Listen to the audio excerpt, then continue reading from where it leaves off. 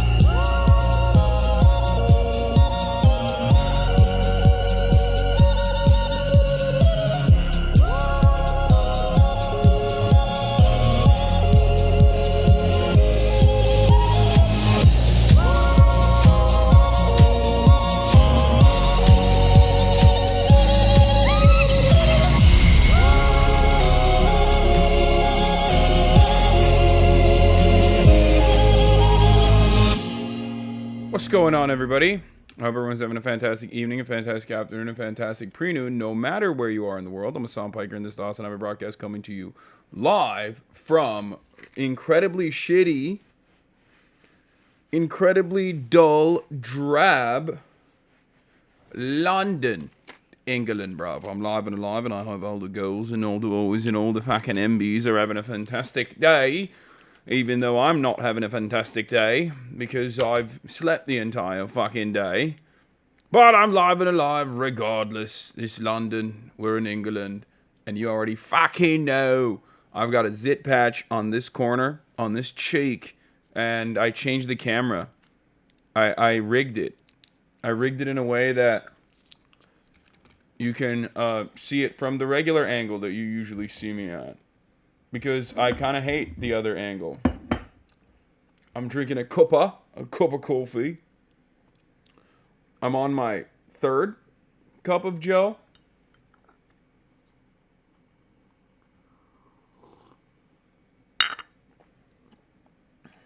Or fourth cup of Joe.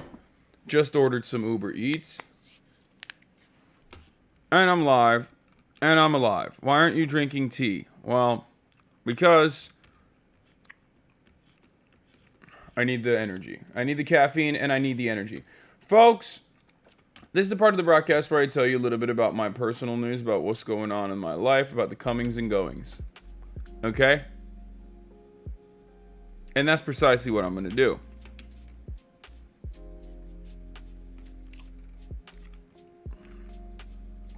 I'm going to tell you what's happening in my life. Tea has more caffeine than coffee. I don't care. I like the taste of coffee. Next. So, let me be very clear with you. Last night, I think we know which side is your bad angle now. Wait, you think this side is worse than the other side? I don't really give a shit. It's just that I didn't like looking at my monitor and you just, most of the time, were just looking at my ear when I was playing Zelda. Like, that's the only reason why I moved it to this side. Because when I'm playing, a video game, I want to make sure that it, like, you know, it shows you, not my ear, but instead, like, actually me staring at the camera. Chatters would never say these kinds of things to someone in person. I mean, it's all good. It's not like, just a swollen testicle allegations. What? Is there an allegation? Anyway, any initial thoughts on Zelda? All of my thoughts are Zelda. I can't stop thinking about Zelda. That's all I'm thinking about. Why does so much new shit happen when you leave the States? What kind of catalyst are you? Yeah, I know. We're going to get to all of that. We got new Twitter CEO. Okay? That's what we got. We got new Twitter CEO. We're going to be talking about that, obviously. We're going to be talking about Jordan Neely.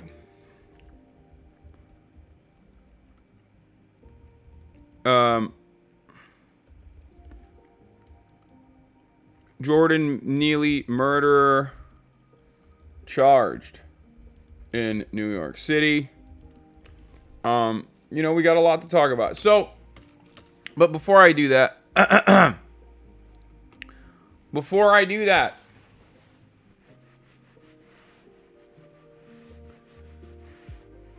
we will get a Zerka podcast. You will not. First of all, let's get started on that. So, you know, we like to have like cool, fun guests that we normally wouldn't be able to get because they don't live in America.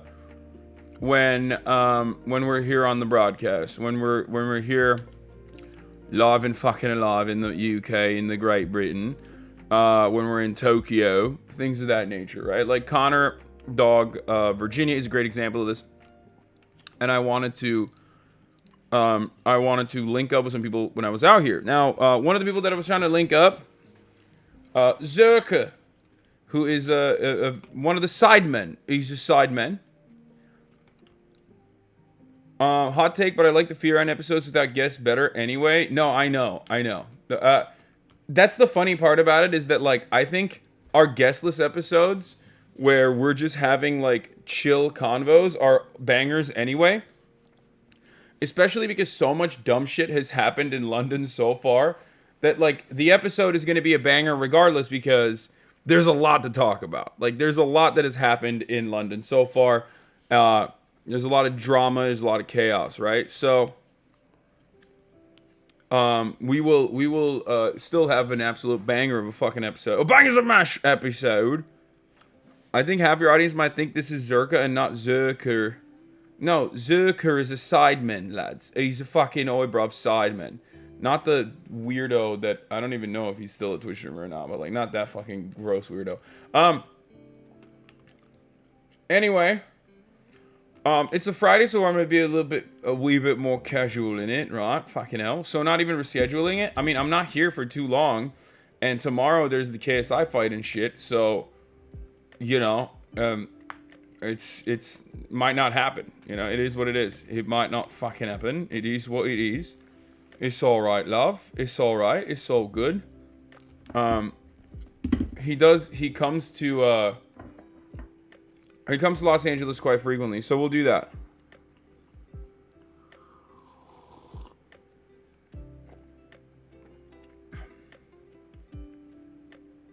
I've only recently discovered you, but I don't see why so many people are annoyed with you out there. You're very realistic as far as I can tell. Says 6-month subscriber Brodag. I mean, if you think that there's a lot of people who are annoyed with me out there, that means you're very online. That's what it is. Because no matter which way you cut it, I mean, even in London, like I'm out, I'm about, I meet people all the fucking time. They have absolutely zero, you know, they're not, they're not fucking like, oh man, Hasan, oh, this guy sucks, I hate him. Like, no, it's not like that at all. Normal people in the real world are just like excited. They don't see me as like the guy that is getting quote unquote canceled by fucking random weirdos over really stupid things over and over again. Vietnam strikes the complex again.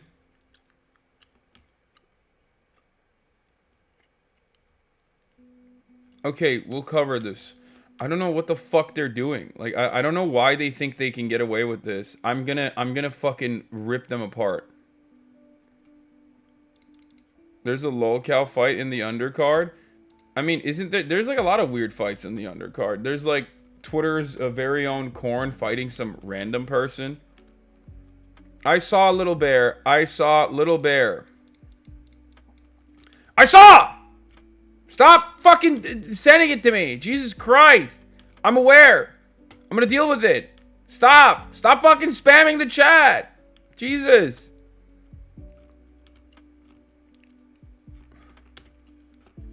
Okay.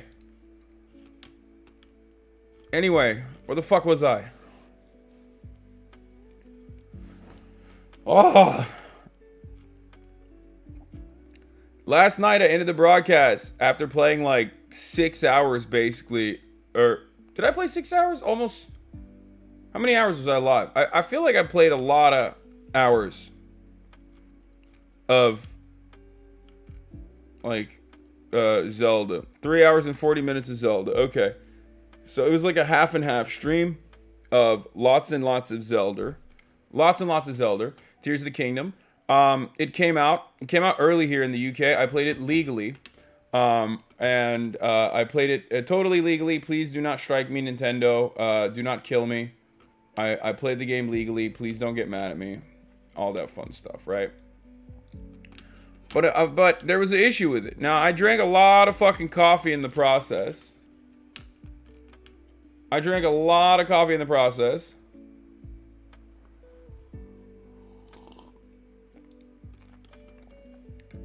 Oh, this video is awesome. I'm definitely using this as my blast off when I play Zelda. And part of the problem was that because of all the coffee I drank and because of how fucking jet lagged I am, I'm like jet lagged out of my goddamn mind. Jet lagged out of my gold, right? Because of all of that, I ended up not being able to fall asleep until like 4 a.m. And I had scheduled a podcast and a workout session with Zerke. Okay? The sideman Zerke. We were gonna go work out Friday morning, and then we were going to do the podcast together. But unfortunately, none of that happened, and for the dumbest reasons possible. First and foremost, the immediate reason. Be honest, this is why you changed your cam angle? What is this? The immediate reason why... Oh my god, look at these fucking memes, dude.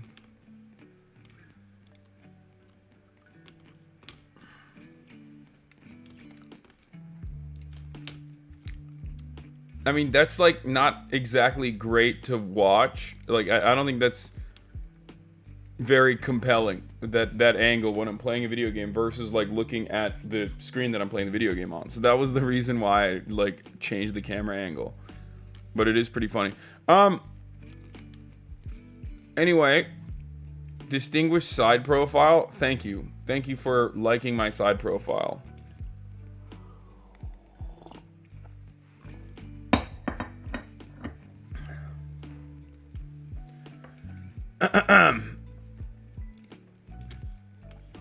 So, yeah, I went to bed at 4, and I woke up at 12:30 to a phone call in my room. And I freaked the fuck out because I have this very weird skill where I can literally wake up at the time, exactly the time that I want to wake up usually, even without an alarm clock.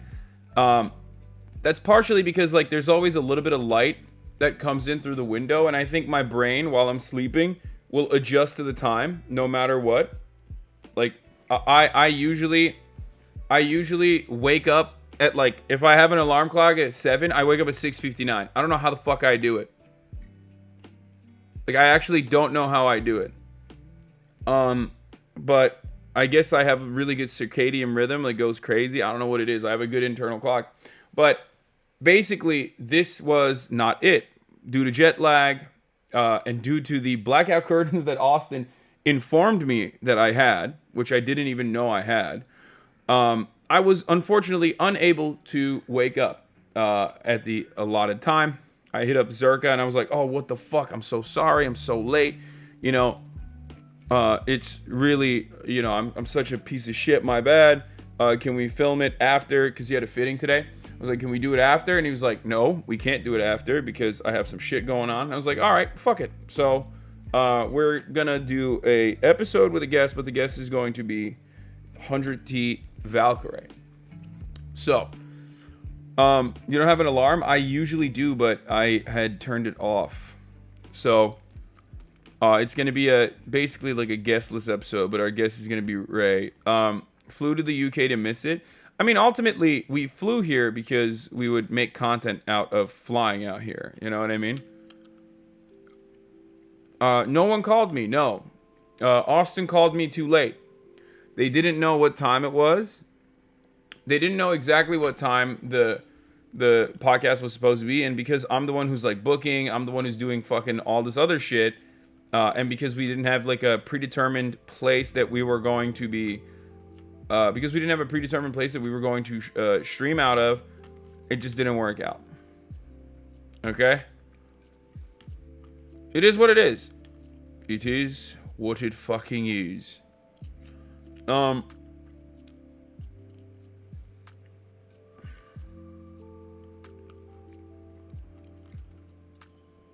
You flew out for the content, Austin flew out for the miles. I mean, you're not wrong. Like, straight up, that's actually low-key true. That's real. So, he flew to London to play Zelda in a hotel room. This is like a funny take that people have when they're like, dude, I can't believe you, like, you know, you're not spending the most of your time. You're not spending your time in the best ways possible. And it's like, my friend, this is what I want to do. Like, do you think I don't have the capacity to do what I want to do? Do you think there's something holding me back from doing whatever I want to do? I could do whatever I want. I could just not stream if I didn't want to stream. This is what I want to do. I know it sounds crazy when I say this openly, when I'm like, dude, guys, this is like literally what I like doing. This is what I enjoy doing. Streaming is what I enjoy doing. And especially when it's the UK, like, I've been here already. I know. I've seen the sights. You know what I mean? It's not my favorite.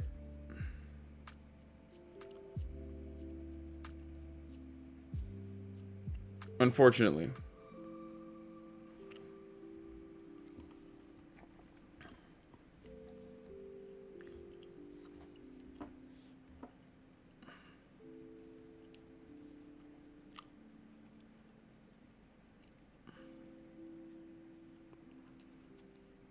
So,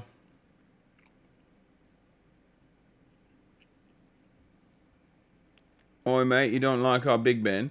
No, the thing is like, yeah, I like the sights, but how many times do I have to see fucking Impalas?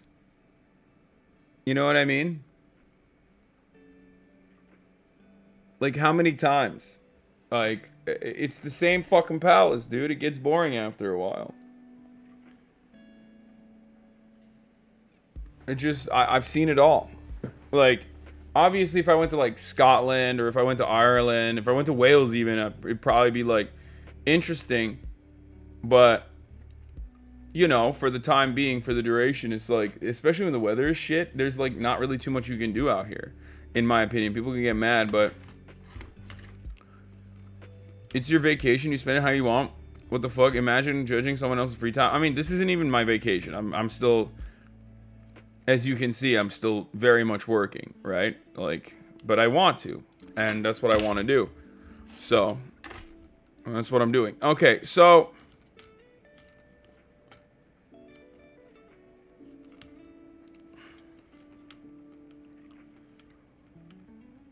I don't really care, but I feel like chatters might be upset because they could not just go to Europe whenever they want. That's why they might be lashing out on you.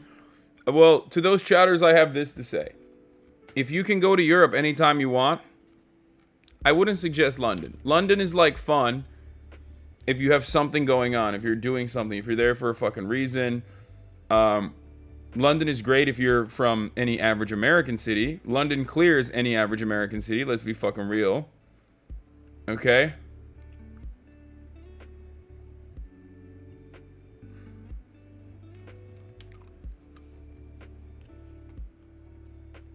Oh, and James O'Brien says hi from LBC. Shellug Fogarty says hi from LBC. Wait, really? Wait, for real? Is Chatter at fucking LBC? What the hell?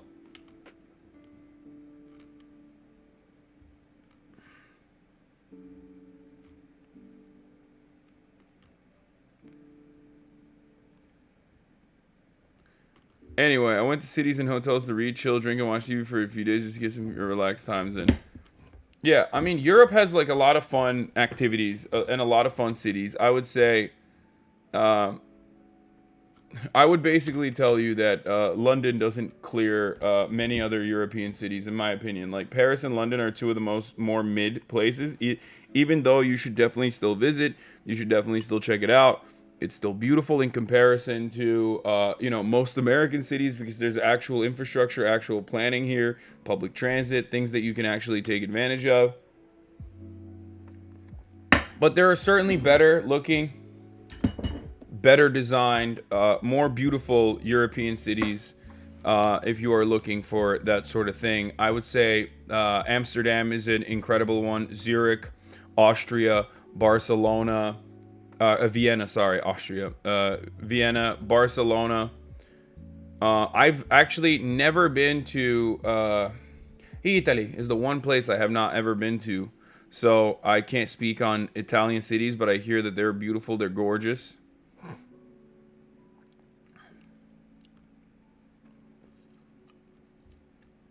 I find Berlin to be kind of boring too. I mean, these are good cities to live in, but they're kind of boring, I think. But whatever.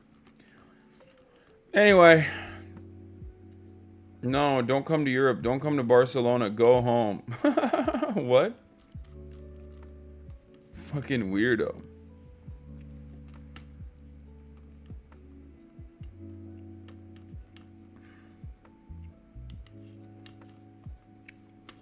Anyway.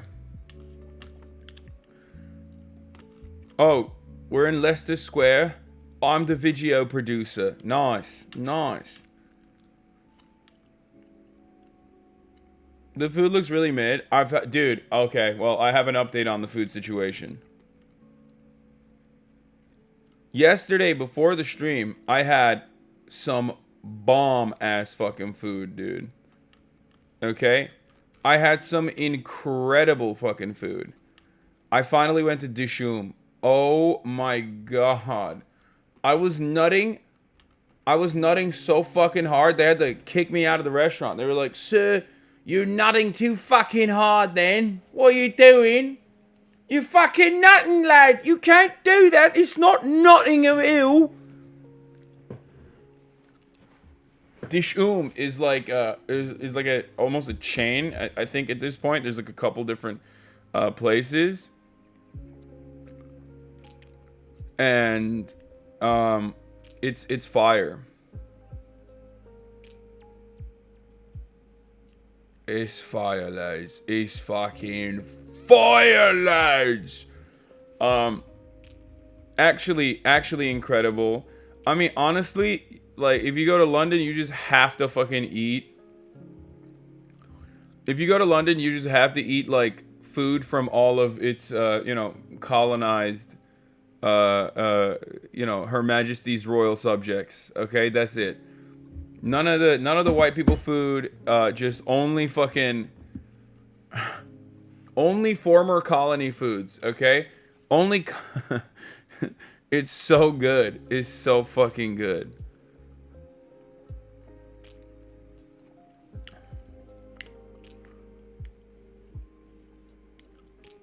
Dishoom is punching noises in Hindi? Okay.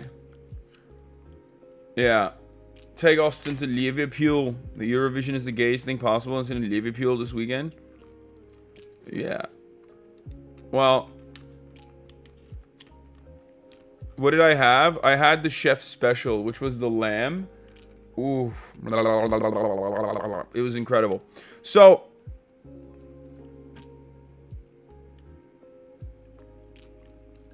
And I've obviously been having like, I've obviously also been having some fucking delicious, cheeky Nando's too.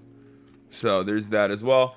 But yeah, I mean, that's it. That's the point. Let's blast off. Let's get started.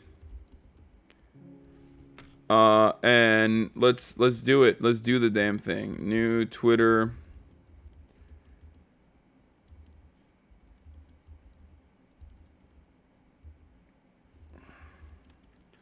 New Twitter CEOs at WEF Shill.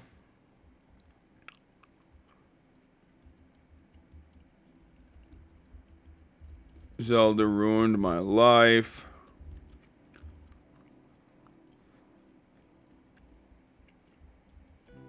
Jordan. Neely. Killer. Charged. New York. And more. Zelda. Tears of the Oibrov Kingdom. And friends later. Get in now.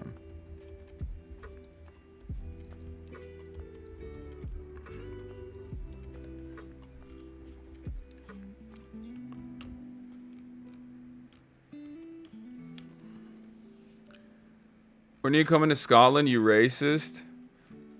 Is it, am I anti-Scottish? Is this anti-Scottish racism?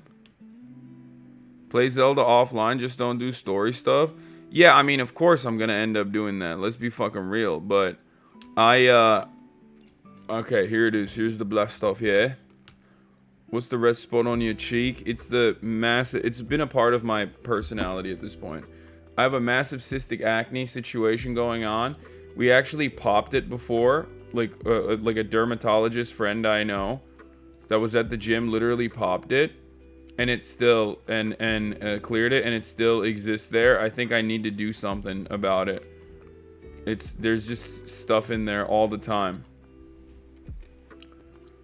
Please put a zit sticker on it. That's the zit sticker that you're seeing. This is a hydrocolloidal or whatever. Like, this is a fucking derm patch. It's a zit patch.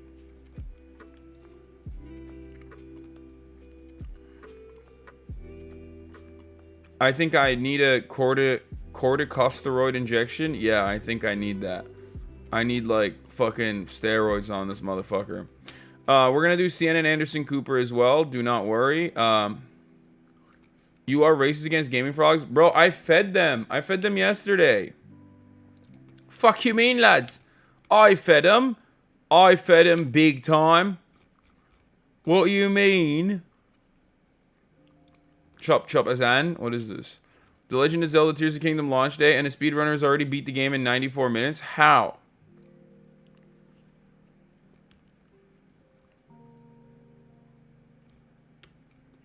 Oh, I guess it leaked early though, so I mean it doesn't. That's probably part of the reason, right?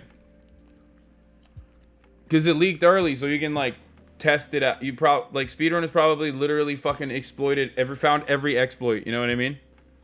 In the week prior.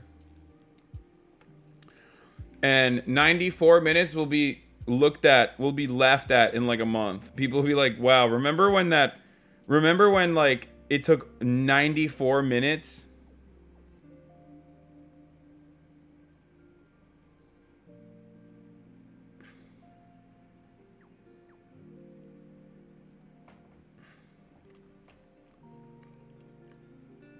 to beat this fucking game? I looked up how long to beat, and it says like if you fucking mainline story quest,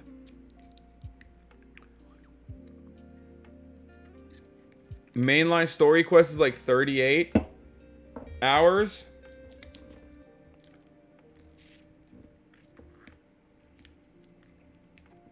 It's like around 38 hours, but it's a massive game. It seems like it's actually a lot bigger than... What is this? One of the huge transphobic accounts on Twitter got exposed for looking like this. What is this? Who is that? They're investigating the new Twitter CEO. Let's go. Yeah, the side content. This game, the Tears of the Kingdom has, I think, like the last game had like 100+ side quests. I think this game has like 230. So there's an incredible amount of side quests and shit.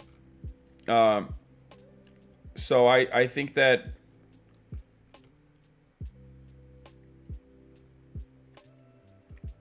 like obviously 100%ing the game will be an insane feat, and it will be like basically a real full-time fucking job. But even clearing like a bunch of the side adventures and shit like that, it's gonna take a while.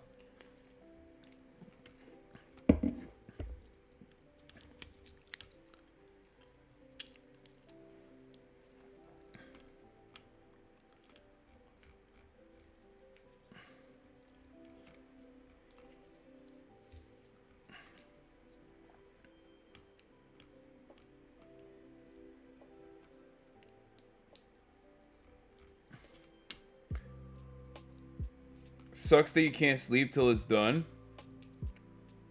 What do you mean? What? I've been playing it for 4 hours and still not at the 3rd shrine. Oh, dude, I'm fucking... I mean, I cleared it already. I'm basically a speedrunner, baby. I mean, I did that. You know what doesn't take long playing this video?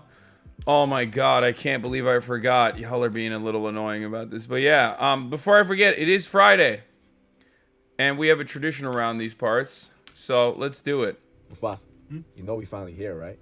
Well, It's Friday then. That's right. Saturday, Sunday, what? It's Friday then. It's Saturday, Sunday, what? It's Friday again. It's Friday, Sunday.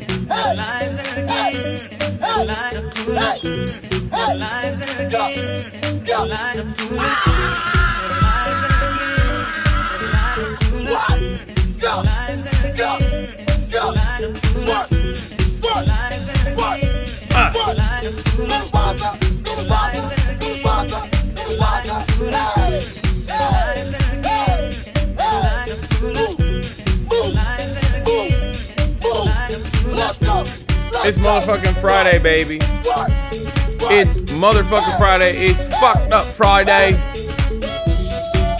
It's boiled frog Friday. I don't fucking know what I'm saying. It's fuck the Queen Friday. You know what it is? It's fucking Friday, lads. It's fuckery Friday. Anyway, ready for the Warriors to stomp La Bum? La Mickey Mouse rings. Yeah, I didn't want to play last night after stream, or even before I went live, because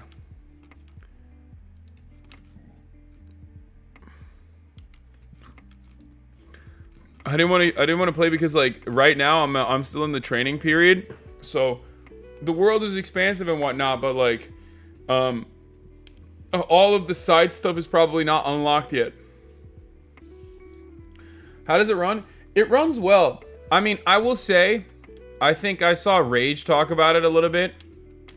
There is a bit of a Zelda bias in me and in all of us, I think, because like of how much we love the game and what it means, like the experiences that we have with the game.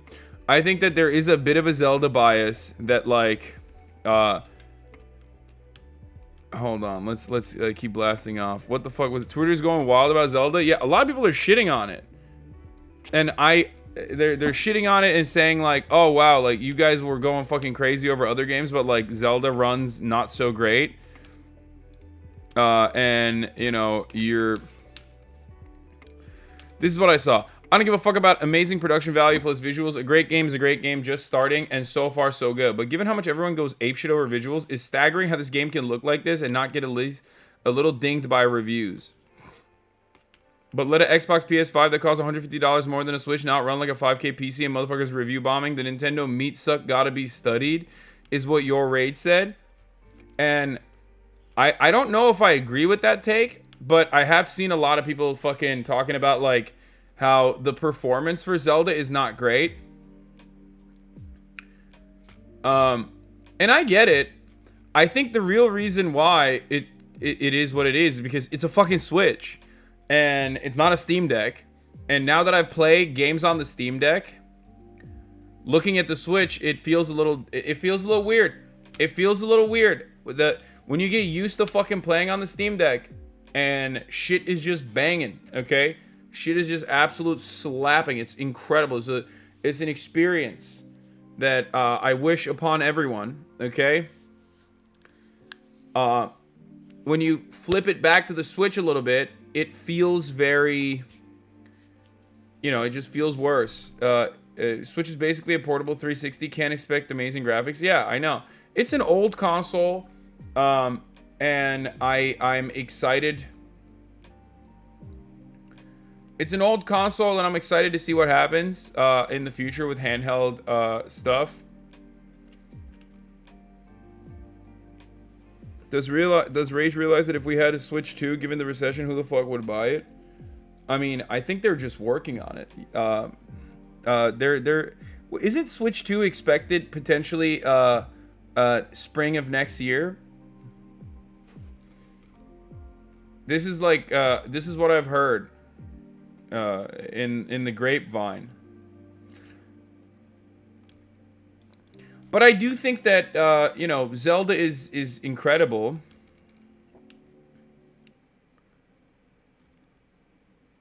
I think that it's a very fun game. It's very compelling, and immediately I'm thinking about it. Like I'm thinking about it. I'm consuming content surrounding it.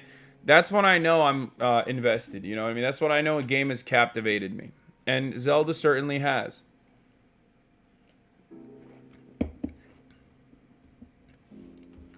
This had me gaffing. Oh yeah, I love this tweet. Tears of the Kingdom looks so fucking stupid, lol. Play a game for adults. Readers added context. This user has been placed in a no new video games timeout after his wife's boyfriend caught him peeping through the keyhole during Mark and Carol alone time.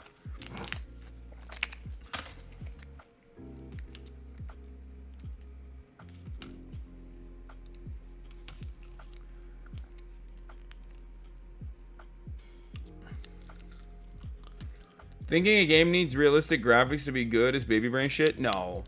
That's not the point. No, I don't think that's what people are saying. I don't think people are, like, expecting Zelda to have, like, hyper-realistic graphics or anything.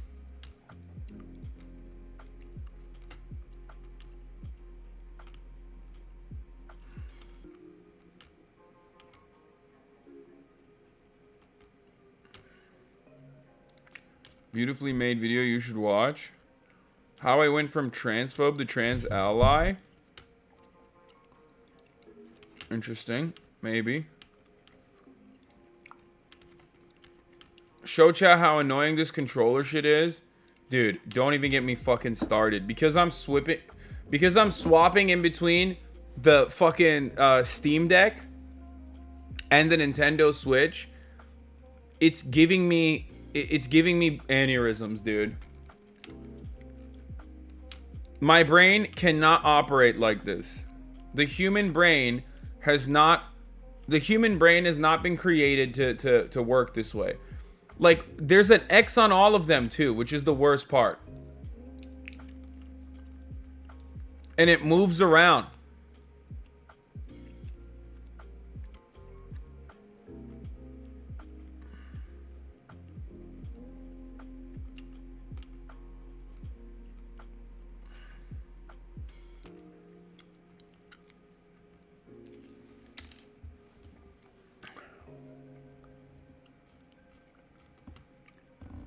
That's why you have to get used to the button locations, not button types. I know, but my friend, that's also another trick. Because guess what? That's what everybody does. Everyone gets used to the button locations, right? Interesting. Except Nintendo has the opposite button locations. So what you would normally use to confirm and cancel on a Steam Deck, on a PlayStation, on an Xbox, on Nintendo, it's inverted. So now, in order to cancel or in order to confirm, you have to press the opposite buttons. It is so incredibly frustrating. I've talked about this so many times. Yeah, and by the way, I will tell you this much. I got used to the Steam Deck layout. The Switch layout is not as intuitive, I think. Like having one of the buttons down here, or having one of the analogs down here and one of the analogs up here, not as intuitive when you get used to like having them both up top. So that is also frustrating. But you know, it's fine. Remember when you compared their button layout to slavery? Oh, I did. Wait, what the fuck? What just happened?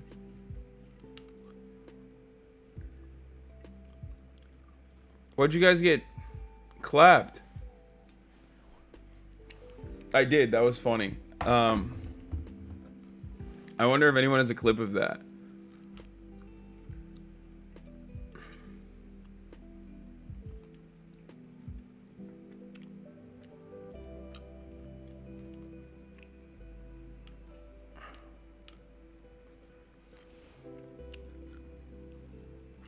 On JPPS games, circle is confirm, X is deny. Yeah. Will you play more Zelda today? I don't really watch gaming, but it was a lot of fun. Yes. Here's the full rant. Annoying. It's maddeningly annoying.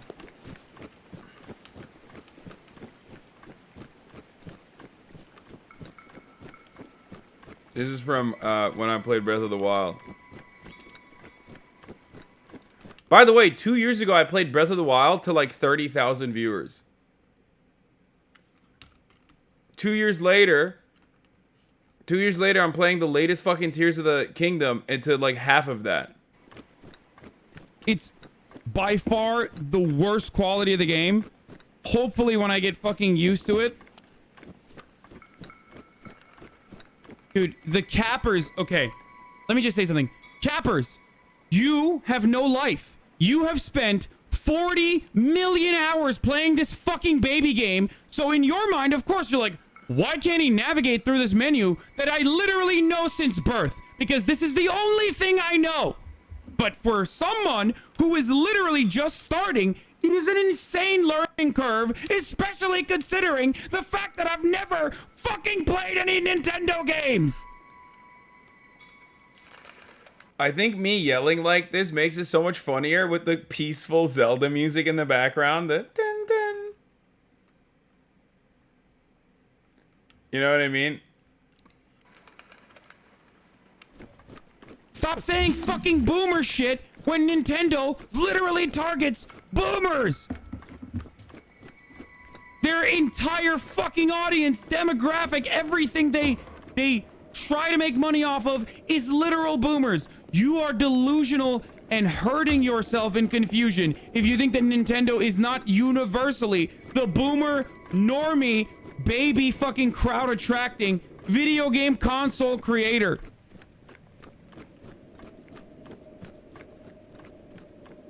I'm so right. This game is still very fun though, having said. To be fair, Nintendo targets kids, but they're super wrong because mostly boomers buy them. No, Nintendo targets everyone. Nintendo is for the whole family. That's the whole point. Nintendo doesn't just target boomers. Nintendo targets everyone. They target boomers and children alike. That's the whole point. That's why it's, the top selling console. All that. God, Nintendo fans are fucking delusional weirdos sometimes, man. Shut the fuck up. Bro, it's so easy. It's so easy to fucking put... If you want to swap, if you want to do a hot swap on, like, your fucking weapon, like, all you need to do is press the right one and then press R. And if you want to change your fucking... If you want to change your fucking shield, all you got to do is press left and then use your fucking right stick. It's so fucking easy. Oh, wait, do you want to immediately swap out when your item breaks? Well, no, there is no automatic way to swap it. But if you want to also change your fucking arrows, for example, because you're in a combat situation, well, oh, fuck, I hit the wrong thing. So now I got to throw this out. No way to cancel that. That's pretty cool. At least I can pick it back up later. Thank God for that.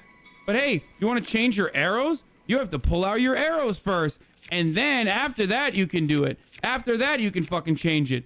Oh, you want to drop something? There's no quick way to drop it. You have to go through the menu, press plus. Also, for some fucking weird reason, your entire menu has your inventory and your system and your adventure log where your memories are stored. So right now, while you're in your inventory screen and you're literally looking through to grab the right item, for example, because there's no way to quickly fucking pick up your stupid fucking items that you need to use to eat, for example, then all of a sudden, where are we? You pressed L because you automatically assume the shoulder buttons is how you swap through the fucking inventory, through the different inventory sides, universally in every fucking game where you hit the shoulder buttons to go through the inventory quickly. No, it takes you to the memories. I'm so glad. I love looking at my memories. This is the best design.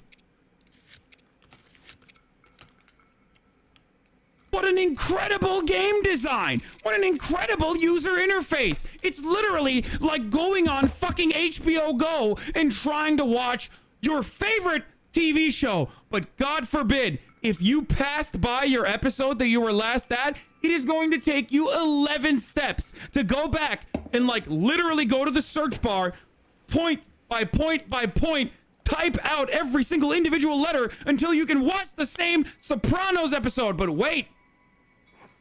There's more. You gotta type out Sopranos, and then you gotta fucking find the Sopranos episode. You gotta literally go to like details to see where the fucking show is. It is insanity. It is absolute insanity, and this is exactly like that. Okay? Masterpiece, by the way. 10 out of 10. Like, straight up. One of the greatest gaming adventures I've had, both on stream and off. No notes. I mean, yes, I do have notes. Still 10 out of 10, though.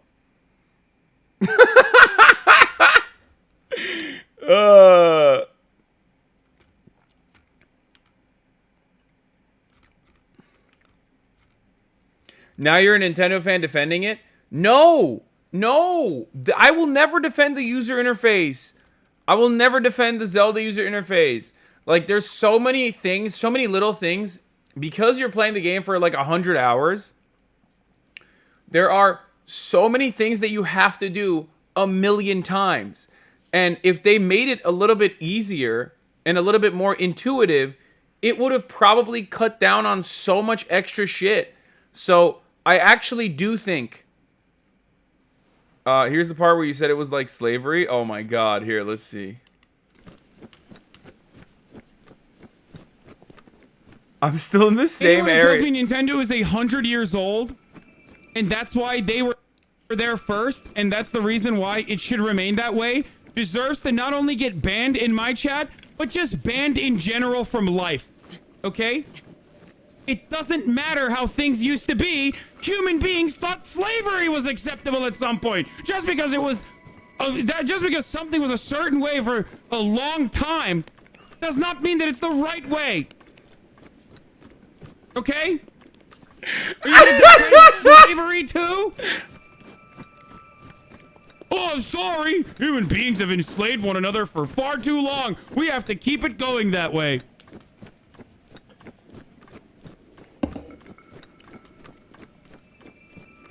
It's like they did this annoying on purpose. Like, I feel like they were like, no, fuck it. We're not changing the layout.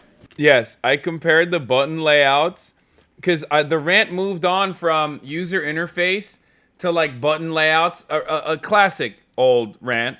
This is something that I've talked about so much. Like, this is something that you hear from me probably more frequently than the top of the hour ad break, which comes at the top of the hour.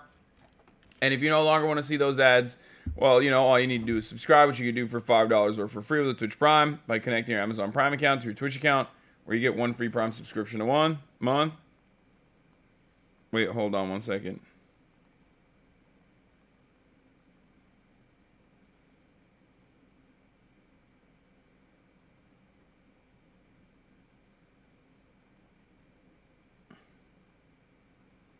One second.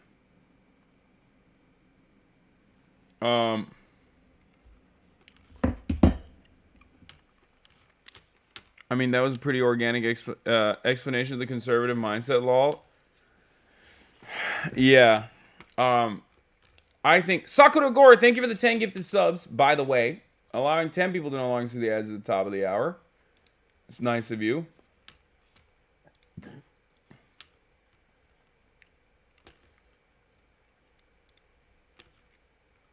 There it is. I was looking for my activity feed.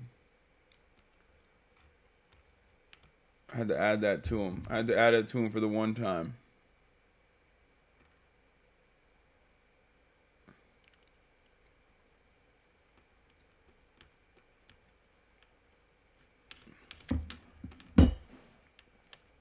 Just learn the UI. I have learned the user interface.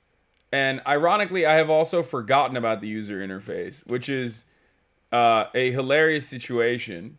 Because, like, learning the user interface doesn't change the reality that, like, it's still annoying to have to fucking learn it. You know what I mean? It's still not... Like, it's annoying to have to learn the user interface. It's not, you know, it's not user-friendly. I don't know. I don't know how to describe it. It's just, like, not user-fucking-friendly. That's it.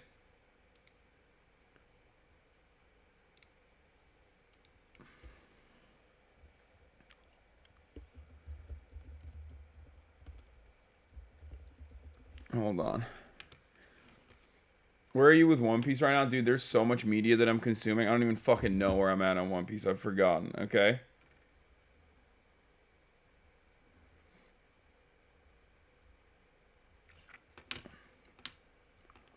How many times is Zelda gonna get kidnapped? I mean, that shit is... Yeah. Hold on one second. I'm trying to...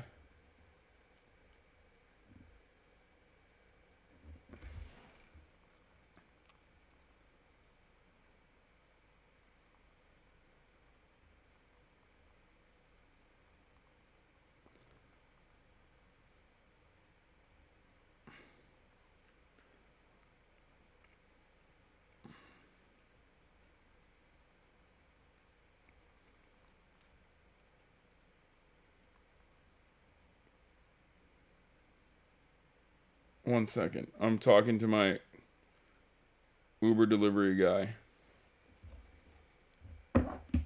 How the fuck do you people... How the fuck do people watch this weirdo? Oh, I missed it. What was he saying? He said, how the fuck do people watch this weirdo? What curry did you get yesterday? I forgot. I got the lamb curry, but I forgot what kind of curry. Let's see what he said. He said, how the fuck do people watch this weirdo? He ain't even talking. He's just sitting there making sounds like some religious person. Wait, let's unban him. This guy's got some good takes.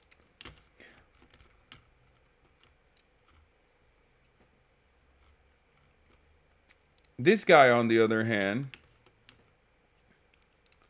I'm going to ban him. He said, are you going to tip your slave? Good one, dude. You're right.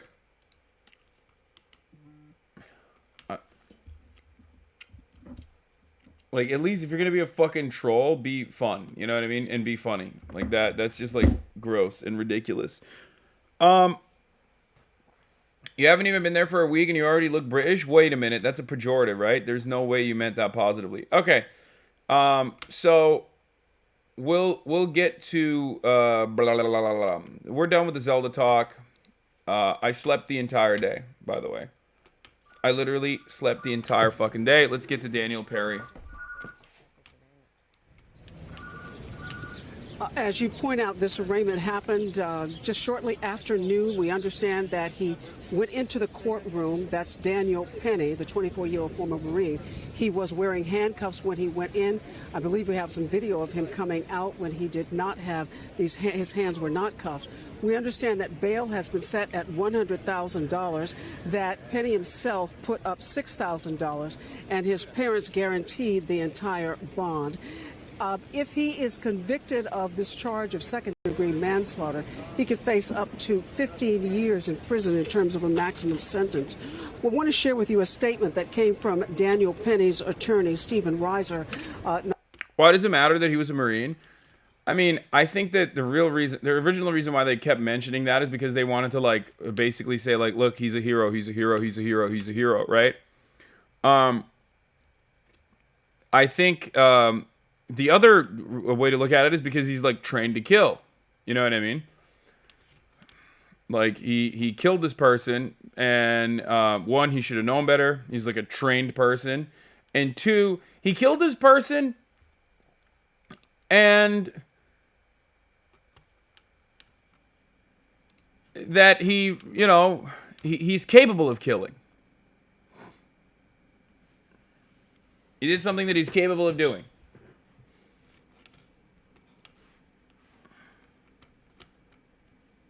Have you played Papa's Pizzeria games? Exactly. You're not a legit gamer. Heartbroken. What? Anyway, this dumb motherfucker Daniel Perry didn't listen to a single bit of his escalation of force training from the Marine Corps. Literally skipped the first 5 seconds just to murder someone. Yeah, I mean...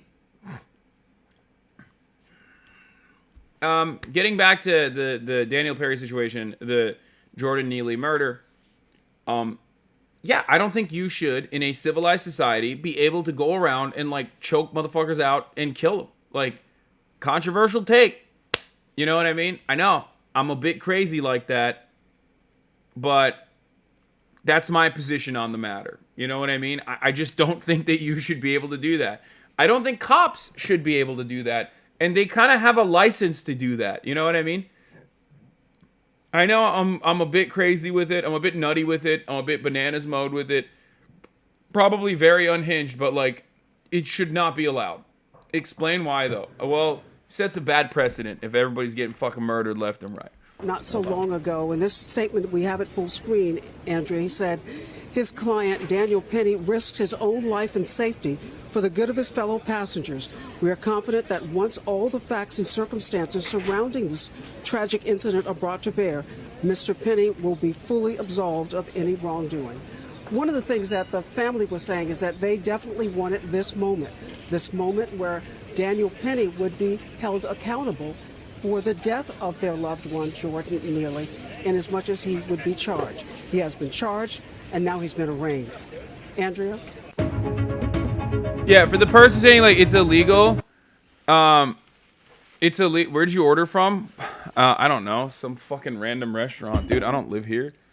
For the person saying it's illegal for cops to do this, like, yeah, it doesn't even matter. They still do it though. Okay, they do it all the time. It's just unhinged that like so many people are fucking defending this too. HasanAbi kilo almışsın. Ananın amını almışım ağzıma. Orospunun evladı. Sikerim ha. Kilo almışsın diyor gerizekalı. Var ya şu anda en son 3 senedir en ince halimdeyim. Amcık ağızlı pezevenk. Sikerim ha. Göt lalesi. Yarrak. Anyway. So that's a brief update on the Daniel Perry situation. We'll see what happens. Will justice be served? Or will the New York court system decide that, like, human beings are now deputized murderers in the same vein that, like, cops are? Even though cops should not be doing this either. And if cops should not be doing this, civilians definitely shouldn't be doing this. You know what I mean? I don't know. Like I said, call me fucking crazy, but I have an issue with, like, the wanton execution of random people that are being a nuisance to you, or that you consider to be annoying, or you're, like, personally scared of. Like, I don't think you should be able to do that. I mean, are there circumstances where it's valid?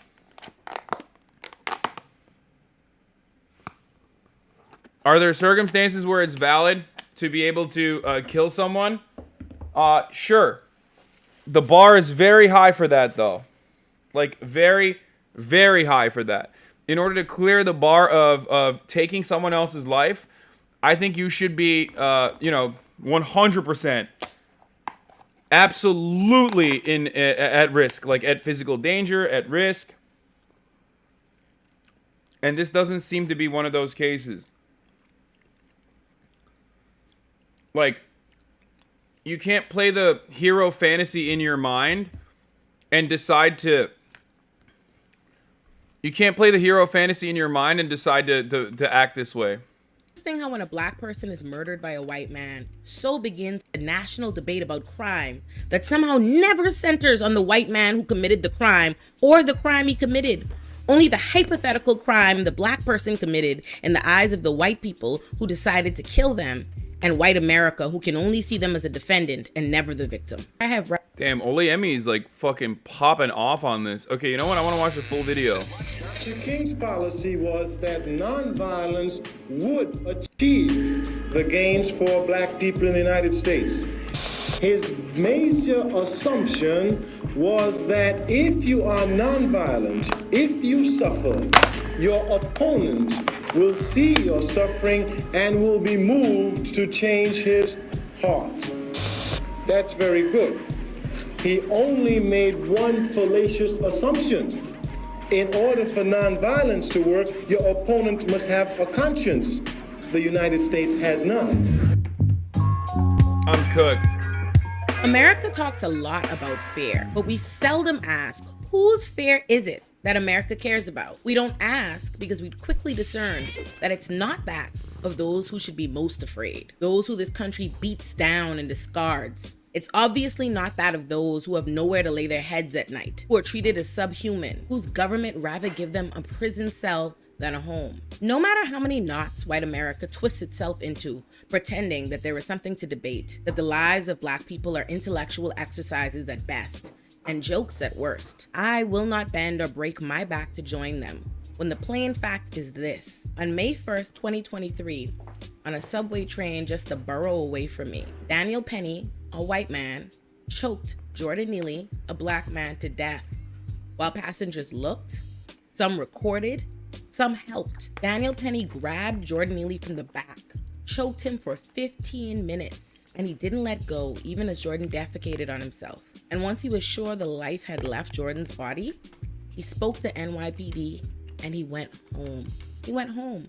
In a city where I have represented hundreds and hundreds of people, all impoverished, Many homeless, many of whom were arrested and criminally charged for just entering the subway station when they couldn't afford the $2.75 fare. In that same city, on those same subways, Daniel Penny could kill someone for everyone to see and go home. Something Jordan Neely didn't even have, which is why he was on the subway in the first place, screaming out for food and water, and doing so in vain, because the people his desperate pleas would fall on would sit front row to his murder, and not a soul would lift a finger to help him. And much has been said and asserted as fact regarding Jordan's mental health, how he was having a mental health crisis, how he was dangerous, how he was acting erratic, crazy, and aggressive. And there's been a significant effort made on the part of people hoping to humanize him by saying things like, the passengers' fears were valid, but he shouldn't have been killed, or we shouldn't react to mental health episodes this way. But I would like to seriously ask this. Why are you defending against a premise you need not accept? Is it mentally ill to be fed up, to be angry, to be desperate, that you do not have a bed, food to eat, water to drink, and that life has shown you time and time again that you're more likely to get it from a prison than from someone who sees you as human as they see themselves? Is it legitimate to be afraid of someone for that? Not nervous, anxious, agitated, concerned, worried, sympathetic, or to feel pity, but afraid? So afraid that you think you're in danger, that this man who has not touched you, presented a weapon, or made any advancement towards you needs to be put down. Is it self-defense for a trained Marine to choke an unarmed, homeless man who had not threatened him from behind? Is a person who you must creep up and attack from behind posing a threat to you? Too often, even the well-intentioned public embraces, legitimizes, and concedes to characterizations and narratives they feel they must then defend against. I encourage you to reject that practice and instead embrace reality. The reality being that there is absolutely nothing new about what happened to Jordan Neely or how America is trying to justify it. The only thing new is the news cycle. On December 22nd, 1984, 4 black teenage boys approached a white man on a subway in Manhattan and asked him to give them $5. That white man, a then 38-year-old Bernard Getz, pulled out an illegal handgun and shot each of the boys. They survived, but one suffered brain damage and was paralyzed for the remainder of his life. Yeah. One of the boys he shot testified in Getz's trial, and on the stand, he said, he's going to be found not guilty anyway. I know what time it is. Not only was Getz found not guilty when a Manhattan jury found that he, the 38-year-old man armed with an illegal gun, was right to fear for his life when 4 teenage black boys asked him for $5, that just their person presented enough of a threat that it was a proportionate action to shoot each and every one of those unarmed boys. It was he who should be afraid, not the black teenagers who live in a world where they could survive being shot by a vigilante and know with certainty that he will not be found guilty. But they knew that. They knew that because they'd already witnessed the press do to them what the press is doing now to Jordan Neely. They made Bernie Getz a symbol of white Americans' legitimate fear of crime in the city. Never mind the fact that the only person in the fact pattern who committed a crime was Bernie Getz. He received so much support he would eventually feel emboldened enough to run for mayor. It's interesting how when a black person is murdered by a white man, so begins a national debate about crime that somehow never centers on the white man who committed the crime or the crime he committed. Only the hypothetical crime the black person committed in the eyes of the white people who decided to kill them, and white America who can only see them as a defendant and never the victim. It was the same time then as it was today. I want us to imagine She's so that things fucking not good. happen in a vacuum. That one thing Olurinatti is a public defender, by the way, so I mean she's incredible, but I did not know how good she was at making long form video. Holy fuck. I mean, this is incredible. She is really, really good.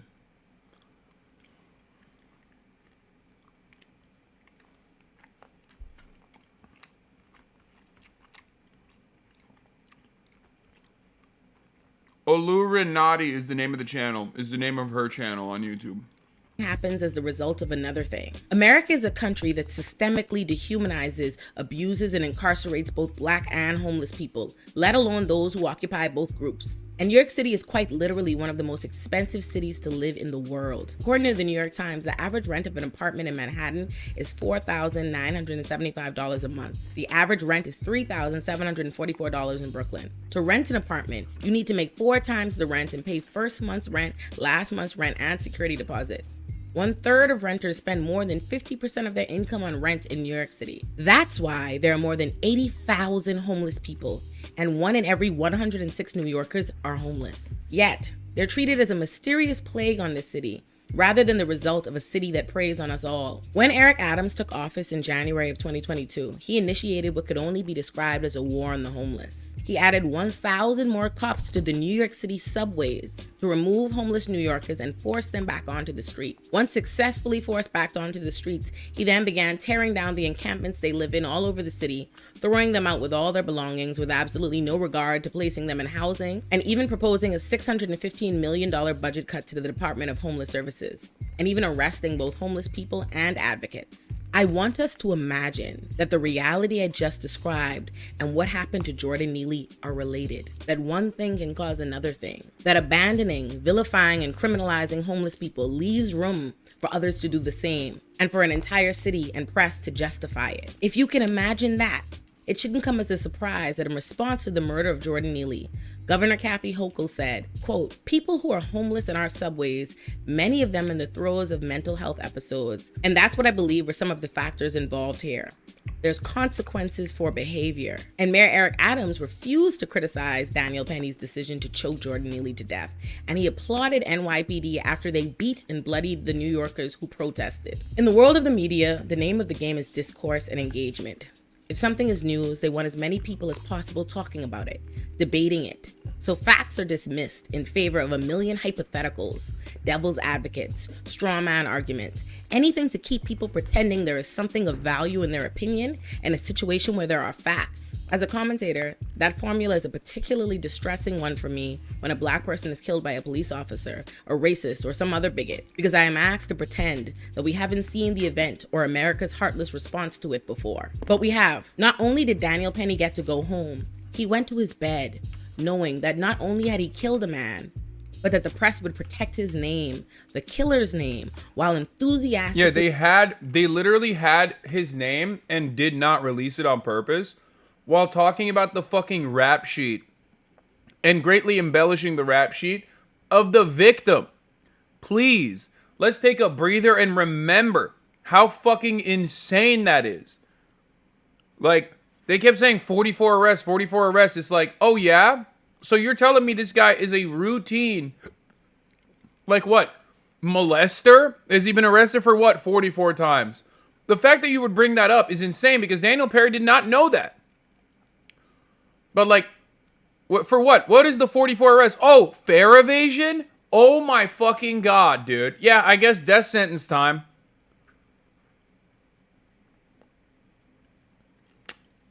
I'm sorry. The past transgressions of the victim does not justify their murder. Okay? That is a fucking insane standard that only applies to Black victims of murder.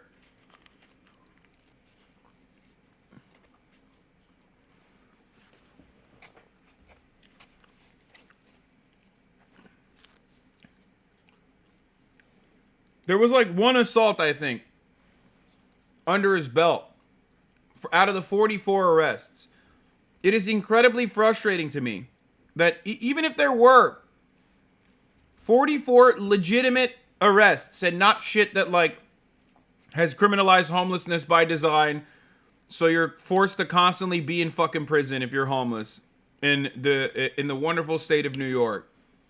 But even if they were valid reasons, Daniel Perry did not know that. So what the fuck does that mean?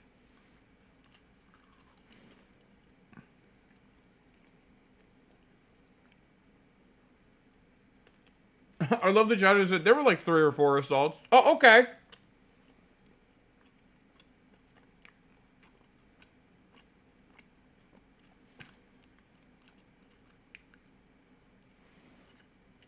My bad, dude.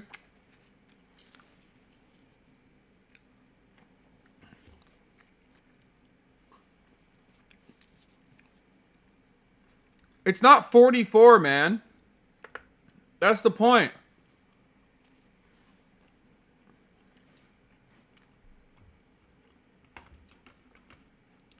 Releasing the unrelated rap sheet of the victim and opening the town square to debate whether he deserved to die and discuss white fare. And I could launch into an explanation of why Jordan Neely's rap sheet is not proof of criminality, nor his deservingness to die, and rather a reflection of the way he's been criminalized and failed repeatedly. But I won't, because no matter how much America pretends he is not on trial here. He is dead. There is no great big why, special circumstance, or unturned stone that justifies why Jordan Neely was killed, or why white America insists on pretending there is. America is a racist country with racist leaders, institutions, and media. Jordan Neely is dead because a white man wanted to kill a black man, and that white man is free because white America is glad he did it. That's the truth. I know what time it is, and so too do all of you. I actually want to encourage Sloss to sue Jesus because they're just about down bad in every way. She's incredible. This was a great explainer. No notes. All right, we're going to move on from this now. It's an issue that I've covered so many times.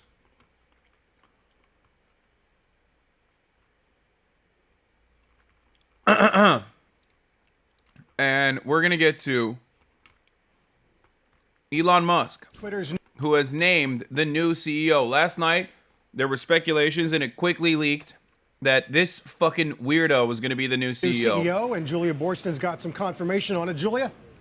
Yep, that's right. Elon Musk making it official. He's tweeting out, quote, "I'm excited to welcome Linda Yaccarino as the new CEO of Twitter, saying that she will focus primarily on business operations while I focus on product design and new technology." Musk going on to write, "Looking forward to working with Linda to transform this platform into X, the everything app." Of course, this comes after earlier this morning, NBC Universal announced that Linda Yaccarino, who has been at the company for 12 years, its ads chief, will be stepping down. And just yesterday, Musk announced that he had found a CEO for Twitter, and she would be starting in about 6 weeks. So now we have it officially. It'll be interesting to see how this all plays out in terms of her building up Twitter's ad business after so many advertisers have paused in the wake. By the way, Elon Musk is a bigger Cinnaboo than me. Okay? Like, everybody always like, Hasan, you love China. You love China. You love eating China. You love eating Xi Jinping's dick. Like, you're a dick eater. Bro, what he's suggesting with X is literally what China already has. He's trying to do top G shit. The difference is, of course, he's trying to do it through a private corporation without like any government oversight. Good luck as a really uncharismatic and awful business leader. Good luck to Elon for doing that.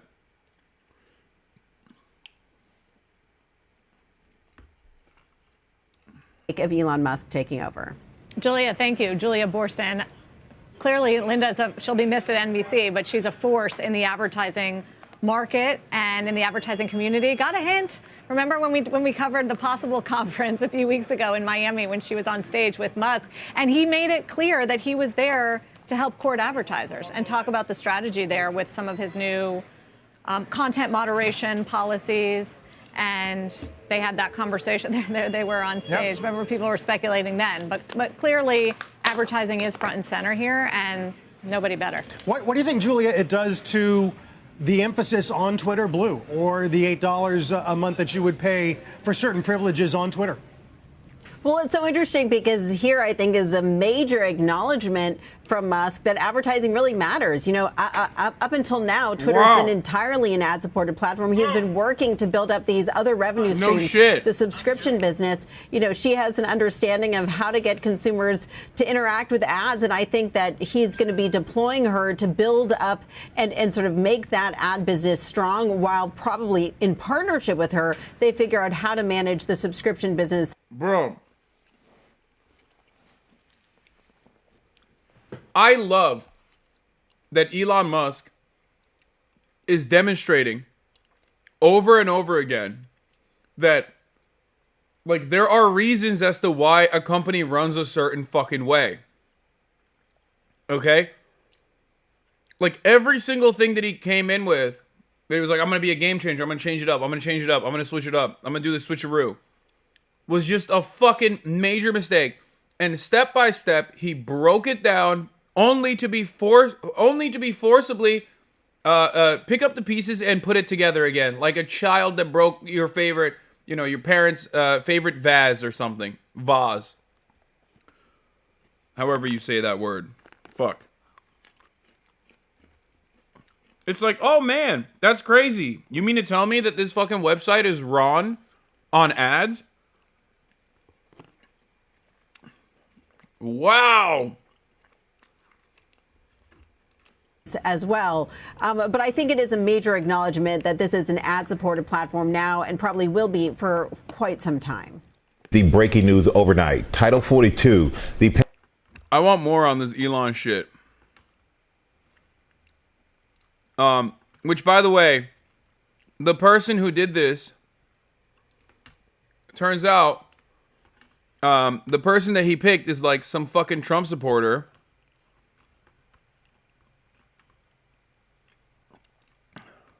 Can I have a quick Is show this of a hands? moon Who's video? heard of Tencent? Can I have a quick show of hands? Who's heard of Tencent? Yeah, they want to. Elon wants to do this. Elon wants to make this, by the way. I have to pee really bad.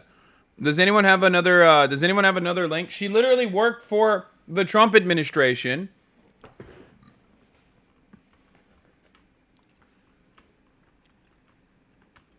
The lady actually literally worked for the Trump administration.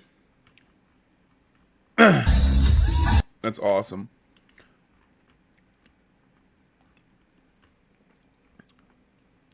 She follows Cat Turd and a whole bunch of like transphobic people. She's a part of the World Economic Forum. Like, so she's awful for the liberals. The liberals will look at her and go, "This sucks." Okay, here. This is great. Who is Linda Yaccarino? The ad executive Elon Musk has reportedly chosen to succeed him as the Twitter CEO.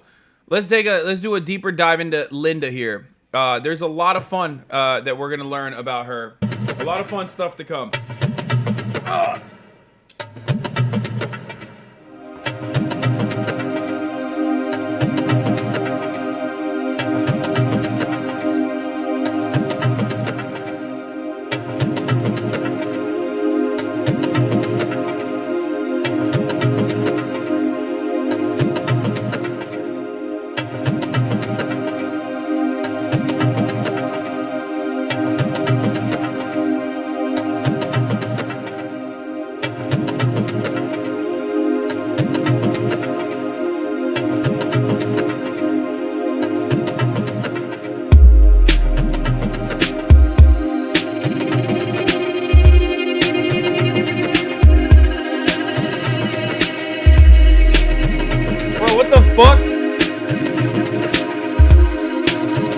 What is this like spa music that they're playing?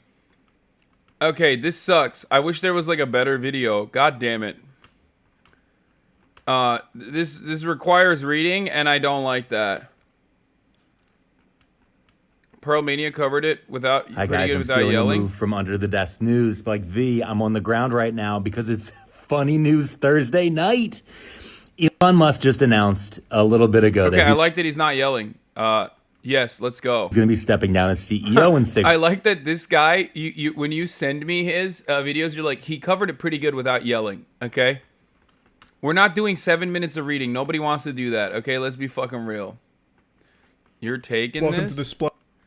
What the fuck is this? What fucking YouTube drama happened now? Copyright strikes from... What? I don't know what the fuck this is. Magnets Media, thanks so much for covering this. Wait, is Magnets Media the video that we just clicked on? About the China thing? What the fuck happened? Okay, let's continue. 6 weeks. And people immediately were like, oh, okay, that's kind of interesting. And then he said the new CEO will start in 6 weeks and she is going to be great. Immediately, the blue check marks on Twitter lost their mind. These people paid $8 and suddenly a woman's going to run the company. They were like, no, a female. And they just went crazy. They started losing their minds. And then 2 hours ago, it was finally leaked who the new CEO is going to be. And it's a woman named Linda Yaccarino. Okay. And people on the left immediately started flipping out. They looked at who she's following on Twitter and they're like, yo, there's a lot of crazy right-wing chuds on here. However, the part that's crazy and that Elon picked this person is when you look at her job history. For the last 12 years, she's worked for NBC Universal, which is owned by Comcast. She specifically worked as an ad executive for NBC Universal. That's right. She's been working for the mainstream media, helping corporations to be able to control the actual narrative of what's happened in our media for 12 years. So like people on the right are like, oh, that's kind of crazy. And then it came out that she's been an executive chair of the World Economic. Can I just say something? It's so funny to me that like baboon-brained right-wingers are shocked when they find out that like a neoliberal corporate girl boss has, with a lot of right-wing values, is seen as like the perfect person to promote to this position from Elon, who they weirdly thought was like outside of that corporate neoliberal bubble, when he's a fucking billionaire.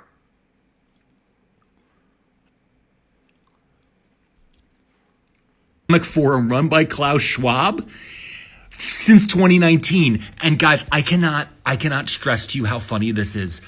If you just say the words Klaus Schwab to anyone who cares about conspiracy theories, they will just start foaming at the mouth and their eyes roll in the back of their head and they just go, Klaus Schwab! Like if you don't know who Klaus Schwab is or the World Economic Forum, congratulations. You have a good experience with your parents. Anyway, I started scrolling through her Twitter account. A lot of it I can't see because I don't have a Twitter account anymore. However, I do this little test with some people where I just scroll back to January 6, 2021 because I want to see. I was like, what do you tweet on January 6th, you know? Because maybe she did the Kevin Sorbo where it's like, it's finally happening. Oh, no. She was there. No, I don't know if she was, but it'd be pretty funny if she was. It was Antifa. Like, you know, one of those type of moves. But it's even funnier for hers because she doesn't have any tweets from January 6th. But she does have tweets on January 12th where she's telling people to make sure that they wear masks and that we have to fight COVID vaccination misinformation. This is who Elon picked. This is who is going to lead. So she's being hired basically to be run out of town by the psychos who have taken over Twitter. So it's just a very, very funny evening. It's going to be so funny. If you're still on Twitter, you should leave it. You really should. Delete your account. They're going to sell your information. Okay.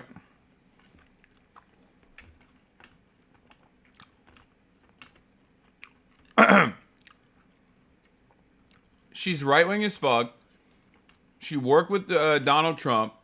She's a major Trump supporter. Do it? Fuck no, man. What are you, crazy? It's like one of my largest fucking platforms. It's what I use to aggregate news. I don't give a shit that it sucks dick. I want it to be fixed. I don't want it to be fucking... I want it to be fixed so I can use it again like I once did. It's a very valuable resource, okay?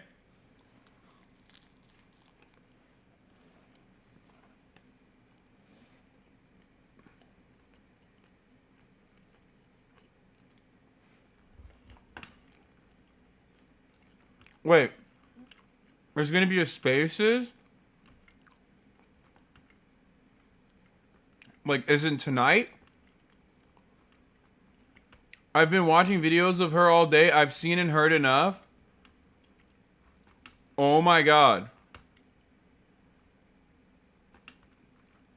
Oh my god. Elon Musk made his bed with the dumbest people. And now those fucking idiots who don't understand how companies are run. Now those idiots who don't understand how companies are run by these like ghouls, these fucking ghoulish figures who have identical political perspectives to them, by the way, are upset.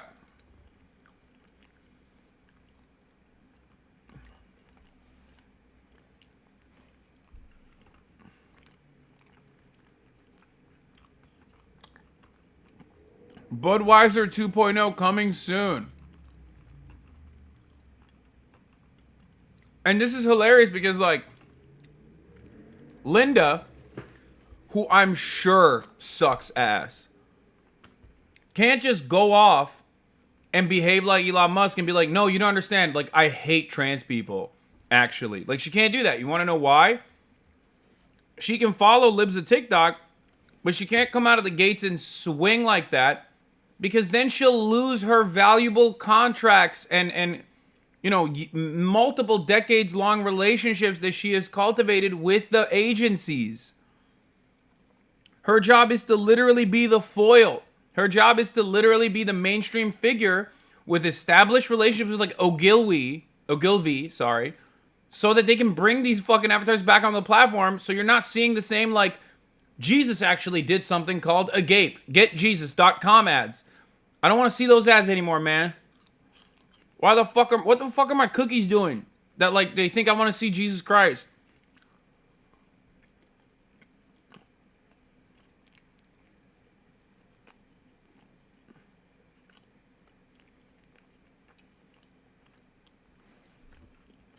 Anyway.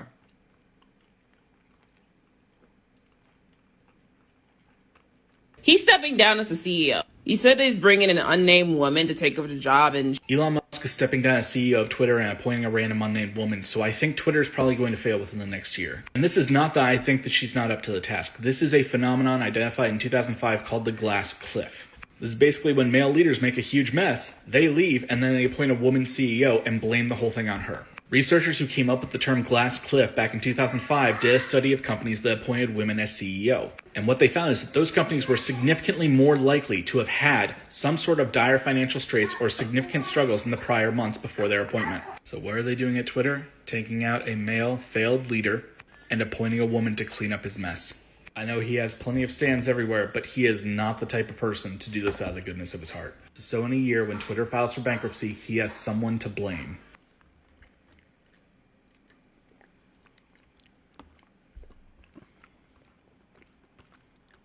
I mean,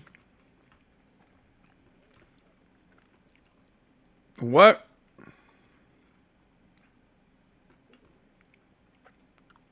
Do you see that Elon is going to remove the likes tab? Megaphonics. You gotta stop. Just because we're covering a little bit of Elon doesn't mean I need to know every single fucking thing that Elon Musk is saying with your additional speculation on what his motivations are. Oh my god, I thought you blocked this fucking guy. Why are you like this?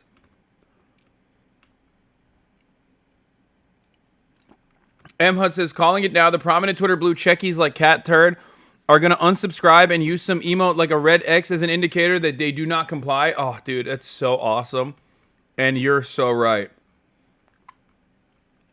Too early to get libbed up, Haas, please. What?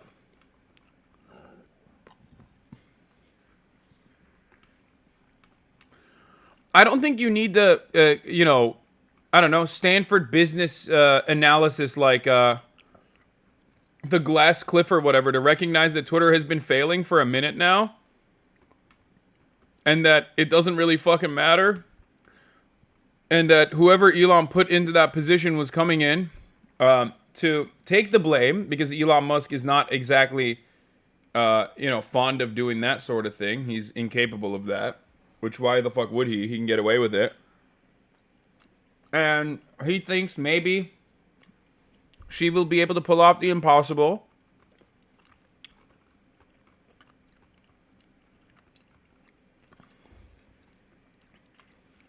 She thinks maybe Elon will be able to pull off the impossible and bring advertisers back onto the fucking platform. Which, you know, I don't think he will. That's it. But I do love the idea that, like, you know, I do love the liberals who are shocked that, like, a person in the WEF could possibly also hold these, like, incredibly hostile ideas. You know, hostile to trans people, or, like, follow all these fucking weirdos, right?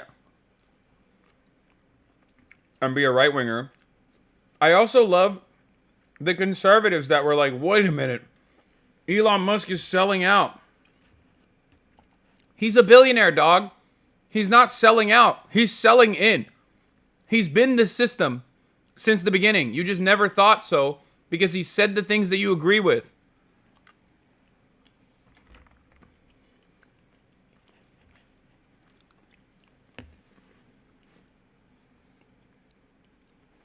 Just because he says interesting, every time someone's like, Carl Schwab is, you know, eating, you know, babies for fun at the World Economic Forum, and he goes, interesting, something to consider, looking into this, underneath dumbass fucking articles like that, doesn't change the reality that he is a billionaire. The World Economic Forum is built for him, is built and designed for people like him. It is to uphold the billionaire hegemonic status. It is to uphold capitalism. You just are too stupid to recognize it. This is why I always say everyone's a liberal. Everyone is a neoliberal. Doesn't matter what your personal policy positions are. Doesn't matter what your, you know, doesn't matter what your projects are. You know what I mean? Your little pet projects on the side are. No matter. You're a fucking liberal.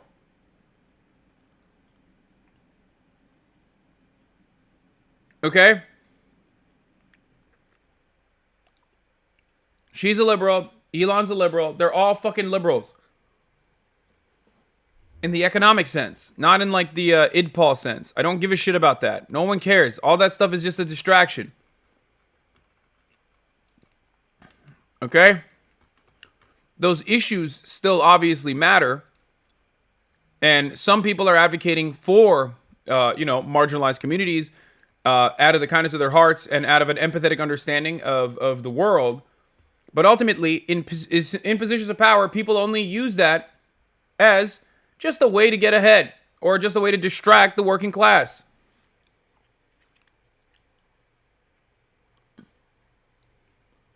That's it.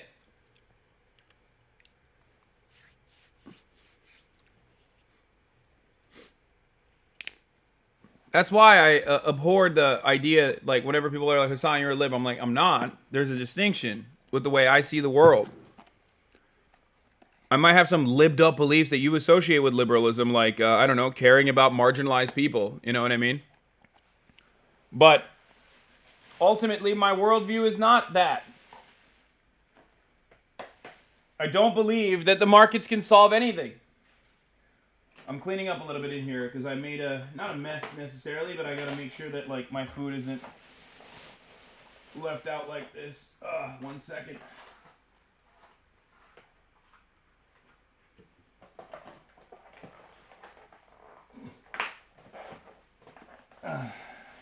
Okay.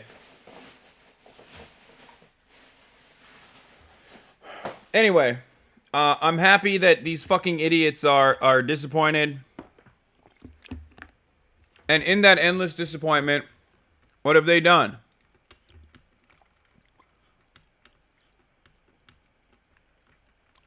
Whoa, what the fuck? I didn't know this. Tesla recalls virtually every car it has sold in China. Uh-oh.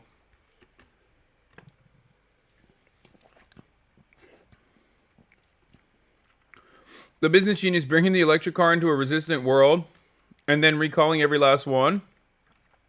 Sorry, Tesla investors and the anxiously fair-minded. I'm not content with it's just a routine software update. It's them being forced to remedy the dangerous bullshit they got to test internationally on public infrastructure with human lives.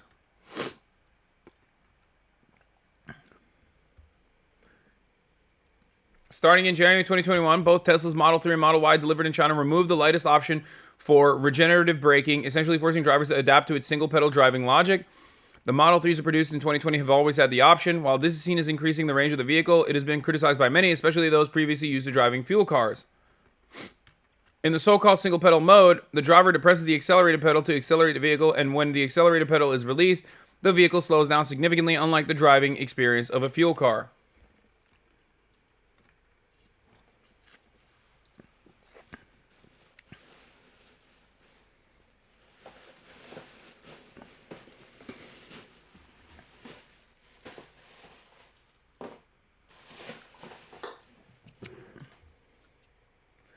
I don't know what the actual reasonable criticisms against regenerative braking are. I don't use it. My car has the option for it.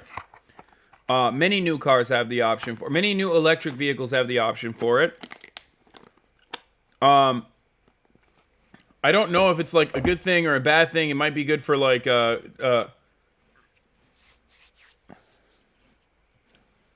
don't really like it.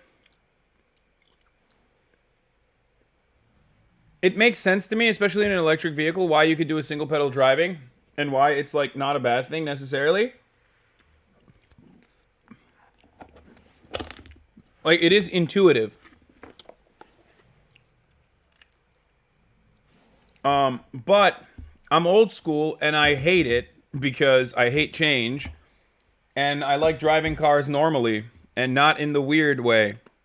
The gay way. With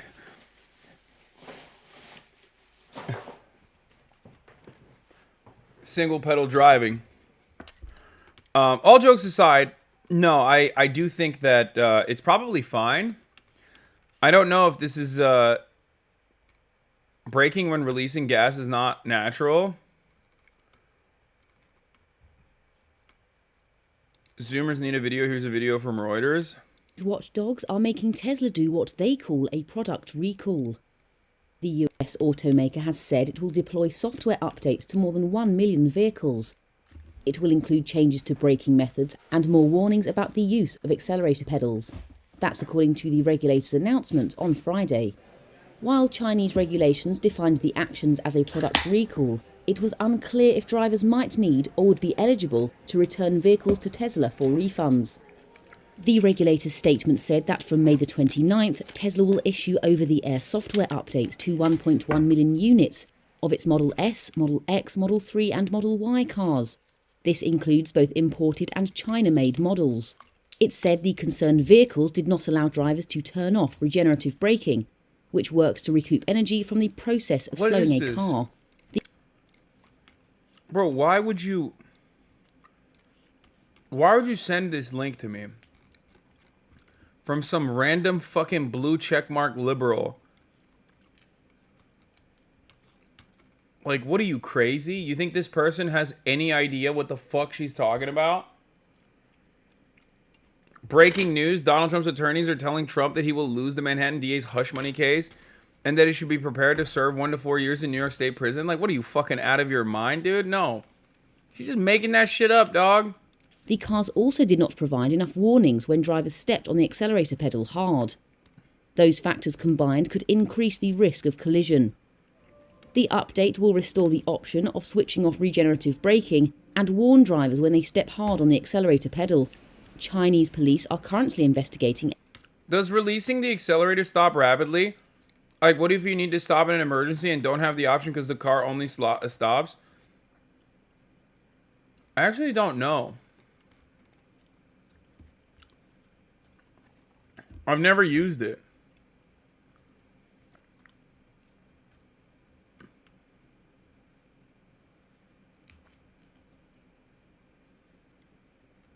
No, you hit the brake then? Oh, so the brake still exists. It's not like actual single pedal. It's just not. Single pedal driving still has a brake pedal. It's just that you don't need to use it as much. Yeah, okay. I thought they were trying to make cars with no brake pedals, dude. I'm so stupid. I mean, obviously, it's probably identical to the car that I have, which is where you still have the normal car and you still have the capability of driving it normally. I'm so stupid. Okay, listen. My brain is not working very well. Okay, everybody calm down. I'm in London. All right, I'm in fucking London. It's 9 p.m. here. It's the top of the fucking hour, right? And if you no longer want to see those fucking ads, all you need to do is subscribe. Yeah, you can do that for $5. But you could do that for free with a Twitch Prime by connecting your Amazon Prime account to your Twitch account, where you get 1 free Prime subscription a month. You can also get gifted a sub if you're lucky. Yeah, that's another way. What kind of car do you have? I have a Porsche Taycan. Right, fucking hell. Naruto AMV from 2007. Thank you for the 5 gifted subs. Here's the 3-minute ad break now. Here's the 3-minute ad break now. Very nice. A fatal crash involving a Model Y, with the car's brake function a key focus of the probe. Being in the UK drops your IQ by 25 points. True. Real. Yeah, I mean, Elon Musk can recall all the fucking cars he can. He can never do any wrong. He's a big business genius. Except for now we kind of hate him because he hired a new CEO. And they found out who the CEO is. Excited to announce that I've hired a new CEO for X/Twitter. She will be starting in 6 weeks. My role will transition into being the executive chair and the chief technology officer overseeing product software and SysOps, system operations, right? Systems and operations? I don't know how to read it. Anyway. I don't know how you would say it, is what I mean. So, To the Moon says, she. Well, there goes the neighborhood. Twitter was nice while it lasted. Women are always the ones to usher in radical leftism. 700 likes. She appears to be MTF, male to female, which is an outdated terminology being used by a transphobe here. The current updated terminology on this would be, AMAB, assigned male at birth. But the transvestigators are in. Usher in the transvestigators. Congratulations to Twitter's new CEO. Must I remind you that MTFs have fake boobs along with a banana? First of all, that's not Twitter's new CEO. That would be fire if she was Twitter's new CEO. I mean, holy fuck, I would use Twitter extra hard. I would use Twitter more than I ever have used Twitter. I don't know who the fuck this person is, but I'm pretty sure that's not Twitter's new CEO. MTF is fine. My trans mutuals use it all the time. I think it is, but, you never know, okay? Trans people sometimes switch up the terminology. But from what I understand, AFAB or AMAB is better. All right. So, speaking of transphobia, by the way, before we get to the crisis at the border, brother, because there's a crisis happening. Okay. This transphobic lady says, do you agree? 64,000 likes, by the way. And on the left, you have how trans people think they look like. And on the right, it says how they actually look like. Turns out this is what she looks like. Which, of course, I'm adding on to my collection of every turf is bricked up. Okay? Sorry. I know that sounds a little fucked up to say. I know it sounds a little scary. But goddamn, you constantly are upholding rigid fucking binaries. Okay? You're constantly upholding incredibly rigid gender binaries that don't exist, and you don't fit in them. Why? Why are you like this? You're so busted, dude. You are so busted. You literally don't pass.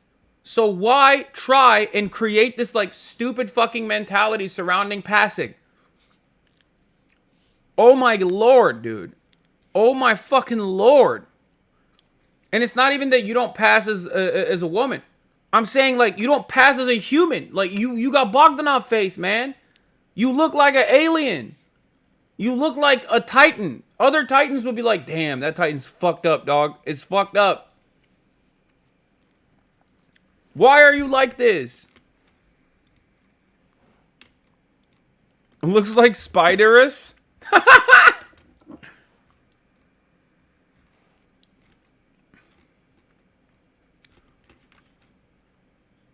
I just don't understand. I don't understand. I mean, but I do understand. The people who are like, yo, be careful out there. What is this? UK schools warns parents about prime energy drinks after a child had a cardiac episode. Are they even that strong? Like, I've had them. It doesn't feel like it. I'm no bitch-ass child. You know what I'm saying? I could fucking withstand it. Imran Khan thinks you're hot, too. Thank you for the 5 gifted subs, and thank you to Imran Khan for thinking that I'm hot. As well as others.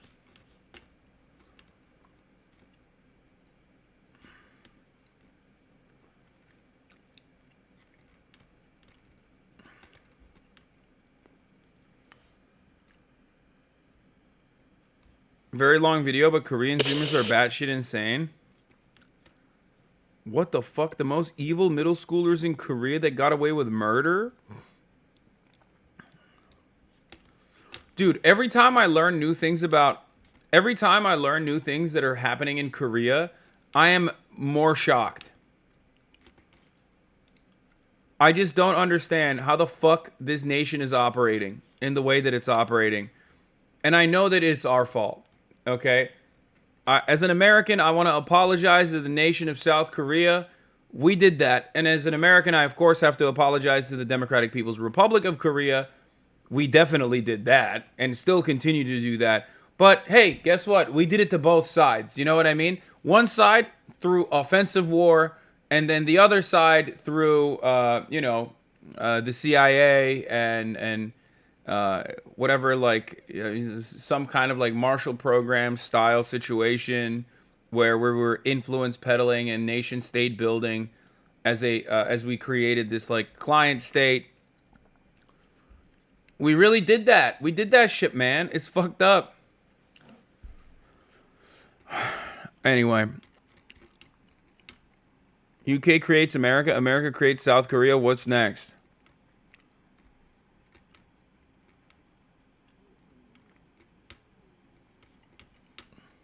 Korea, America, proof of concept twice. Yeah, no, literally. Like, Korea is so perfectly a representation of what America does, both to its enemies and allies.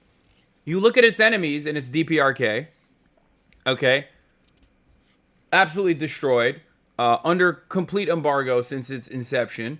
Its inception also is like an American invention, too. Okay? You look at South Korea, country run by like 8 chaebols, okay? Where, 80% of men think that like 80% of men are basically saying things that like red pill incel pickup artist podcasters in the Western manosphere would go, okay, dog, that's a bit too far. Okay? Like average, dude, the average Korean male, it seems like, is out of control. So that there's also a reactionary average Korean female movement that is a counter to the insanity from coming from the hyper patriarchal constructs that they exist under, where the women are like, yeah, we're not fucking you guys anymore. We're not even dating you guys. We're doing, you got the no pussy pass, sir. Okay. Country's out of control, man. What the fuck's happening? Yeah, 90% of women are victims of violent crimes, dude. That statistic is insane. No, the 90% of victims of violent crimes are women. That's what is insane. There is no other country, I think, like, on the planet where that is a stat. It's men killing men, usually.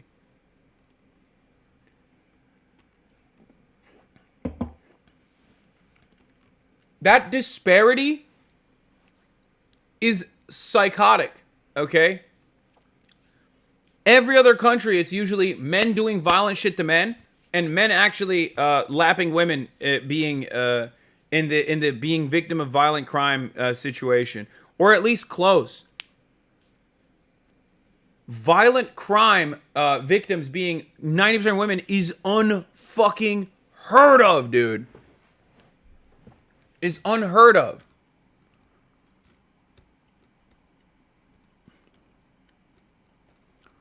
Because the perpetrators of violence are men. It's men doing violence to other men usually, but in certain special cases, You know, it's men doing violence to women at such high rates that the disparity is noticeable in the statistics.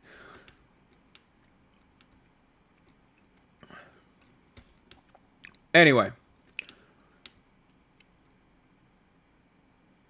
I disagreed. They are the at last place in average size OnlyFans PP. What?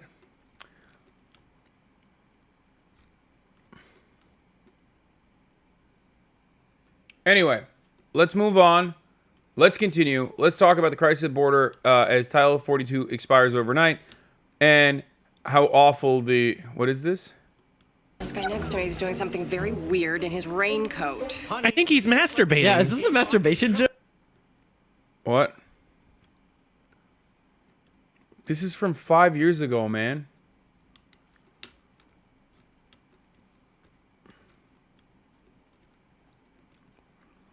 When I studied in Korea, I constantly had to be on the lookout for hidden cameras. I was so nervous to use the public bathrooms.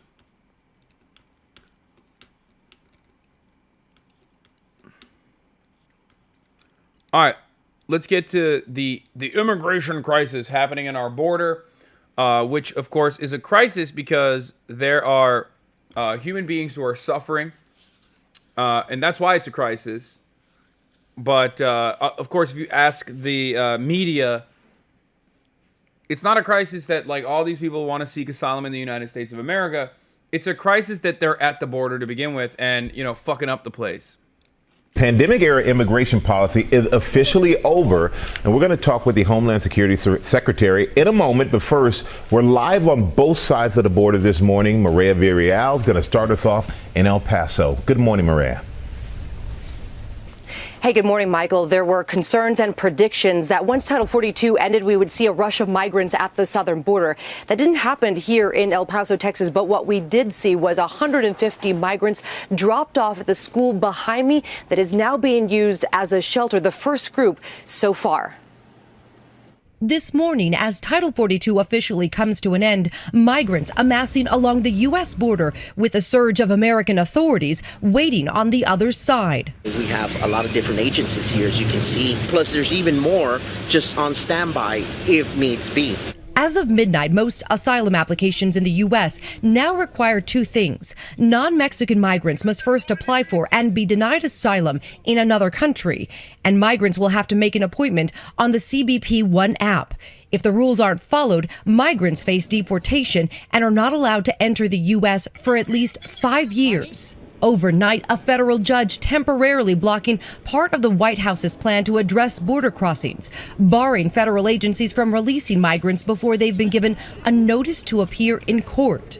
Amid already overcrowded facilities and millions of cases already on the court's backlog, Customs and Border Protection calling the ruling harmful, saying it will undercut our ability to efficiently process and remove migrants and risks creating dangerous conditions for Border Patrol agents and migrants. That overcrowding exacerbated in Title 42's final days. Large groups of migrants rushing to the southern border to beat the clock. ¿Cuántos días están aquí esperando? 4 days. This family with 4 children waiting to get processed near the border wall in El Paso for 4 days, one of the last groups to come through before new, steeper consequences set in. U.S. Border Patrol Chief Raul Ortiz confirming already there are 26,000 people in custody.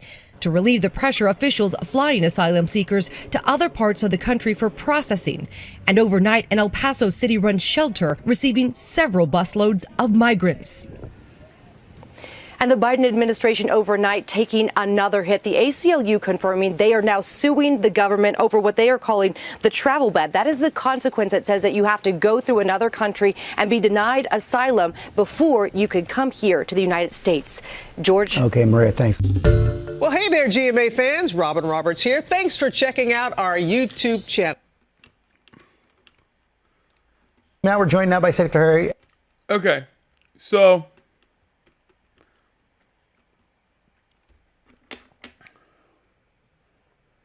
I think I've talked about why there are people coming over the border to the United States of America many times over. People understand that at this point, you know. People are trying to escape the dire economic situation that they are that they're forced to live in many instances. A lot of those awful economic circumstances were manufactured by human beings, i.e. the United States of America. You know, that's why they're trying to come here. A lot of them are escaping rape and horrific kinds of violence. And many have valid claims for asylum seeking in the country. Of course, there are two ways to deal with this. One is the way that we're dealing with it, which is like increasing the dial of violence that these people are subjected to as we desperately dehumanize them, even though they are simply human beings just like you and I that are looking for a better alternative to their form of existence. And then there's the other way to deal with it, which is what we're not doing, which is to allow them safe passage and an opportunity to become productive members of society without constantly living in fear that the government will come and rip them away from their friends, family, and their current mode of existence once they are able to successfully cross the border and start a life here. Now, the reason why we don't do the second thing and the reason why we do the first thing is because, well, this might come as a surprise to you, but it's money. Give money. Do ya? Money. That's the reason why we do that, because corporations make money off of undocumented labor. They find it to be much more favorable to their profit margins when they're able to utilize a group of individuals that are the permanent underclass, that are not protected legally by the systems, even though the American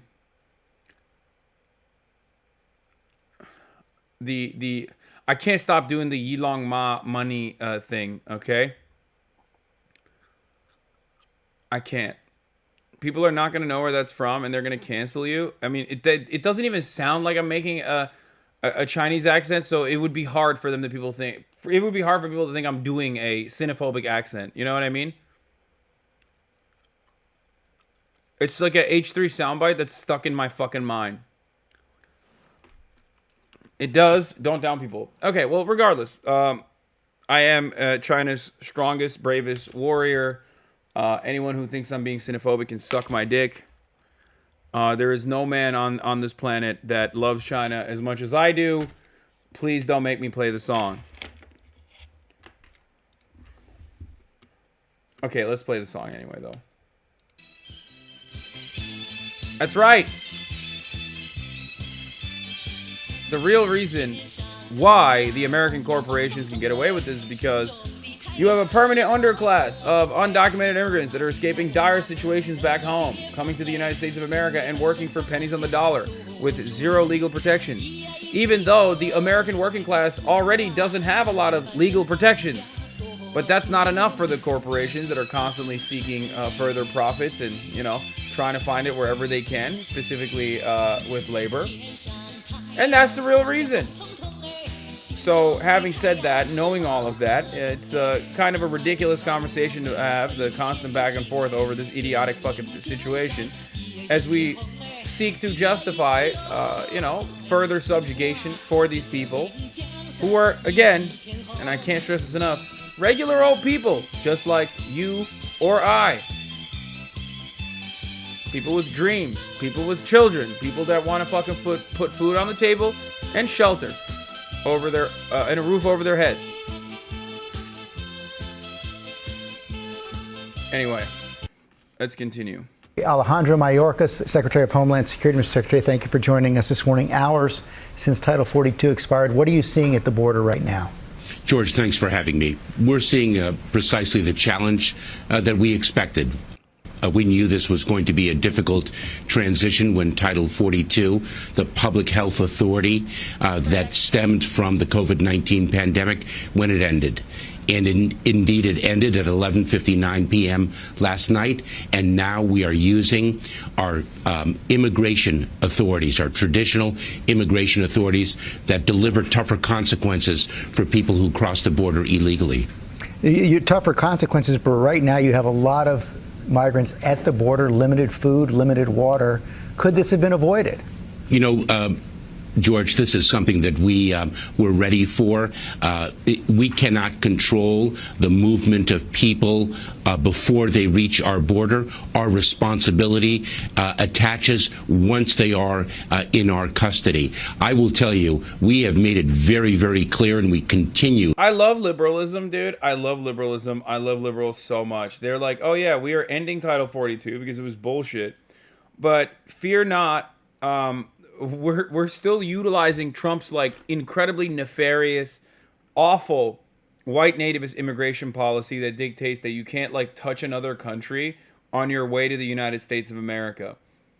Like, yeah, dude, people in fucking Guatemala are like are super fond of like living in Mexico when like people from Mexico are coming to America. You know what I mean? It's such a weird and stupid and counterproductive and racist fucking argument. Especially because it's like, yeah, dog, you're claiming that the United States of America, the wealthiest nation on the motherfucking planet, in the history of the planet, does not have the resources to take care of like, a million migrants coming over the fucking border. But like Mexico does?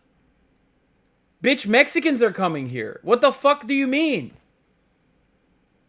Really, dude? No, it's very obvious that it's not about who can take care of these people and more about who we can threaten financially with tariffs, who we can threaten economically, like Mexico.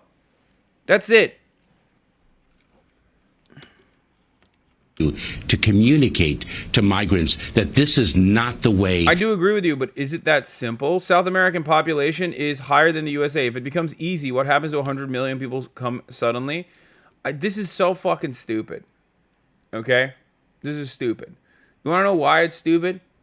It's technically easy for you to leave whatever bumfuck fucking town you live in, but yet you don't do that. Okay? Do you want to know why you don't do that? Because why the fuck do you want to leave? Also, did he say the American population is 100 million?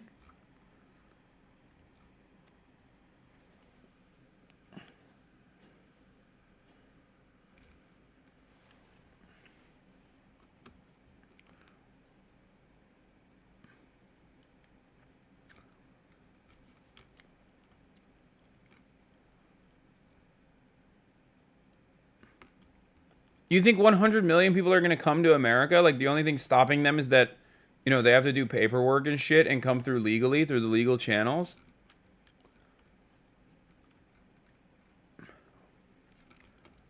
And it's not that these people aren't coming here.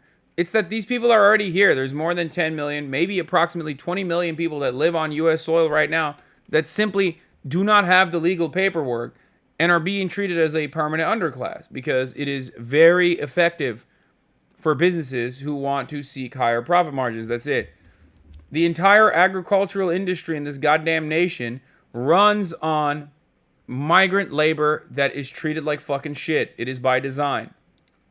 To seek relief in the United States. It's extraordinarily dangerous. They are in the hands of ruthless smugglers. We have built lawful, safe, and orderly pathways for them to come to the United States. They are going to meet tough consequences if they arrive at our border irregularly. What is your reaction to this ruling from a federal judge last night blocking you from releasing more migrants into the U.S. without an order to show up in court? Georgia, we consider it a very harmful ruling.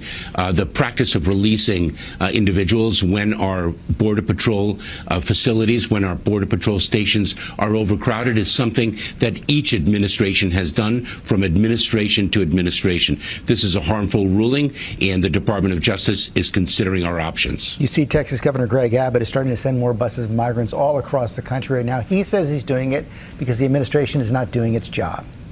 George, it is a very sad and tragic day when a government official uses human beings as pawns to score political points. Objection. And at this point, how long is the situation going to go on, and is it going to get worse before it gets better? We have said all along that this period of transition from using a public health authority to our traditional immigration authorities is going to be tough. It's going to be challenging. But we have a plan. We've been executing on our plan. It will take time, but we have confidence that our plan will work. Yeah, motherfucker said objection, dude. Overruled, bitch. Ace attorney ass motherfucker, dude. Holy shit. Boys, is Phoenix right in the building? Except it's Phoenix wrong, okay?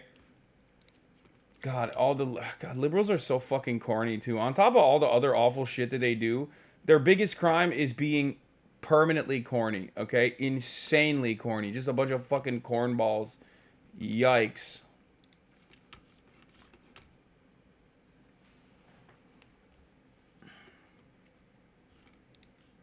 It has worked in the past. Secretary Marcus, thanks for your time this morning. Thank you, George. Good evening. Let's get to Anderson Cooper talking about the criticism that CNN has received from the Trump town hall. Now, of course, we talked about this extensively. Donald Trump did a town hall where he fucking owned, okay? He took his dick out and he slapped everyone in the crowd. And they said, please, sir, can I have some more? The fact that CNN is even trying to defend against, like, you know, the bias allegations is funny to me. Because why? Just say that you're right wing. Like, you're very clearly trying to do that. So who gives a fuck? You know what I mean? Her dog or her cat was named Vagina. The judge wasn't allowed to put that in.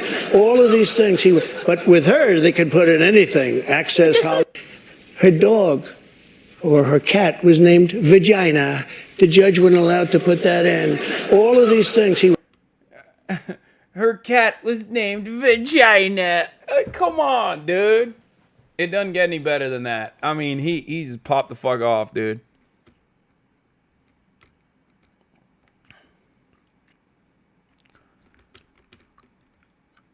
Cable news has ruined this country more than anything else. It should be heavily regulated. Yeah, I don't. Oh, before I forget, here's Senator Ted Cruz berating reporters for pressing him on what he'd done to help improve the immigration system. You voted down multiple times different policies. So what specifically the Republican members that are here today, what have you all done to help Joe Biden in this year that you all have waited for? All right, so that's a ridiculous and silly question. I want to commend you for being the media and telling a Democrat policy. So let me ask you something. Come on, man, that's been going on for 20 years. Okay, hey. The reporter said, come on, man. Like, what? It didn't happen yesterday, you fucking piece of shit. What are you doing? What? It's not like a natural disaster, you know? These are fucking human beings. Come on, man. It's been happening for 20 years. Come on. Let me ask you something. Let me ask you something. What rate of illegal immigration did we have in 2020? Do you know anything? I asked you a question. Do you know anything? How long have you been in office? I've been in office 11 years now. And this has been kicked the count during multiple administrations. Except you don't get to argue with me. You asked your question. You asked your question. You don't get. You want to hold a press conference? You can do it over there. You have multiple. You want to hold a press conference? You can do it over there. How are you? So hold on. I'm going to answer his question. The talking point of the Democrats, which this media reporter happily parrots, is, gosh, the problem can't be fixed. There's one little problem with that. It is an utter and complete lie. In 2020, the last year of the Trump presidency, we had the lowest rate of illegal immigration in 45 years. You ask, what have I done? I've championed the men and women. Yeah. Because COVID, dog. Like, it fucking restricted movement dramatically. Like, what the fuck are you saying? Like, yeah.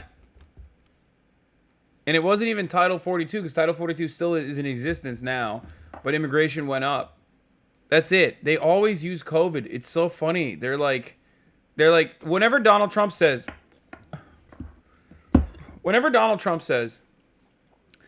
gas prices were so low, they were so low. It's like, yeah, dude, because COVID, man. Like, what do you mean? You can't use that as like a good reason. It's like me saying, like, oh man, fucking under Donald Trump, Twitch was popping. You know what I mean? In 2020, Twitch was popping. 2021, Twitch was popping. 2022, Twitch was popping. And then the numbers are like decreasing since 2021. It's like it's insane. It's so bad faith. It's so stupid. Yeah, because fucking COVID. That's it. And women of Border Patrol. I've championed securing the border. I've championed remain in Mexico. Anyway. Oh, here's the other byproduct of the immigration bill. South Florida has been home to migrants, and many times they do work that others may not want to do or are able to do. But a new immigration crackdown by the Florida legislature and Governor Ron DeSantis is now making it harder for them to live and work in the state. And even though the policy is not yet in effect, CBS News Miami's Gabriel Arzola shows us how it has already shaken. Yeah, 60 to 70% of illegal immigration aren't even border hopping anymore either. This isn't fucking 1993, dog. Okay? That's the other part of it. Like, the majority of immigrants that are undocumented in this country are visa overstayers. They come in via plane. It's not like they're coming through the fucking border either. It's so stupid. And I have no issue with them, and I have no, except for Elon Musk. But I do have an issue with that. We should go back in time and deport his ass. But other than that, like, you know, these are just people, man. They're people. Taken the undocumented community along with employers they work for. A recent survey from the Migration Policy Institute says there are around 800,000 undocumented immigrants right here in the state of Florida, many taking jobs like construction and agriculture, but that may not be for long. Around South Florida, labor workers are becoming more and more scarce by the day, according to some employees. People aren't showing up to work because they're scared of being deported. And critics say Senate Bill 1718 is to blame. None on the desk, Mr. Speaker. According to the bill, businesses could face up to a $10,000 fine per undocumented employee, and the state could Yeah, this is what you do if you actually want to fucking take down immigration, by the way, undocumented immigration. I've said this before, and once again, Ron DeSantis is so fucking stupid that he literally looked at, like, the culture war against Disney and actually tried to, like, take initiatives against Disney. And Ron DeSantis actually was like, no, yeah, like, we got to do something about this undocumented immigration. Instead of just saying it and not doing anything. Hey, fucking dumbass, you're not supposed to do anything. You're so fucking stupid. The entire reason why we play this little song and dance between the Republicans and the Democrats is because you're not supposed to do anything. You're supposed to help the corporations, you fucking idiot. You're not supposed to genuinely harm them, and you keep doing it. It's not like Ron DeSantis himself is like an ideological Nazi or anything. I think he's just really fucking stupid.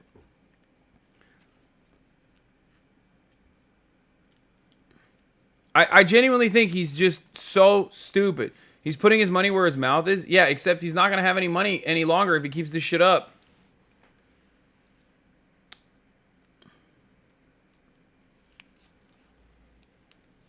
If you do that, you will actually fucking end up hurting businesses. And the entire reason for why... Imagine calling the guy who went to Harvard stupid when your ass went to Rutgers. I mean, I'm a fucking idiot too, but even I'm not stupid enough to recognize that, like, if I was in his shoes, if I was like a fucking psychotic, despotic Republican leader, like the governor of an insane state like Florida, I would not do that. I wouldn't do these things. I would just keep saying, I would keep posturing, but I wouldn't actually act out on the concepts, because the entire reason for that posturing is so you deflect away from the real corporate power.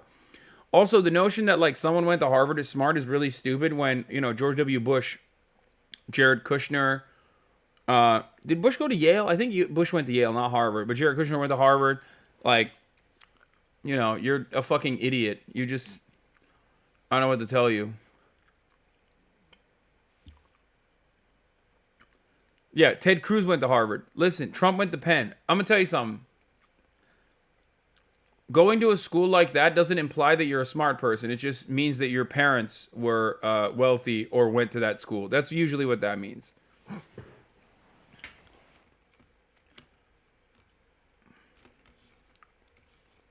Revoke their license. For construction workers like Jose, he says half of the workers are already gone. Many workers are leaving thinking they're going to be deported, so they're going to other states. The bill also includes hospitals. Each facility that accepts Medicaid has to submit that person's immigration status. According to the Florida governor's website, taxpayers paid more than $226 million in healthcare costs for undocumented. Yeah, I don't believe that. Here's a fun little trick, by the way. I want to mention something really disgusting that these Republican freaks put forward. The overall cost of healthcare for undocumented migrants is actually very, very, very, very small. Okay? They often just have their ER, their emergency room funds covered. They don't usually go to the doctor, like the actual doctor, because, you know, they can't. Because one, it's expensive. Two, they're afraid of getting arrested. And so they just go to the ER and they don't pay because they don't have money. And that's not enough, though. They also pay for it in taxes because they are paying taxes. But that's still not enough for these fucking freaks that want to make it seem like there's this like major cost associated with undocumented immigrants. Okay? So you know what they do? Anytime you hear undocumented immigrants statistics, I'm not sure if this one is doing it, but always check to see if they mean the children of undocumented immigrants and the cost associated with that. Because although many of these children are born in the United States of America,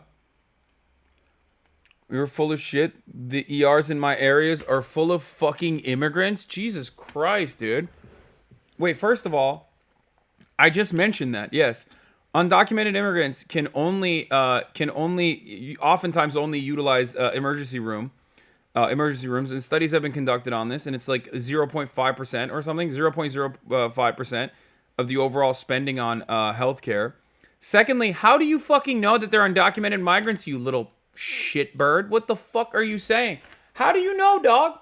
Huh? How do you know that they're undocumented migrants in the hospital, in the emergency room? Do you go to the emergency rooms and like demand people's papers? What are you, the fucking Gestapo? How do you know that?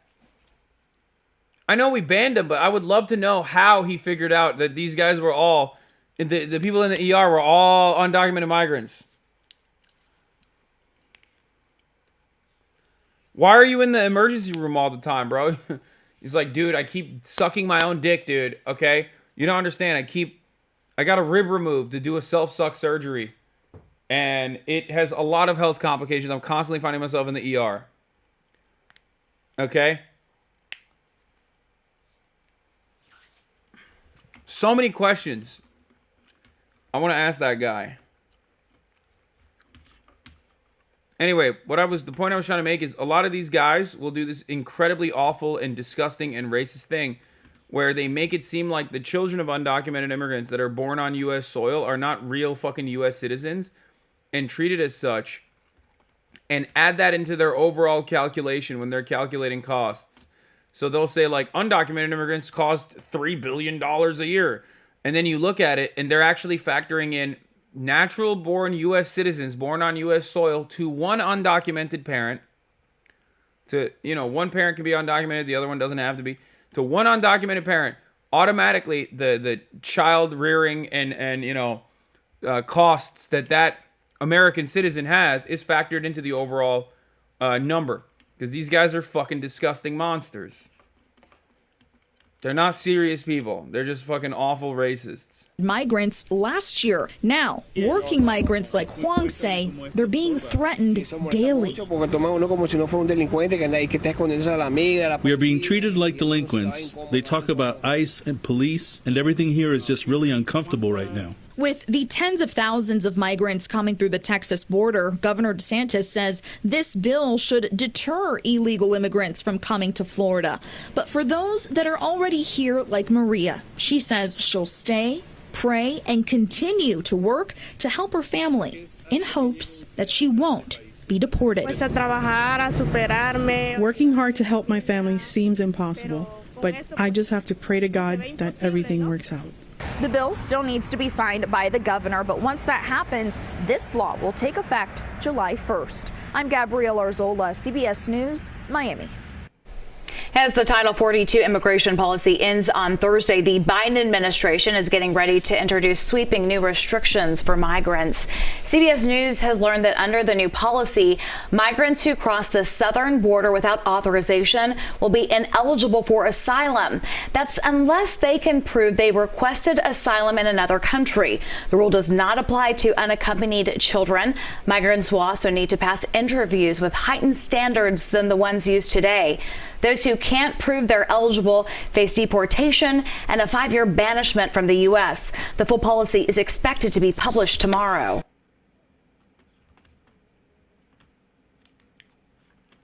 Yeah. There you go, man. Have fun. No, I mean, have fun.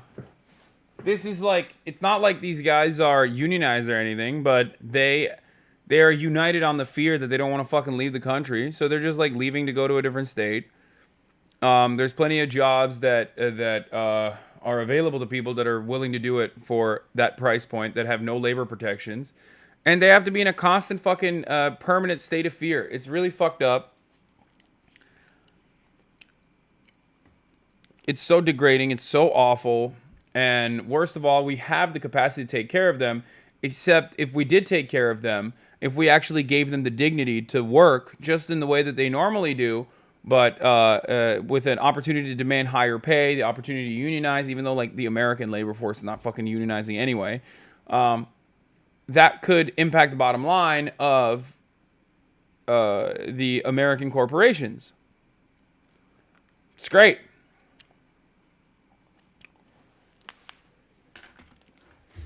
You know what's not great? CNN. This shows what the take was when it happened in Alabama in 2010. But when only 5 pickers showed up this morning to harvest his sweet potatoes, farmer Keith Smith saw possible ruin, the loss of his $500,000 crop. They're running scared because of this new law. And you're in trouble. I'm in trouble. Dog, this is the reason why Texas originally would fucking kill cops. Okay?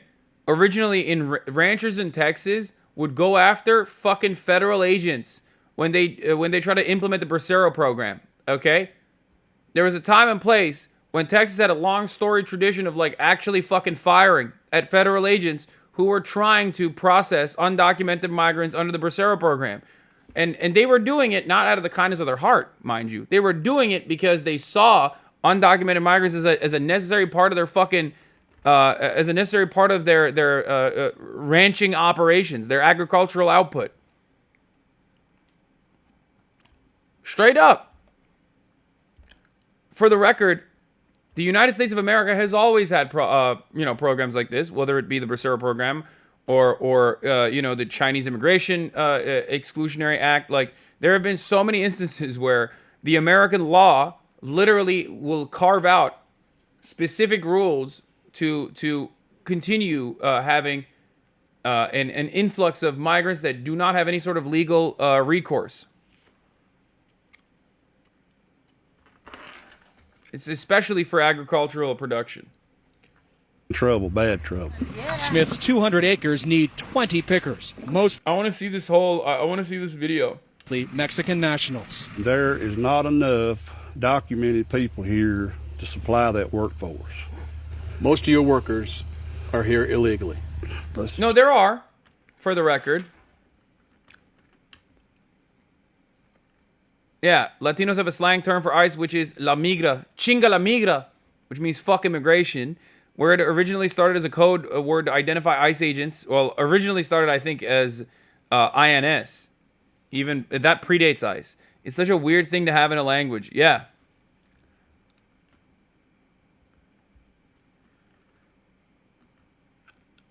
Pinche migra, chinga la migra. Anyway, what I was trying to say is that there are people that would work. Everyone would work. It's just that you do not have the profit margins if you pay significantly more than like 30 cents a fucking gallon of potatoes. You know what I mean?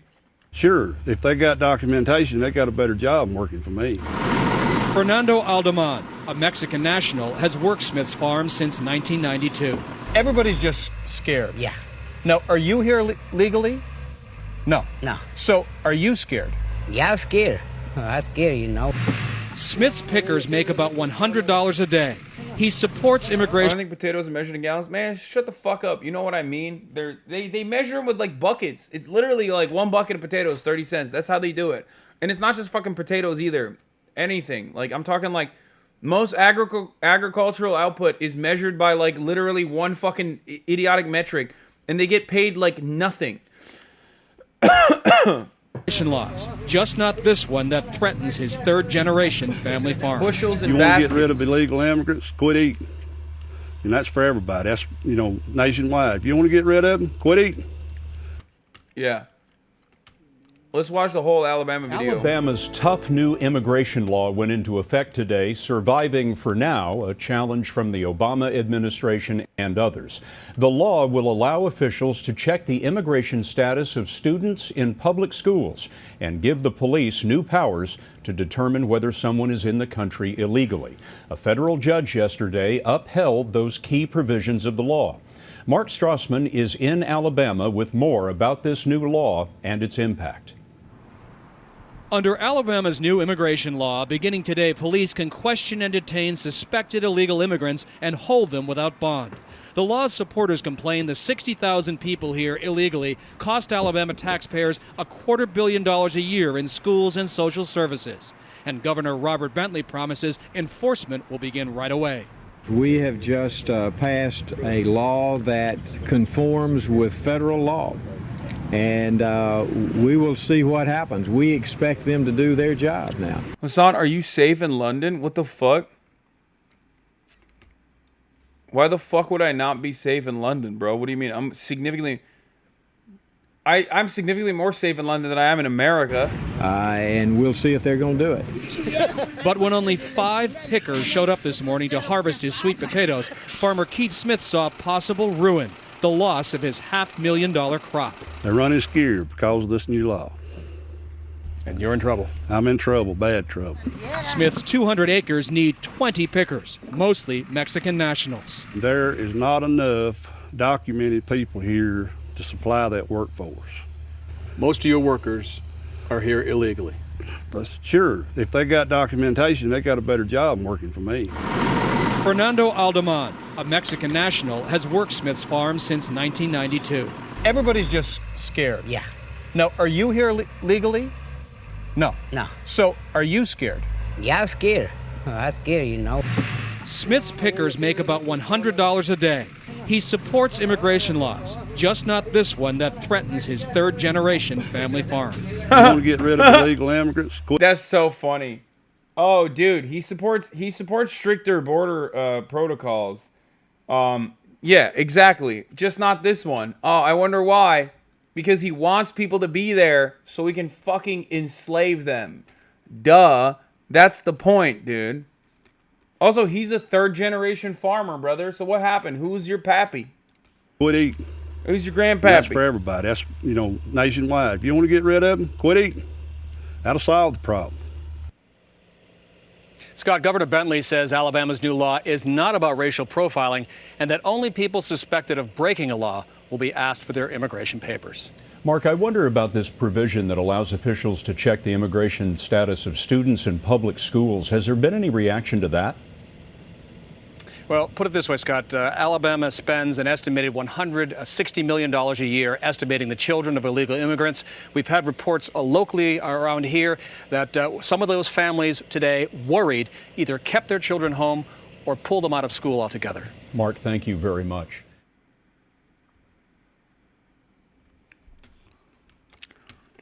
Surely America will push a law that has nothing to do with racial profiling. Yeah. All right, let's get to the motherfucking. Wait, this is the after. They think the work is so hard until they just turn around and they up and quit. On the farm fields of Alabama, the verdict is in. The state's tough immigration law just isn't working out. They're putting Alabamans back to work. In my area, experience that I've had, they ain't too good at what they do.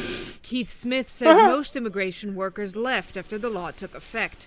So this potato farmer hired Americans. Problem is, he says, most show up late, work slower, and are ready to head home after lunch. Some even quit after just one day out in the field. There's a Hispanic man that works for us, and I say, he's 52, and he'll make anywhere from $70 to $100 a day. I said, if you can keep up with him and do a good job, you can make that. But they're not physically in shape to do it, and, probably not mentally tough enough to do it, some of it. Over on this tomato farm, the story's not much different. The bending over, and if you're not used to working and kneeling down and bending over and constantly up and down all day long, is the grueling part of it. It really is. I mean, other than that, it's not any harder than anything else you see. With a 9.9 unemployment rate, Alabama is almost 1% higher than the national average. Tomato farmers say skilled workers can make anywhere from $200 to $300 a day, but unskilled workers make much less. And farmers say many Americans are not physically fit and simply don't work fast enough. It's just going to take body conditioning, mental conditioning, in order to earn enough money to make it worth a day's work. Politicians who support the law say over time more unemployed Americans will fill these jobs. They insist it's still too early to consider the law a failure. Nicole Grether, The Associated Press.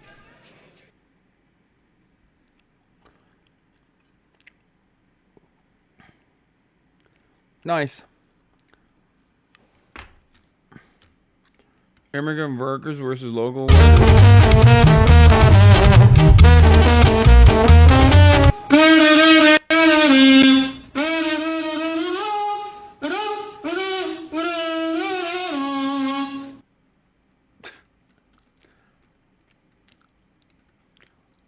That was some louder with Crowder shit, dude. That was loud.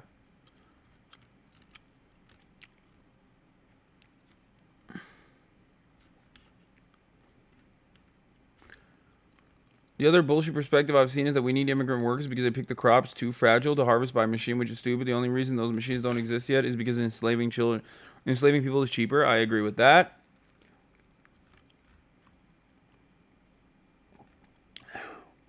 Wake up. I'm awake, bro. I have to. I'm doing something, and I will not tell you what I'm doing right now, but don't worry about it. Never thought I'd hear Peso Pluma on the HasanAbi broadcast.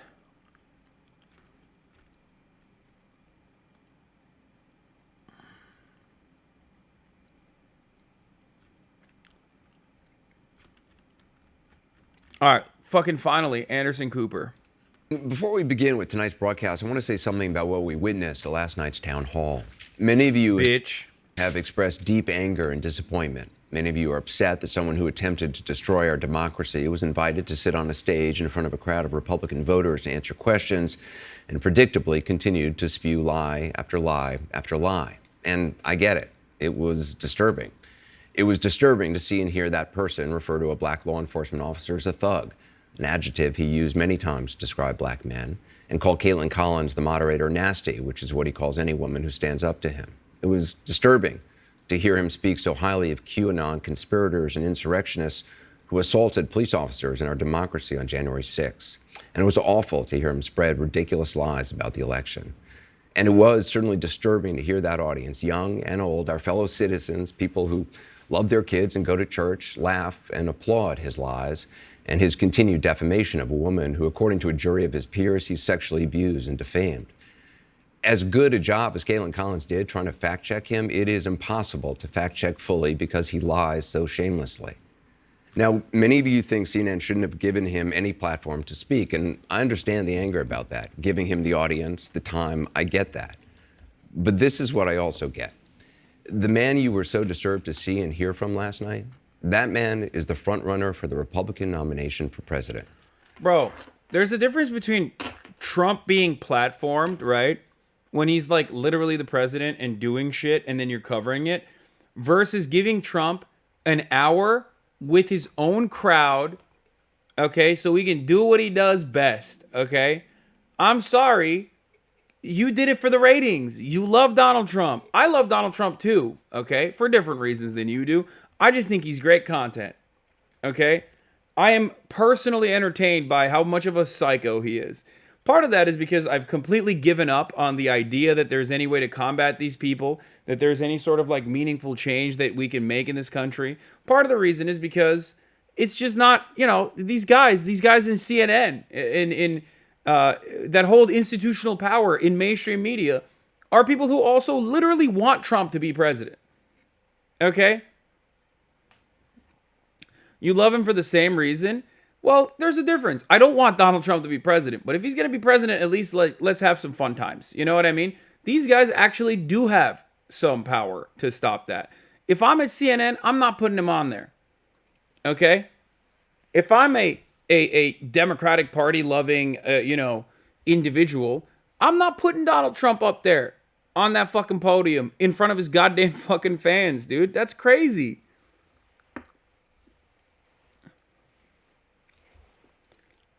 That's crazy.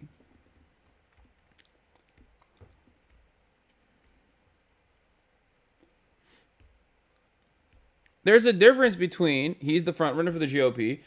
I know, but the fucking primaries haven't even started, dog. What are you talking about? You held a single person town hall for Donald Trump. Like, you don't need to do that. You want to hold a debate? I mean, you know, Trump will... There's going to be debates. You know what I mean? It's impossible for there not to be debates.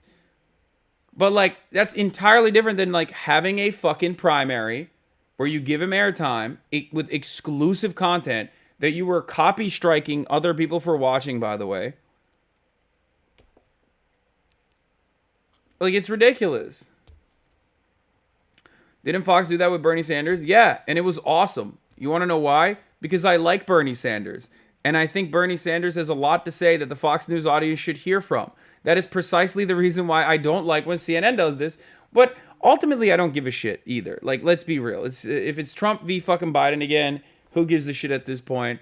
It's like, it's completely out of my hands. There's nothing I can say or do.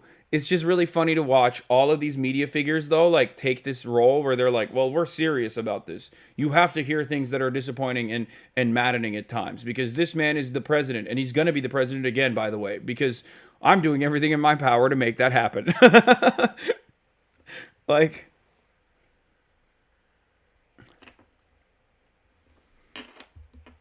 And according to polling, no other Republican is even close.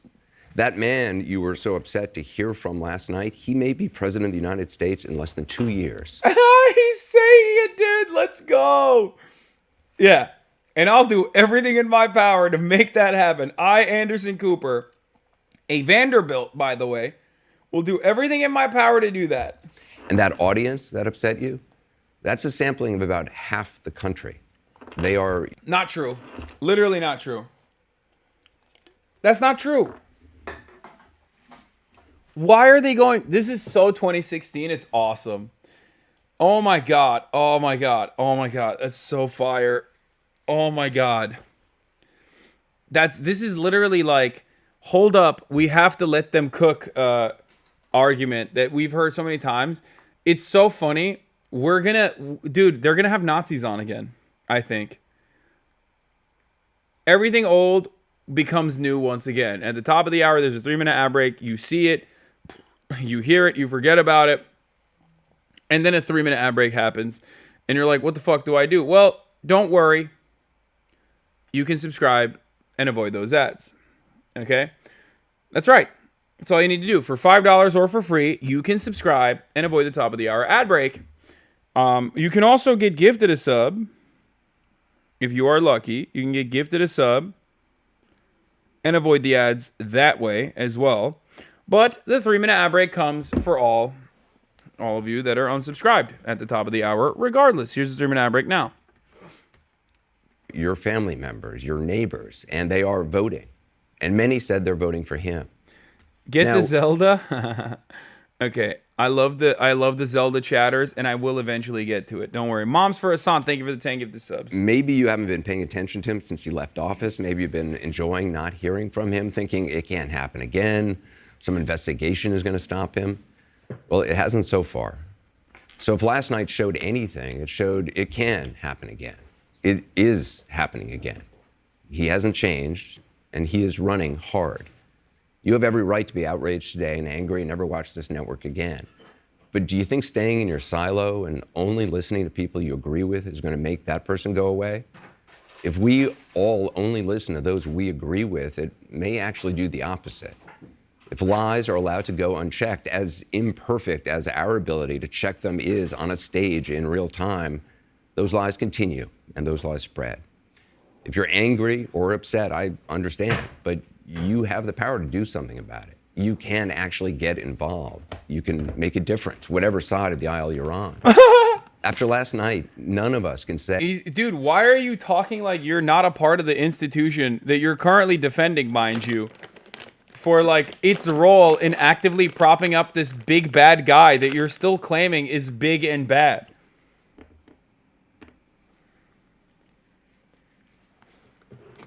What is happening?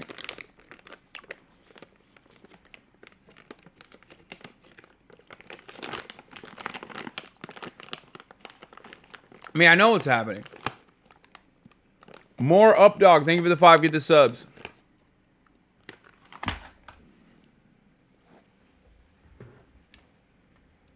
Say, I didn't know what's out there. I didn't know what's coming.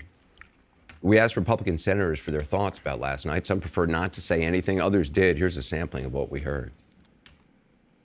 What's the reason for you not supporting him? Where do I begin? President Trump's judgment is wrong in this case. President Putin and his government have engaged in war crimes. I think people saw last night what they would get with another term of... Yeah, that's what they were mad about.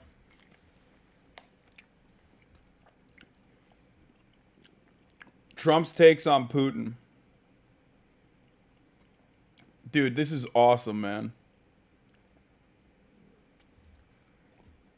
That's your takeaway? That's the one thing? He's like, yeah, when he said, I want peace in Ukraine because war is bad for everybody.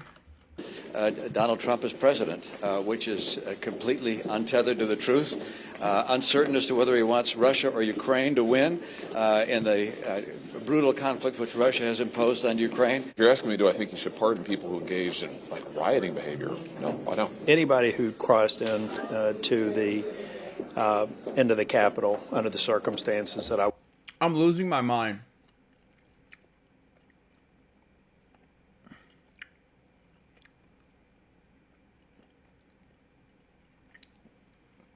This is 2016.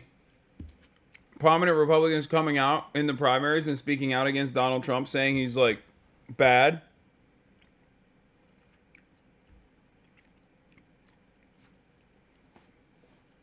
I feel like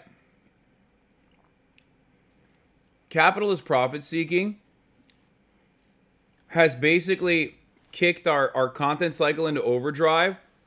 Where like back in the day, trend cycles and news cycles would take like a decade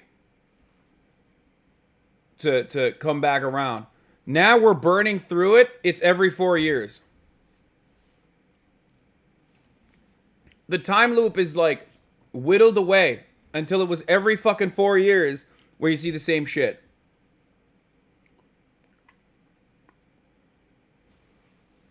I witnessed firsthand, it's hard for me to have a positive predisposition towards them. Well, more now from Jessica Neely. She's at the Capitol for us tonight. What more are you hearing tonight, Jessica? Well, let's start first with the Republicans, both in the Senate and the House. You just heard from some Senate Republicans there, Anderson, and people like Senator Mitt Romney. That's somebody who has been pretty outspoken against former President Donald Trump. But it was somewhat surprising to see somebody like Senator Josh Hawley push back against some of his positions that he took last night. And what we heard again and again in talking with these Republican members who pushed back against and had very different opinions than former President Trump, it really kind of circled around 3 issues. It was Ukraine and Vladimir Putin, and if he is a war criminal or not, and who should win that war. It was January 6th, and former President Trump's pledge to perhaps pardon people who were here at the Capitol as insurrectionists who have been convicted and are serving time. And then it was also, of course, the debt ceiling, which is what looms very heavy here right now as they work toward that June 1st deadline and allowing the nation to default. Those were really the key issues. We also heard similar things from members of the House GOP who kind of came back to those same issues as well. But Anderson, even in hearing some of these Republicans speaking out against the former president, that's still just a handful of people. And let's be very clear, he still has an enormous amount of power and an enormous support system here among Republicans on Capitol Hill. And what about reaction from Democrats? Well, as you can imagine, Democrats have never been fans of the former president, and that certainly continued. And what we saw was the Democratic Party really trying to attach Donald Trump, the MAGA Republicans, which has really been their line, that they have, that President Biden has used as well, to kind of put them all together as a party that is too extreme to lead. And that is the case that we heard them making. We heard the Senate Majority Leader Chuck Schumer talking about how President Trump has what he calls enormous sway over House Speaker Kevin McCarthy as he navigates these debt ceiling negotiations. We heard from Hakeem Jeffries, who leads the House Democrats, and he said that this was Exhibit A of the trauma that America would see if we have another 4 years with President Trump. And then we also heard from Richard Blumenthal, the senator from Connecticut, who said that if he were to pardon those January 6th rioters, that would be grounds for yet another impeachment in his eyes. So again, a lot from the Democrats that you would expect, really trying to stake their positions, make it very clear that they are quite different than the Democrats offer a very, very, very different view than Donald Trump and attaching him to that far right wing of the party. Also interesting, Anderson, just to go back to the Senate Republicans for 1 second, we did talk to the Senate Majority Whip, John Thune, who said it looks like a lot of Democratic campaign ads were written last night. All right, Jessica Dean, appreciate it. Want to get some perspective now with me here, Republican consultant and CNN political commentator Margaret Hoover, host of Firing Line on PBS, also Anthony Scaramucci, who briefly served as White House communications director to the former president, and our own chief White House correspondent, Phil Mattingly. Anthony, do you think anything has happened in the past 24 hours that have changed the dynamics for this GOP primary race? Not yet, but I think you guys are bringing up something that could change it, and that is an onslaught of senators and House of Representatives, congressional leaders going against the president. I think that would be a snowball. Dude, this analysis is so bad, dude. This is awesome. They have to be willingly, they have to know better. I don't think that they're this stupid. No. There's no way. There's no way. Bro, no. Am I crazy? Did I travel back in time? Someone explain to me. Did I travel back in time? Am I back in 2015? What's going on right now?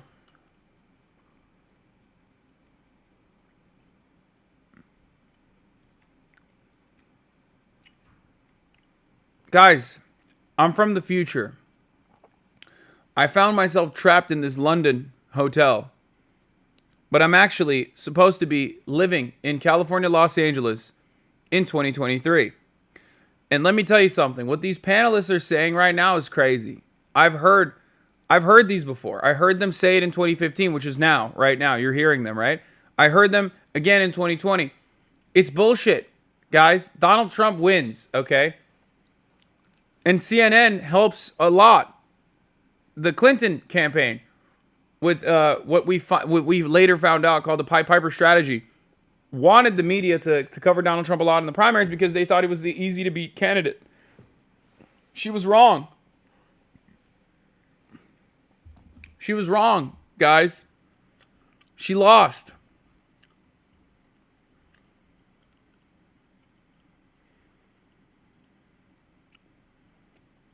Donald Trump won.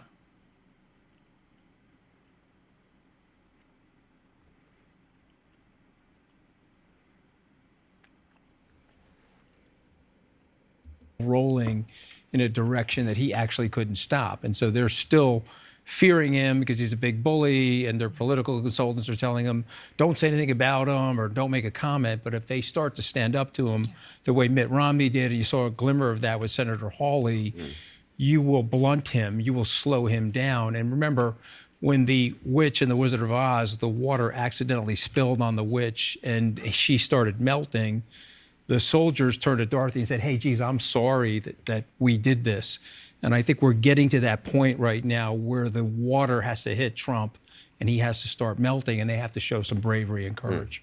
There's a lot of munchkins on Capitol Hill, though. I mean, are they really ready to stand More out? in the House of Representatives than the Senate, I would say. I mean, this is also about our electoral incentives and, what it takes to have political courage. I'm going to kiss myself. Right?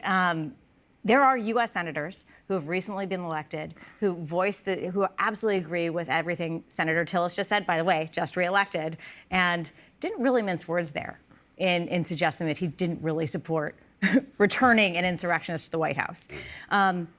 So I think you're right, Anthony. This is the moment where Republicans and elder statesmen and women of the Republican Party have to self-police. We haven't done it for 6 years, and we have to start now, and it's going to be behind closed doors, and it's going to be open in public, but it has to be Republican on Republican, because the problem with Donald Trump's inertia right now is that he's seen as a victim by the media, the Democrats, the other people, and that's emboldening him.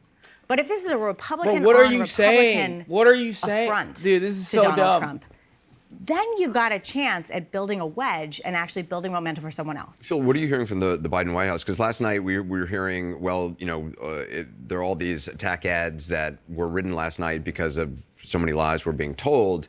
Is that putting a brave face on it? Or, I mean, No, it's not spin. And I think this is the value of, and I think the Republican senators are actually quite good at kind of surfacing this reality. When you take a step back from the very visceral passions of last night, one Democrat said this entire event was just triggering for our entire party. And I think we all get it and understand it. You addressed it. Triggering?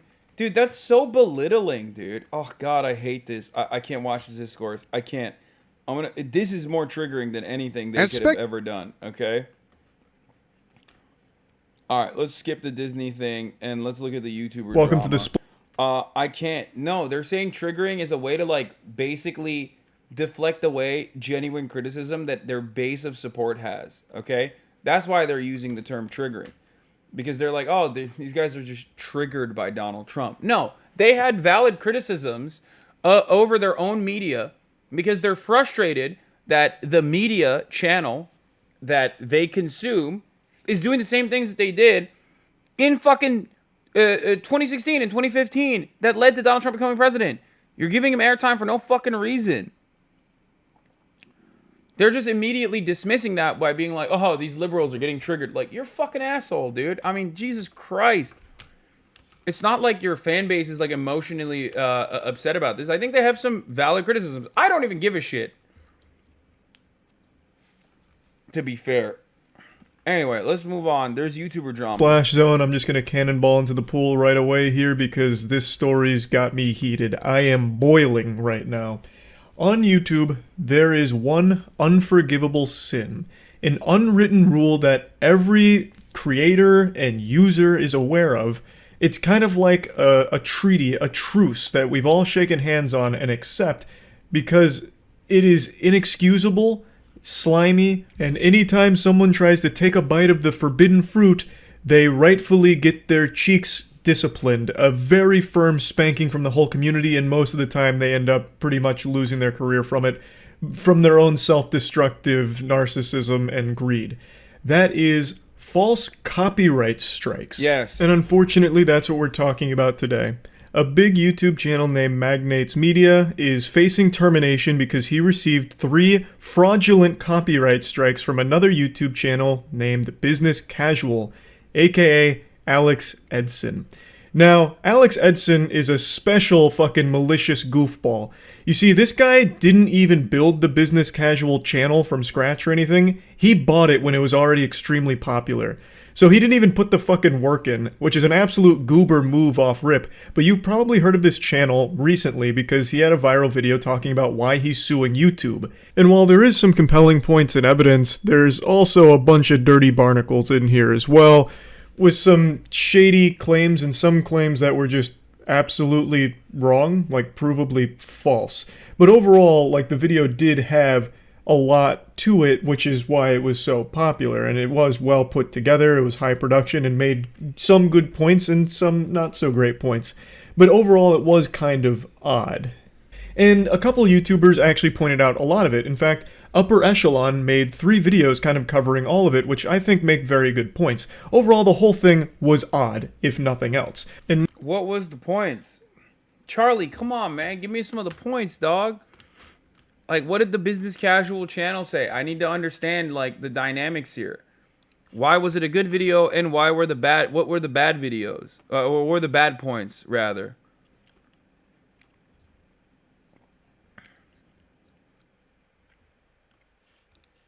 now Alex is back from the septic tanks. He's risen from the sewers like the Teenage Mutant Ninja Turtles, and he's bringing bad news.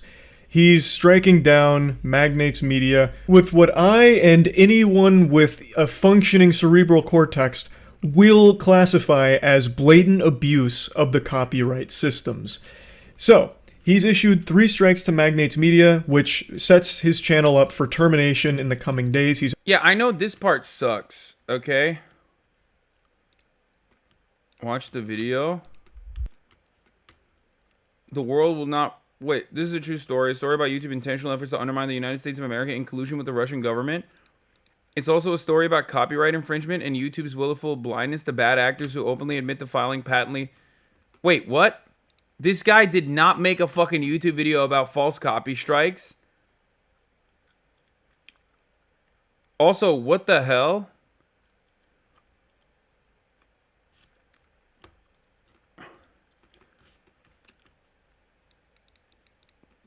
But also, what? Undermine the United States of America in collusion with the Russian government? What the fuck? Dude, this is so unhinged. What are the good points in this? I guess the copyright ones. He's already received a notice that his channel will be taken down because of these strikes from Business Casual. Let me just lay down the brass tacks here with the level of lunacy we're dealing with these claims. So, Business Casual is basically taking away Magnates Media's entire livelihood because he believes that some of his content looked similar to his based on an editing technique called parallax editing. So he struck him 3 times for 3 separate videos. What? The total content time of those 3 videos is over an hour and a half long. And of those 3 videos, in total, 10 seconds, roughly 10 seconds worth of footage, Alex is saying belonged to him. So in one of the videos, it is actually just a single image that lasts for like 3 seconds, and he's saying that he stole it directly from his video because the parallax editing technique was a dead giveaway. Is he going to show us? But Magnates Media has proven beyond a shadow of doubt that not only is that image a public domain image, because they were covering a similar topic, so of course they're going to have similar images because it's a fucking public domain image. So he proved it's a public domain image and that the parallax editing technique was done by his editor. And he has... Bro, is he Mr. Parallax? I don't get it. Is he John Parallax of Parallax Editing Incorporated? Do you own the editing technique? What the fuck? It's like, bro, Ken Burns effect is like a very common effect, right? Ken Burns did invent it. It would be ridiculous for Ken Burns to try to copy strike motherfuckers for using it. It is incredibly commonplace. Okay? That's like a real effect, for the record. It's when you punch into a photo to make it look more dynamic and like slowly pan in and zoom into it. Okay? By the way, I know that because I myself am a motherfucking well, I did edit a lot of videos, okay? It doesn't, there's no proprietary editing technique in that regard, okay? That's not parallax editing. Oh my god, I'm going to headbutt you. I'm talking about literally things that you can do, okay, when you are editing a fucking video, okay, that is not copyrighted. It's like ridiculous. It's a style. Why are you so fucking stupid? Literally, it's a feature edit setting in iMovie. You're not. What is happening? What is happening with chatters? Can I explain something that I at least have like some level of fucking understanding over without dumbass without dumbass chatters just like jumping down my throat to be like, no, I know better than you.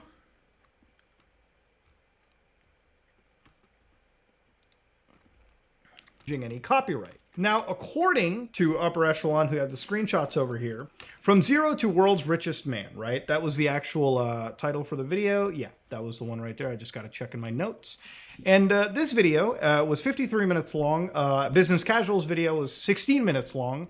And basically, this image was basically the target point. Now, what is this image, you might ask? So this image is from the Library of Congress, okay? The Carnegie Steel Plant, Homestead, Pennsylvania. And if you look into this image right here, it's pretty cute, all right? If I compare it back to our friend's content, so to speak. Yeah, this is the exact same image, all right? Same chimney, same... Muda's about to get copy strike by this motherfucker, dude. Same everything.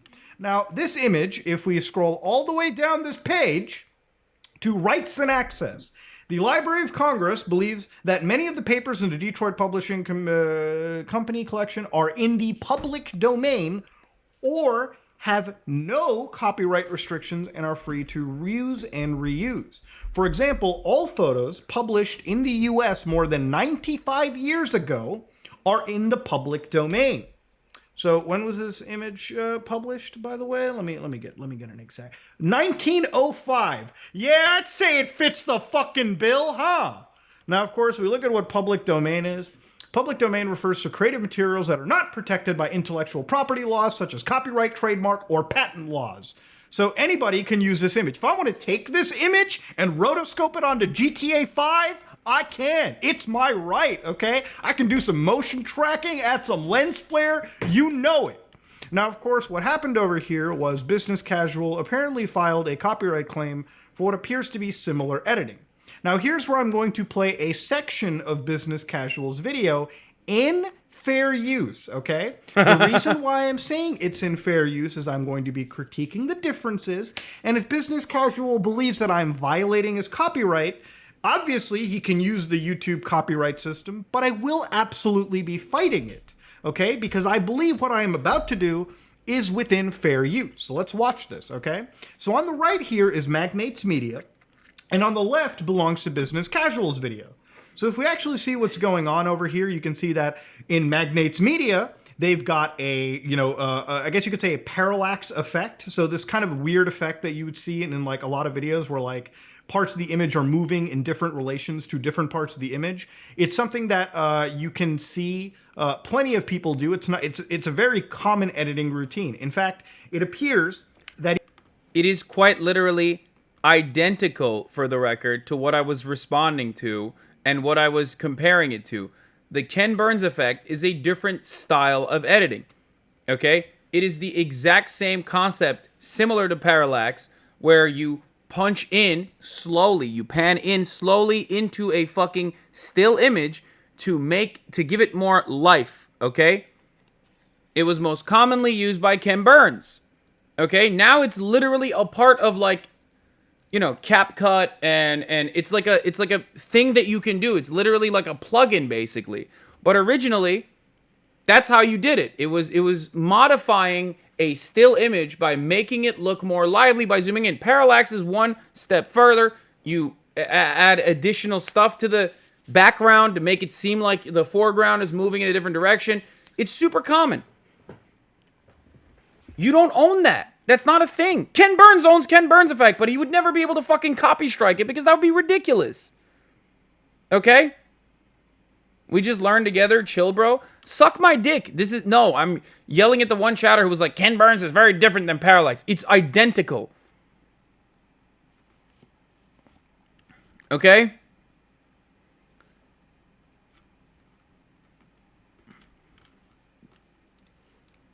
It's like... Anyway. Let's finish this real quick. And even in this case, Magnates Media provided, their editor provided the timeline of them actually doing it themselves. So again, it appears, based on what I'm looking at, that these effects are very different, okay? You got color grading that's different.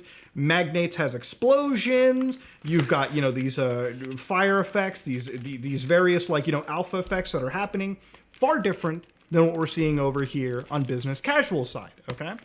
So, again, if this was to go to a court of law, I think any judge would laugh this shit out. This looks like copyright trolling. But of course, as you all know, when it comes to copyright trolling, all right, it really does seem like business casual's, you know, actual claim to fame really is covering, it's not so much making content, because he hasn't uploaded a video since he was suing YouTube, but rather he's just tweeting out at companies about, hey, I'd like to report an infringement of your series. May I ask for an appropriate person to contact?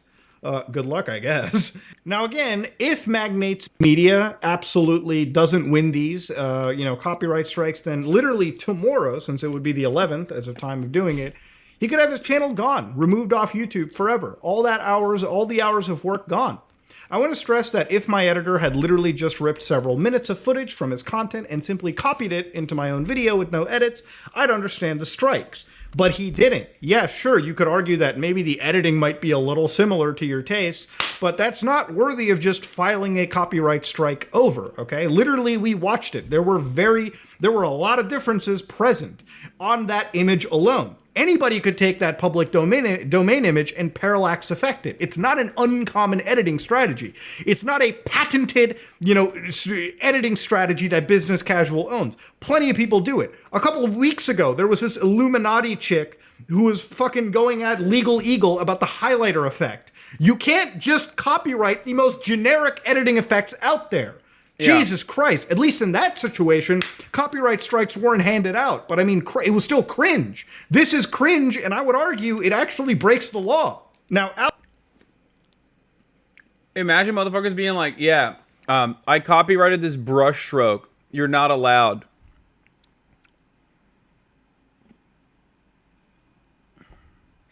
I hate that, man. God, dude, this is a byproduct of capitalism. I'm sorry. I don't give a fuck what you say. You might say, Hasan, you say everything's capitalism. This is literally capitalism. I fucking despise IP. I hate it so much. I tell you all the time how much I fucking hate IP. I hope this kind of shit allows you to understand why I hate IP. Because it just, you know, this is what it's used for.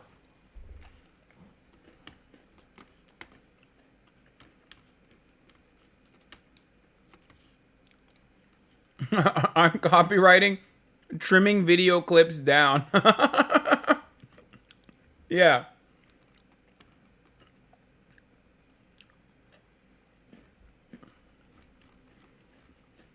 Yeah.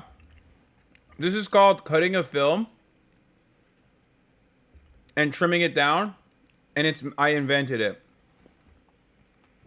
I literally fuck it. I invented editing. My name is John Edit. Inventor of editing. You fucked up, sir. You will be hearing from my lawyers. Okay? Like a 16-minute video showcasing his editor doing the editing on that photo to prove he didn't take it from business casual. And they don't even look similar in any of these cases, but this is how outrageous Alex Edson's claims are. In total, about 10 seconds he has a problem with, saying that it looks similar to his work, thus it must have been stolen, and he has a right to terminate this channel. And Magnates Media channel will be terminated because of these 3 strikes as of right now. He's already received the notice that it's coming. It's right around the corner. That is fucking... My hotel room features some snacks. I have to pause here for a second because I invented pausing as well. I'm John Pause. I'm John Pause Edit. And I invented pausing and reacting to videos. I'm John Pause React Edit, actually. Fancy to meet you. Anyway, there was a Kit Kat bar in the snack bar of my hotel room. And I thought it would be fun. I thought it'd be a normal Kit Kat. It's a caramel Kit Kat. And I have to tell you something. This is probably like $50. Okay, I don't know how much it is.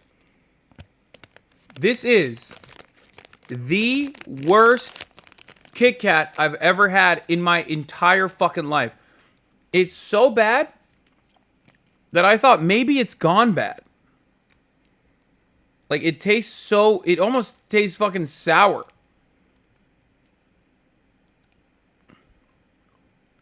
Disastrous.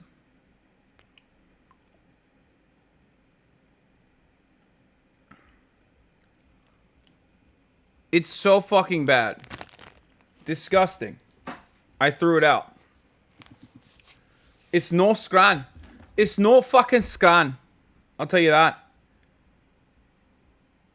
It's no scran.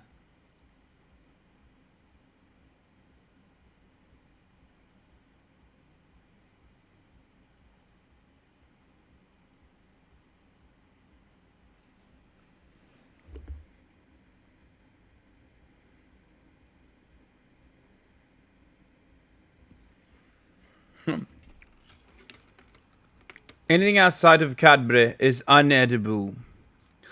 Anyway, back to the video though. I invented the secret middle of the hour ad breaks as well, by the way. And also I invented the top of the hour ad break, which is not here yet. Frightening and just downright evil from Business Casual. Upper Echelon made an incredible video going over this entire subject from top to bottom, inside and out. I highly recommend checking out that video. I'm going to put a link to it in the description. He does an amazing job breaking it all down thoroughly, as well as some other incredibly fucked up things Alex has done. If you read the other provisions of the DMCA Safe Harbor, Section 512, it's clear that Congress did not want parties to have to sue to enforce their rights. So while it may be that the system could be gamed on the other side, that's how Congress intended it to be. End quote. That right there is Business Casual arguing that simply because he filed some strikes, it therefore means that YouTube needs to terminate the entire channel without him proving anything in a court of law. That's what we just read, and that appears to be precisely what he's doing now to a channel named Magnates Media. What he was reading there comes from a completely different case, but just hearing that is beyond alarming. That is fucking chaos. That is the opening of Pandora's box in the worst way imaginable. So Alex Edson is an actual villain, and what he's doing here is completely unjustifiable. This is beyond fucking tragic. There's absolutely no argument he nor anyone could make on his behalf that would justify him taking down an entire channel, ruining the entire career and livelihood of that creator. Whenever Charlie brings up like a YouTuber like Upper Echelon, I guess, and people go, oh dude, he's like an annoying centrist, like I don't care. I don't care who the fuck this person is. I don't care what the fuck their background is. And I don't care that Charlie's promoting them. What I do care about is motherfuckers abusing copyright protections. I hate copyright in general. I hate IP in general. And this is part of the reason why I fucking despise them. Okay? The system itself is created and designed so that people can take advantage of it in this way, and it's really fucked up. So I don't care if someone is a fucking centrist who's talking about it.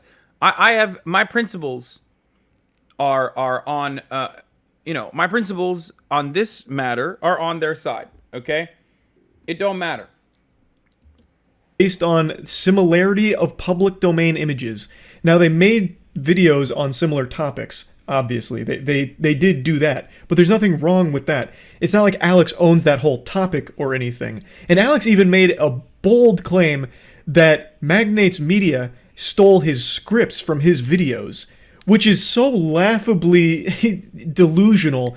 I imagine he was twirling his little evil mustache when he made that claim, because Business Casual's videos on the same content as Magnate Media are like is 15 like minutes long. 19 minutes, 20 minutes long sometimes. He makes hour-long Magnate's videos. Media coverage is like 50 plus minutes long. So Magnate's Media does a much more thorough breakdown and deep dive on everything than Business Casual. So how the fuck would he have stolen any of the scripts? But even still, Magnate's Media played ball with it. He tap danced with the claims and still proved his innocence by showing all of the timestamps of the editing done to his script from fucking start to finish.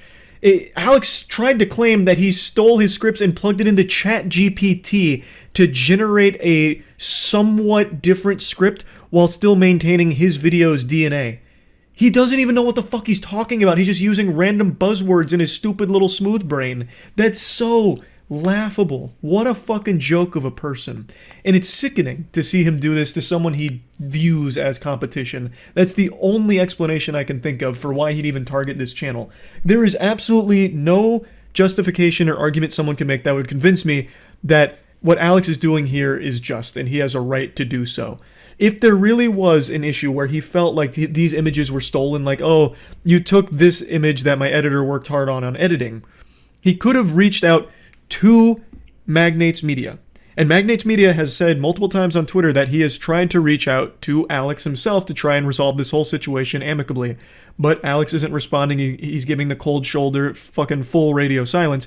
But you could have reached out and said, hey, can you remove that, or some other different solution that doesn't involve striking. That is the nuclear option. That is the harshest punishment that you can dish out. And it's highly unnecessary here when all of the offending content that you believe is too similar to yours only accounts for 10 seconds out of over an hour and a half worth of content. That makes no sense. It's fucking ridiculous. And yeah, I mean, the entire purpose, it seems, of this kind of activity, this kind of behavior, was to literally stop him from existing. It's shameful. It is beyond shameful. Another YouTuber made a great video covering this situation as well, which I'll link in the description too, and he leads to a bigger conversation to be had about what this could mean for the entire platform going forward, as well as he talks about something that I think is important we mention as well, that if Magnates Media tries to push back and defend himself, fight back against Alex Edson legally, Alex Edson may very well just turn around and sue him. He has shown he is more than willing to do that, and it just seems like he is vaguely alluding to the fact that he would be open to doing that against Magnates Media should he try and defend himself against his claims here. So, just an actual piece of shit. Now, what Scott highlights, and something that I'd also like to talk about, is what it could mean for the whole platform should this behavior continue. It would mean that if you, let's say, are doing a, video essay on a topic that another channel has covered, you might be at risk of them striking your channel down because you used the same image they used. You were covering the same topic and you may have used the same image, and maybe you just used very standard editing techniques like, TV static effect, or a very common one you see in all... You can't do it. I invented that. Yeah. I'm Mr. John Pause Reacts Edit TV static effect, actually. That's my full name. And let me tell you, I made that up, actually. That's my effect. You'll be hearing from my lawyers, sir. Yeah. Video essays these days are yes, the crumpled chat, paper. Stop making fun of me. We're Spanish, okay? I have added on all of my forefathers' names into my name, okay? Backgrounds. A lot of video essays today use the crumpled paper background. I think you know exactly what I'm talking about. So, should this kind of shit continue, you could very well be next on the chopping block for someone who said, hey, I have a right to use the crumpled paper background. You have lifted my editing technique. This work is too similar to mine. Here's a strike for it. I think it's pretty obvious how that would be absolutely awful to the platform overall.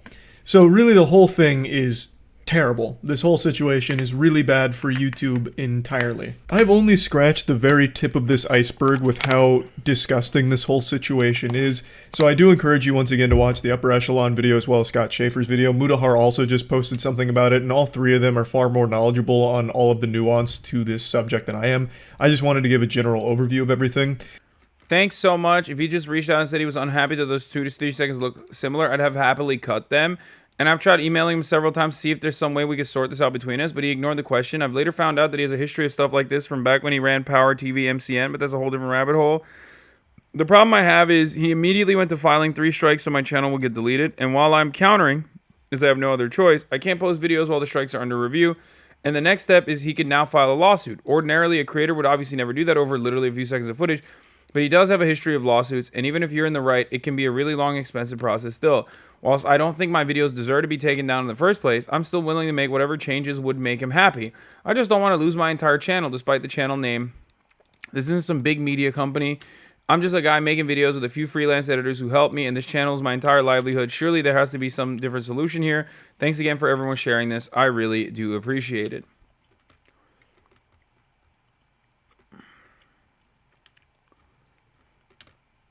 Yeah, this is happening in my community as well. As you guys know, I have a principled stance on copyright and IP. I personally do not have any kind of IP over my content. that I stream for 8 hours a fucking day, which is why we have a wonderful Clips Industrial Complex. All of the channels, with the exception of like 3 channels that you see on my main YouTube page, are actually owned and operated entirely separate from me. They are owned and operated by fans. These are the only channels I have. Here you go. I'll show them to you. Number 1, youtube.com/c/HasanAbi. Number 2, youtube.com/Hasan. Okay. This is my second channel where I do vlog content. Be on the lookout for the Picket vlog that's coming out soon, hopefully. HasanAbi Gaming, which is, started re-uploading videos again. And it's active again as I am gaming again. And last but not least, Fear and. These are my YouTube channels. These are the channels that I own and operate. Every other channel outside of these 1, 2, 3, and 4 channels is completely separate from me. Okay? They're owned and operated by fans. They're owned and operated by fans. Once again, I repeat, they're owned and operated by fans. They take my IP, they take my clips, and or they take my entire VOD, and they upload it. Now, because of that, there are fans out there that make a lot of fucking money, and it's great. Good for them if they want to do that. However, in that process, there are also some pieces of shit that have come on board and taken advantage of the process. Now, if they were just like a random Vietnamese bot channel that was just uploading my videos, there could be some issues. Okay, there could be some issues down the line.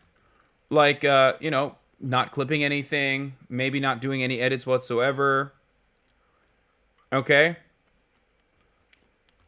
But these guys have taken it a step too far. This channel that owns like multiple HasanAbi related named channels has been copy striking other fan channels. Okay, for those of you who don't know, this is the HasanAbi Clips Industrial Complex. Ooh, a fresh pie. Save me a slice. That's good. Okay, that's good. Yeah, that's... All right, that's good. Okay. All right, okay, all right. Okay, that's good. That's good. It's enough slices! There are literally hundreds of them. Okay? We watch their channels, we watch their clips, we watch their editing every time they edit stuff. They changed their name from HasanAbi Capital to HasanAbi Huge and are deleting all the comments about it. So, we called them out a while ago. This is the channel. They changed their name after they were doing this shit, and then Pinely called them out for literally taking a VOD rip of me reacting to a Pinely clip, a Pinely video, and putting my face on the thumbnail over Pinely's face. And then that video got more views than his original video, and he got very upset about it. And that's a no-no. You're not supposed to do that. So, this channel doesn't even have, they don't even follow the one thing that I asked them to do, which is, I guess they are linking my Twitch, so that is there. Never mind. I asked them to link my Twitch and openly state that it's a fan-made channel. Okay, so they have that. They're doing that.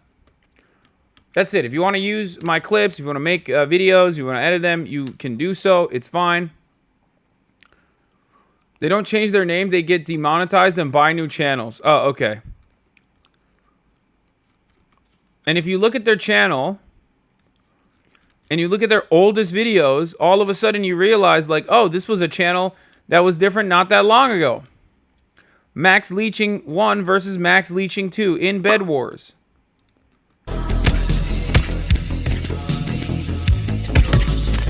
These were the videos that they were uploading not that long ago.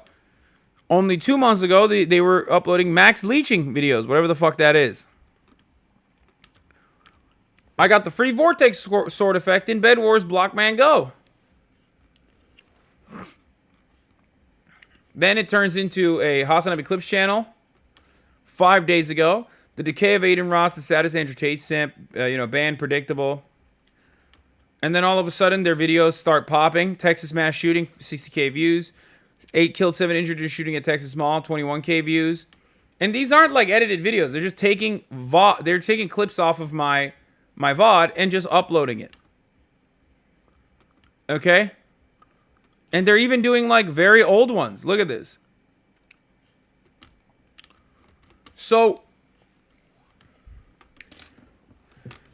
this channel that owns like a bunch of other HasanAbi channels as well, like they have a bunch of fake ones, has started issuing copyright takedown notices again on my fucking fan channels using my VODs. They're fucking it up for everybody else. Okay? You want it to be taken down or not? Of course I want them to be taken down, but you can't take them down because they just keep coming up. Look at this. Strike. Content removed by Win, not 10. Aiden Ross is destroying YouTube. Details on both strikes from HasanAbi Industries. Strangers with language barriers reject each other on the button. Taken down by Win, not 10 again. They're hitting 3 strikes on HasanAbi Clips Industrial Complex channel providers over and over again with my fucking VODs.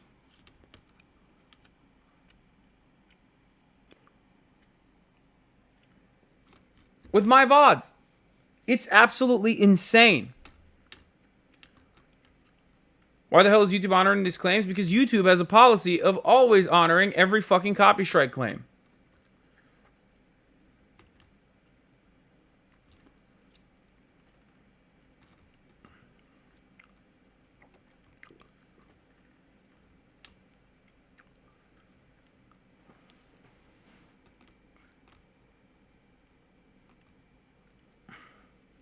Is there nothing you can do? There is something I can do. I can start using YouTube Content ID. The unfortunate problem is that if I want to fight back against them, because they keep apologizing, they keep deleting their channels and then coming back and doing it again. If I wanted to stop them, I would have to literally have Content ID, upload my VODs to YouTube, and diligently strike them down. All the fucking time.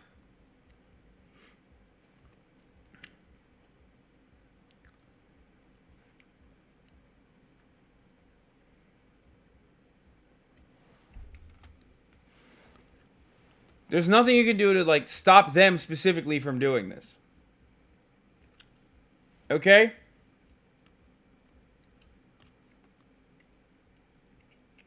Pay someone to do this, why not? Then I'm falling into the same fucking trap. I've reached out to Time to Get a PA, just a suggestion. Yeah, dude, it's not about a fucking personal assistant, you idiot. Stop. I could just like hire someone to do it. God damn it, you're so fucking stupid. Chatters are so fucking stupid. Like, just literally sitting there and being like, ugh, just pay someone to do it, stupid. Why didn't you think of that? Because I don't want someone to fucking constantly copy strike motherfuckers that are using my VODs, because what if it's a fucking real channel? You know what I mean? What if it's a normal fucking paid channel? Or not a paid channel. What is a normal fucking fan channel? YouTube wants me to do that. Desperately. They also keep demonetizing fan channels, and I keep telling them not to do that. Because I don't care. YouTube has a content policy of not allowing, what is it? It's like too much of the same content or something. I forget what it's called.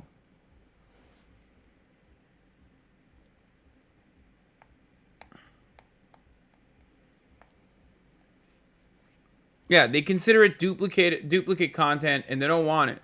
So they constantly fucking tackle fan channels over and over again. It's very frustrating.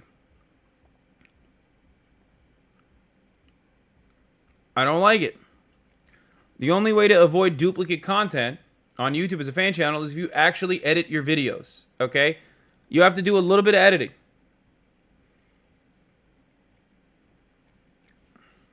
That's it.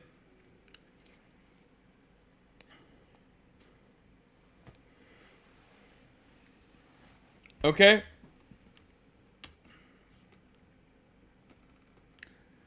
It just fucked up that, like, I have to create some kind of ownership over my own IP so I can stop other fucking IP sharks from coming in, stealing the IP, and then harming others who are using the IP in the same way that they're using it. It's so fucking weird, man.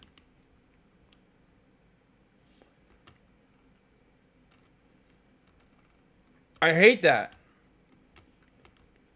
I actually hate that. They also bought the likes to gain in the algo. Look at the likes versus the views. Yeah, they do. They bought likes, 1.8k likes, 842 views in an hour. HasanAbi Capital, the original account, the original offender.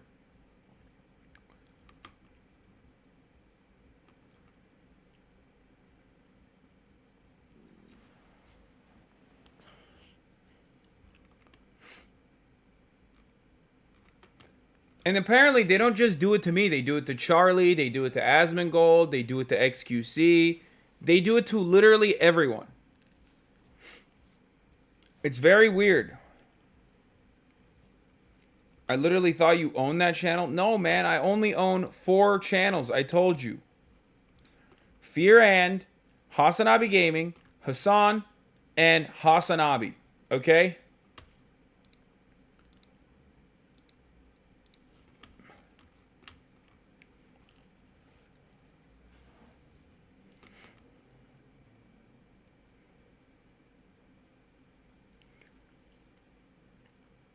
And I don't know what the fucking solution is. The solution is for YouTube to stop them from operating, but I don't even know how YouTube can stop them from operating.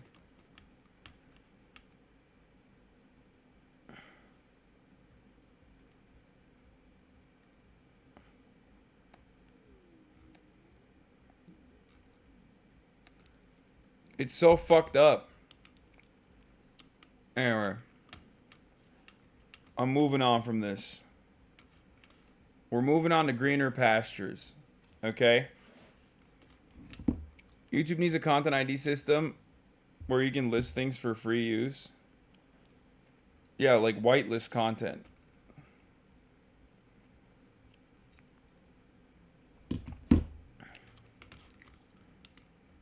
Anyway, I want to watch the most evil middle schoolers in South Korea that got away with murder because this seems like a fucking absolutely insane story.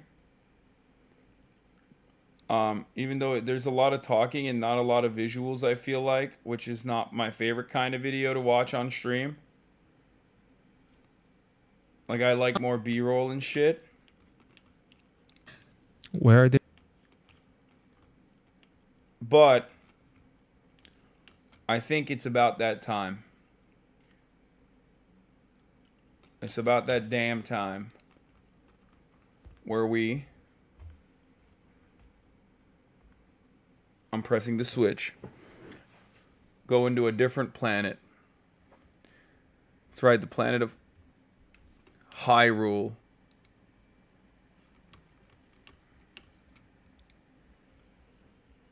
The planet of Hyrule. Oof, I've been waiting for this for a minute, dude. Wait, did it switch again? No, it didn't. Oh. It's because I switched the camera. Fuck. I should be fine.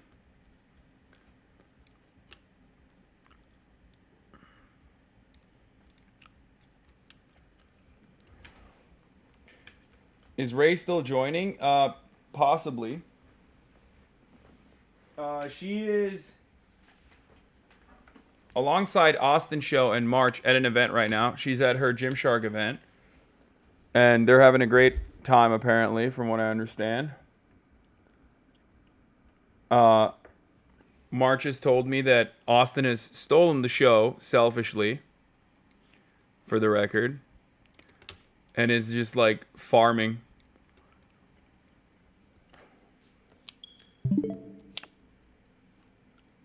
But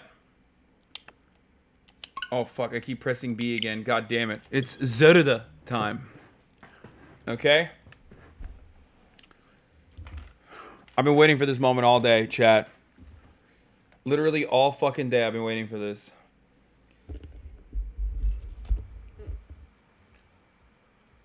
I played literally a second. Just a little bit. And I flew into the Temple of Time. I tested out flight. And I apologize. I did that off stream. But that's it. And then I realized, like, okay, we're at the Temple of Time. I don't want to fucking, I don't want to do any more because I feel like if I do more, I'm not going to stop. And then I'm going to play, like, important, significant moments from the game. And I don't want to do that. So I did not do that. Oh, here's a Zelda Brastofu. Let's do a Zelda Brastofu as well. Zelda.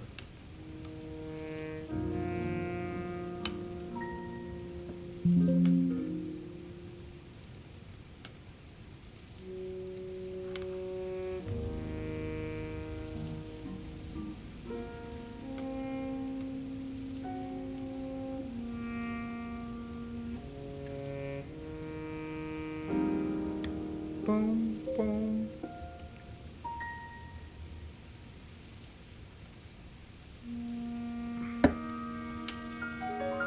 Zelda.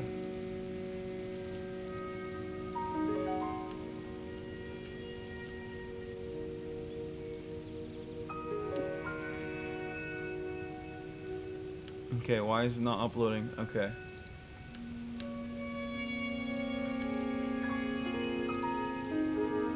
Here it is. I didn't use your Zelda Blast Off. I used a different one. I downloaded this video that you guys sent me earlier today. Settle in. It's time. Buckle up. Settle in. It's time for some cozy ass shit, dude. Here it is.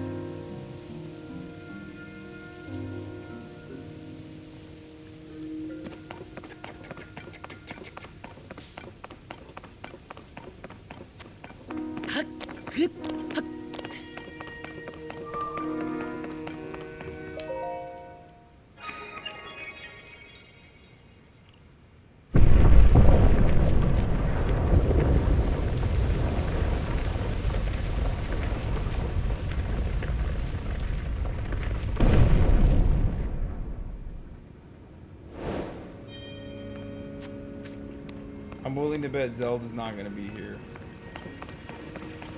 Because honestly, is that a bean? What the hell? Yeah, her ass is gone, dude. Listen, no hearts, no weapons, no master sword, no master shield, no bitches. Okay, that's where we're at. We're in the beginning. It's been some fucking toast, yeah. Nice, nice, nice. Very fucking nice. Very nice. Oh, that's Zelda. Hello, Zelda. It's a fucking bean, yeah? What are you doing?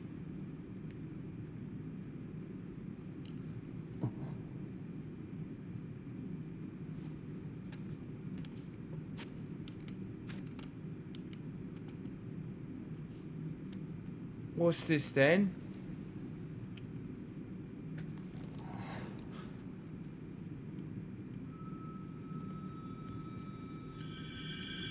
That's the most action Link will ever get.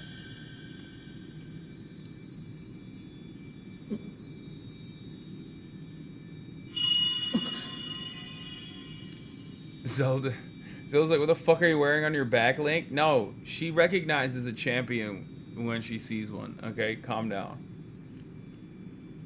She knows what I'm wearing is the famous fan shield, and it's great.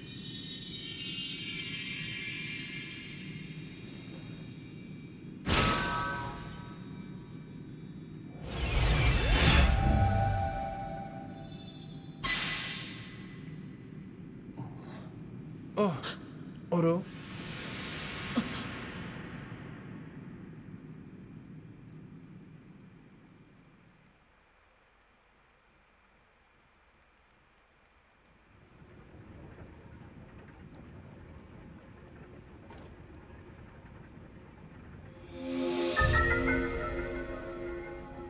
Reverse an object's movement.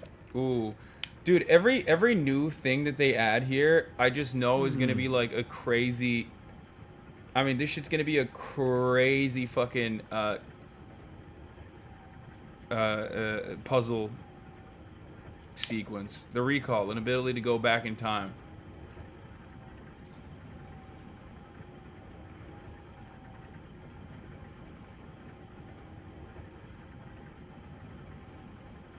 Zelda has vanished as well. Well, you just saw. It's a mystery even to me. Perhaps it was sort of an echo, one that reflects her sheer will. Chat, you can go back in time and restore your virginity now. Except you can't because you're still a virgin. Oh my god. I guess maybe... you don't have to do that. You've been given this ability. No doubt it will prove important. I'm gonna turn back time and stop 9/11 from happening, just so I don't get canceled.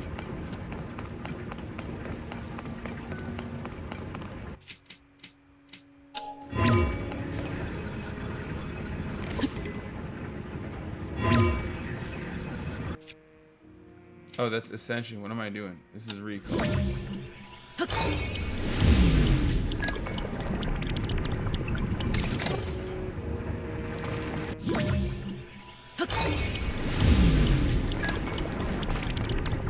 I guess you can only do it to one.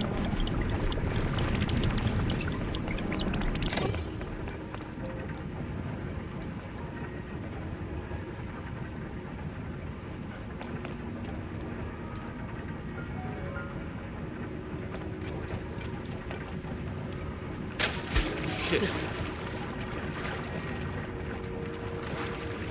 Fuck.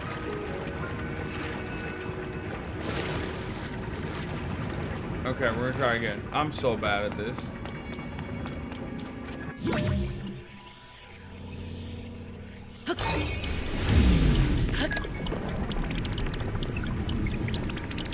Come on, baby.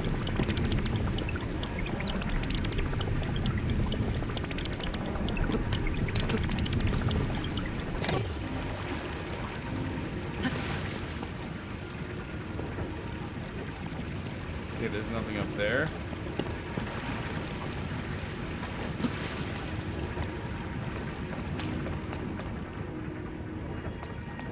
That can't be it. There's got to be more to it, right?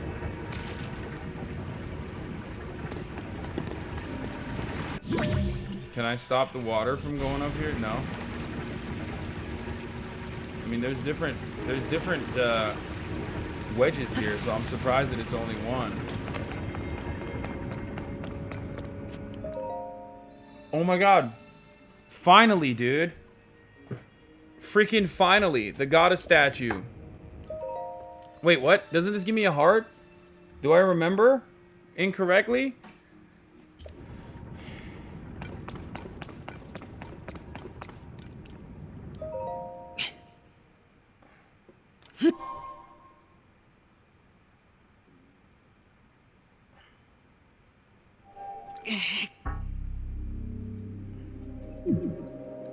Whoa, what the fuck?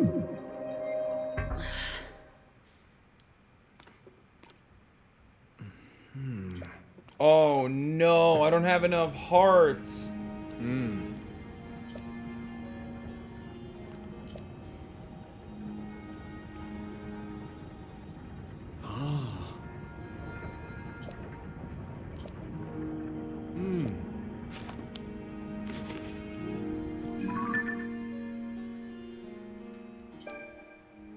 Oh, I can go to shrines at least. That's good.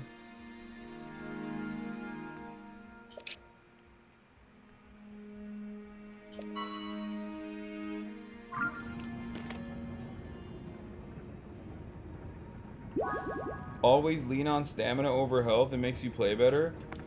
Brother, I'm pretty sure this is one instance where I have to lean on health over stamina, though. Like, the game is quite literally telling me, lean on health instead of stamina here. Like, it's a literal health door. You know what I mean? It's like... it's quite clearly telling me that. Like, the top of the hour ad break tells you it's time to subscribe. I seriously wish I could buy Zelda, but the trade embargoes placed upon Oklahoma will not allow me. What? What about the trade embargoes on subscribing at the HasanAbi broadcast? Because if you have those, you will be forced to see ads at the top of the hour. If you no longer want to see those, well, you can get gifted a sub. So hey, Bozo and Speed Racer, thank you for the 5 get the subs. Here's the 3-minute ad break now.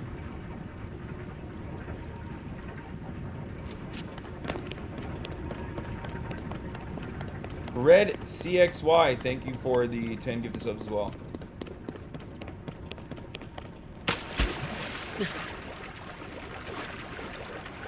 Wait.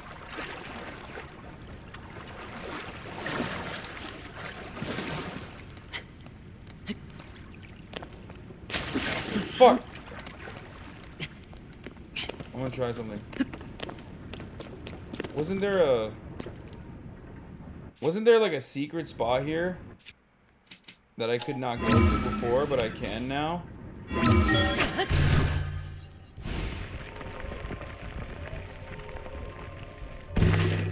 Whoa, what the fuck? Wait, what?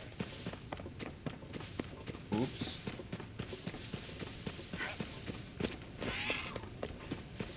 Oh, that's just meat. I didn't even realize I was gonna get up here. That's crazy.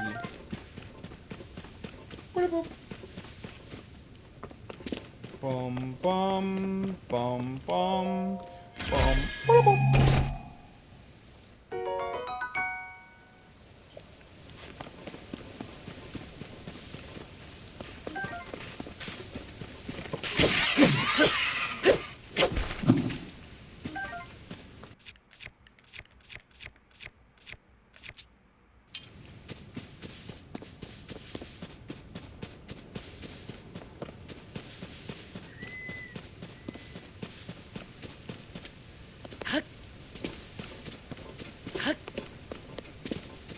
Where am I supposed to go here? Where's this fucking thing?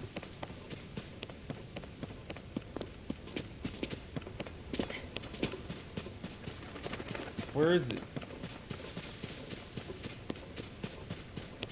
What the hell? Uh-oh.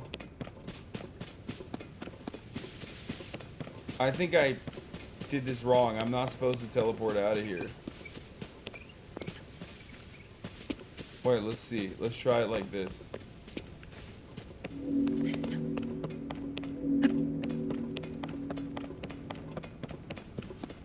I'm doing it backwards, aren't I?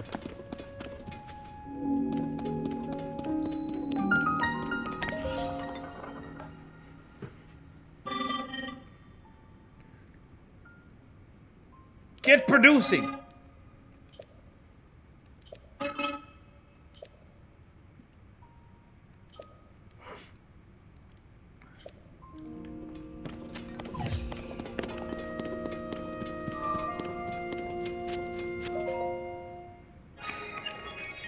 The shrine was in the room you teleported in? No, it wasn't. It's in front of me right now. What are you talking about? Bro found 2 speedrun tactics by accident? Wait, really? Was I not supposed to do that?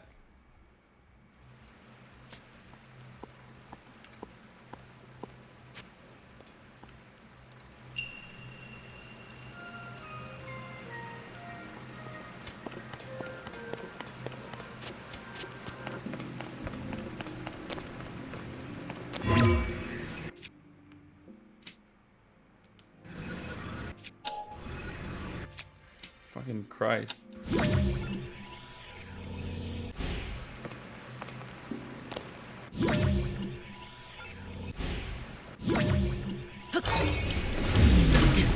Where? Oh no!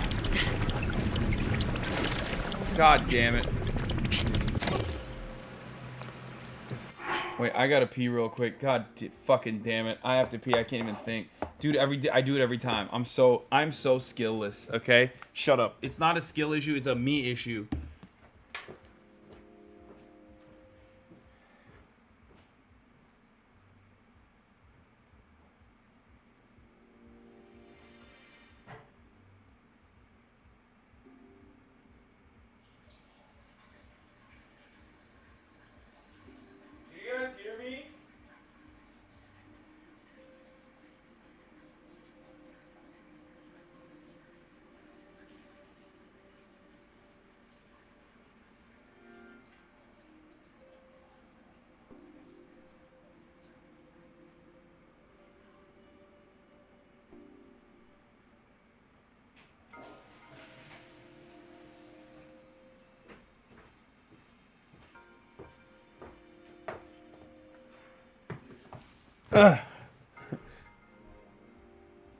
You can?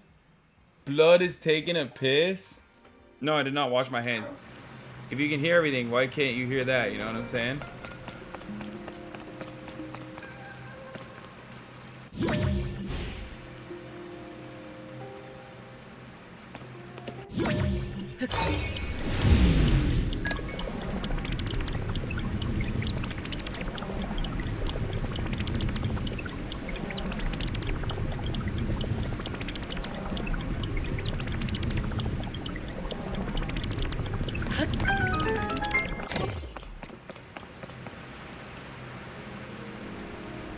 Where is it?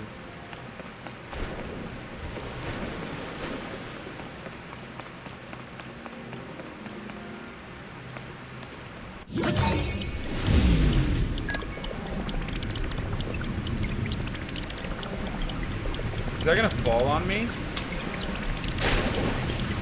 Oh shit!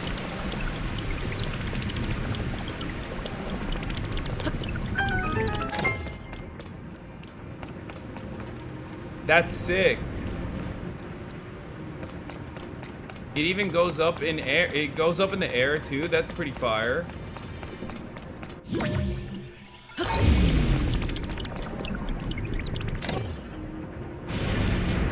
Oh.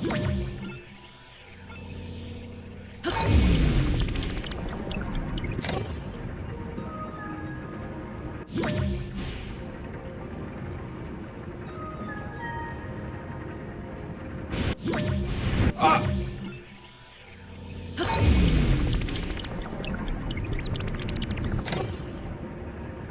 Fuck.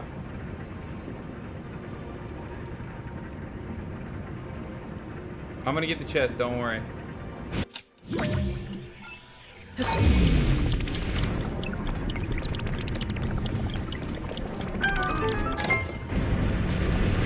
Okay, I'm not gonna get the chest, I lied.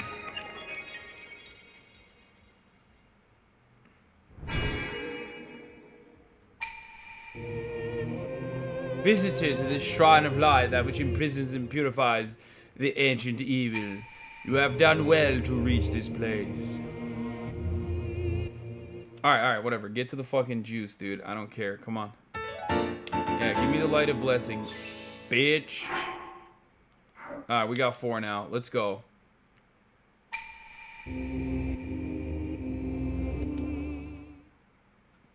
Chat being like, why did you skip that? I wonder why I skipped it. It's not because I have ADHD. It's because that literally is like the same thing over and over again for hundreds of times throughout the game. Throughout the game, brother.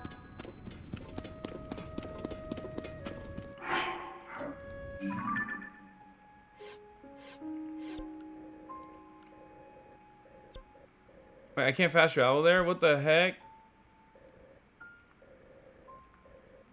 I guess I gotta travel from...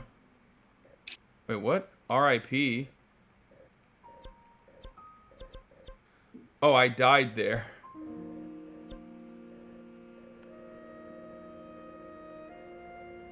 Wait, how the fuck do I travel? Oh, man.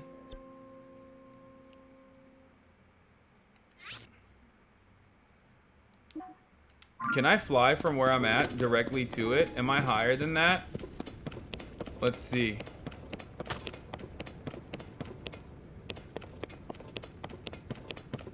They wouldn't have left the... Oh, I am. Oh, yeah. Oh, my... Oh, my God.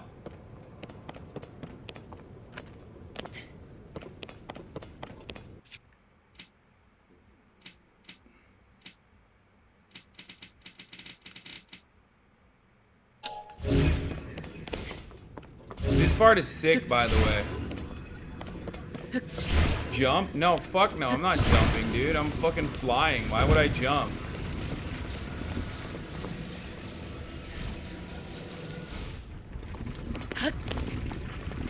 Dude, this shit's so sick.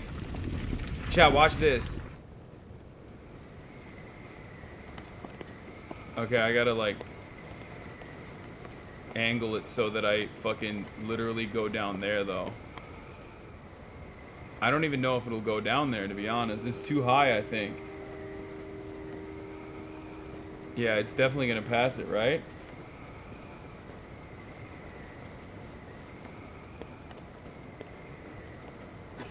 Oh!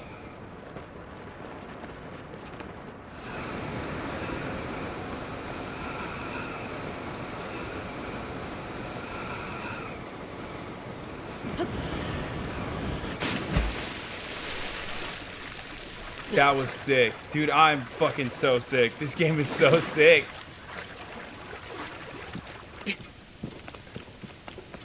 I wonder where that went. Oh, it's still up there. Look, it's still flying up there. You kind of could see it for like a second.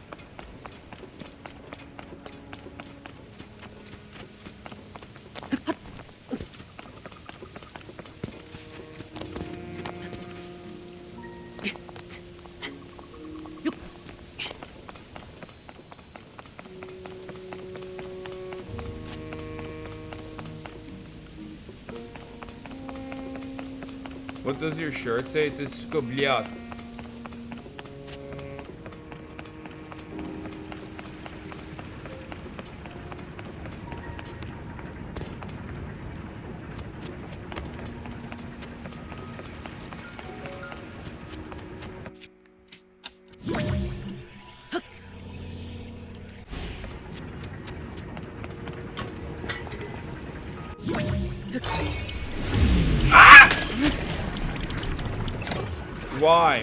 Why does this always happen to me? Why am I so bad?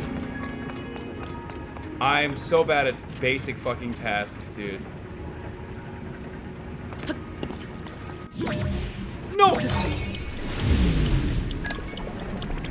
I did it this time. I fucking did it.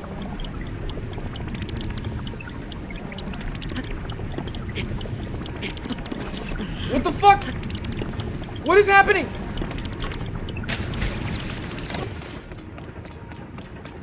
How did I do it last time, but I couldn't do it this time?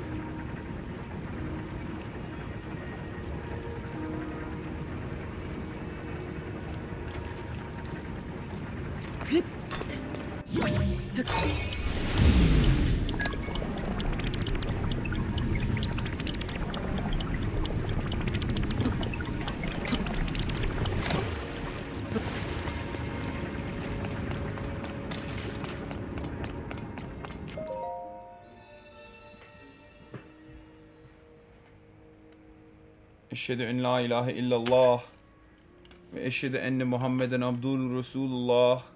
Zelda is Link is Müslüman. For the record, for those of you who don't know, this is canon.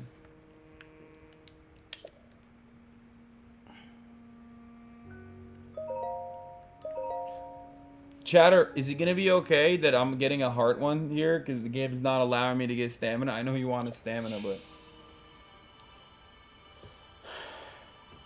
Link Türk müdür sence? Yeah, Link is Turkish.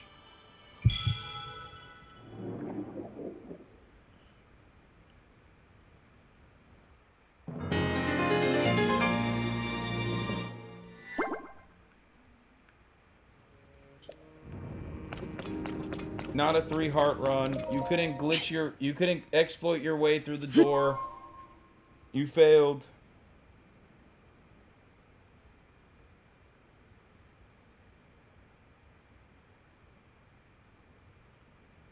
Are you ready? My mom is texting me.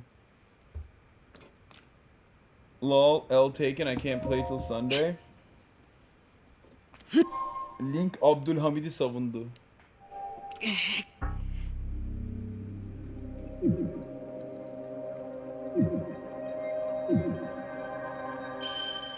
Blue-eyed and blonde? Oh yeah, buddy. Wait, there are plenty of blue-eyed and blonde Turks.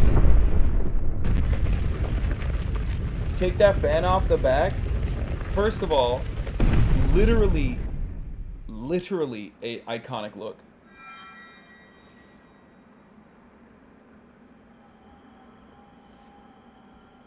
Actually iconic look. Ah, good. I see you have managed to open the door. You haven't fully recovered yet, but that is to be expected. You were almost beyond saving. By visiting the shrines and receiving their blessings, you have mitigated some of the corruption's effects. Though our time together has been brief, I am so happy that we finally met.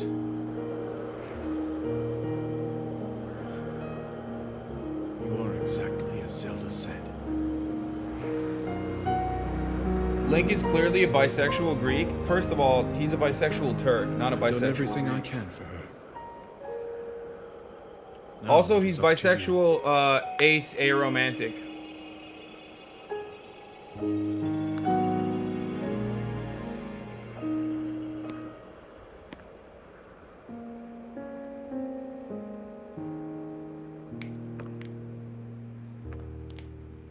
He's obviously Mexican.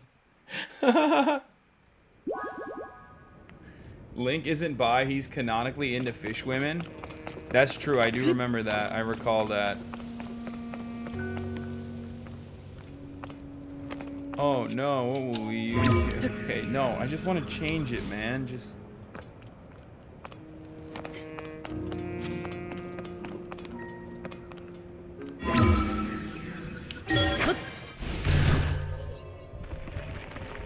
He even got engaged to one?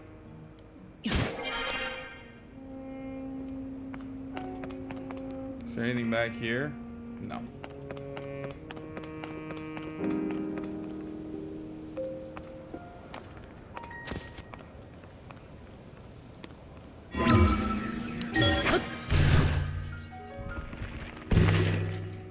I don't know why it makes me uneasy how he swims through the concrete. I don't know what it is. Does anyone else feel the same way about that? Is it too late to have Hasan switch voice acting to Japanese? Yeah. There's never a good time for that because I'm not gonna do that. Like, this isn't the fucking Yakuza series, and I'm playing on this on my Steam Deck by myself. Fucking weebs, man. Japanese voice acting is actually better? Of course it is. They treat their voice actors like fucking gods in Japan.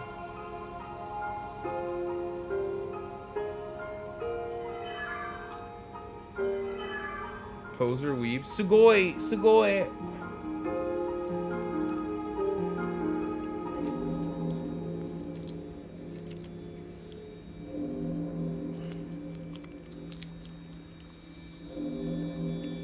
Underpaid gods? No, voice actors are not underpaid. What do you mean?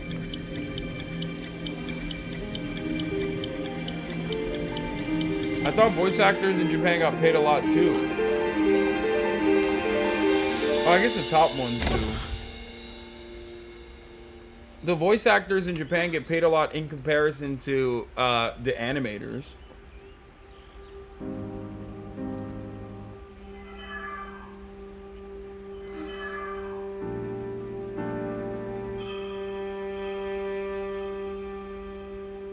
Is she 18 now? Yes.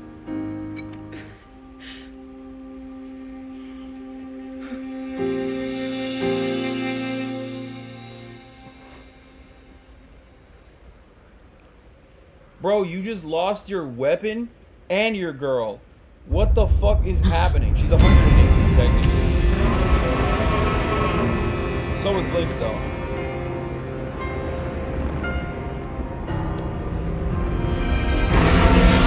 You lost your bitches and you lost your gun, dude. You are so not American, I'll tell you that much.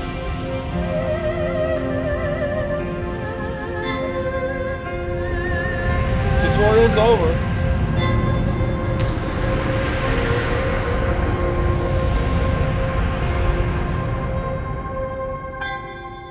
Link.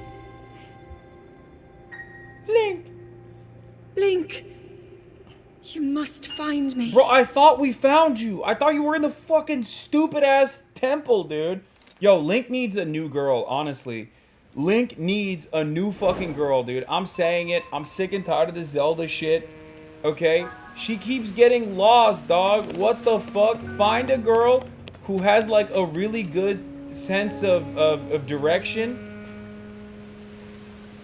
What the fuck? Okay, do I jump down here? Like, this seems like a crazy place to jump down.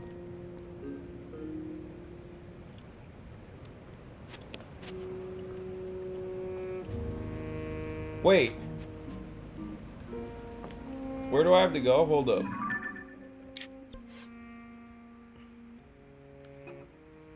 We're back in the Kingdom of Hyrule. Let me look at something real quick. No objective set? Okay. Do I have to go there? Oh! I fell! No! Bro, I was gonna fly, dude.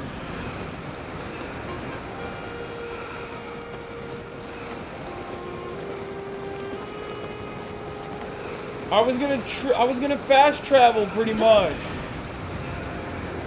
Oh shit. Oh fuck. Oh, I'm dead. I'm dead. I'm so dead. Oh! Oh!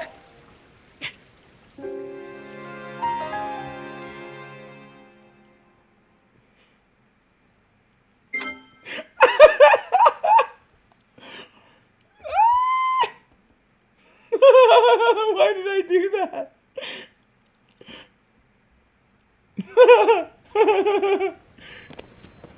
Okay, watch this shit, dude. Let me see if I can do a cheeky thing here. Let's see if the game lets me do some cheek.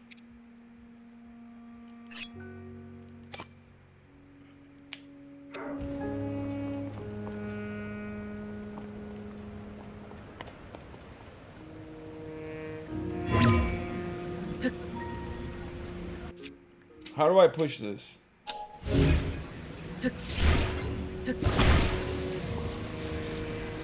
Come on.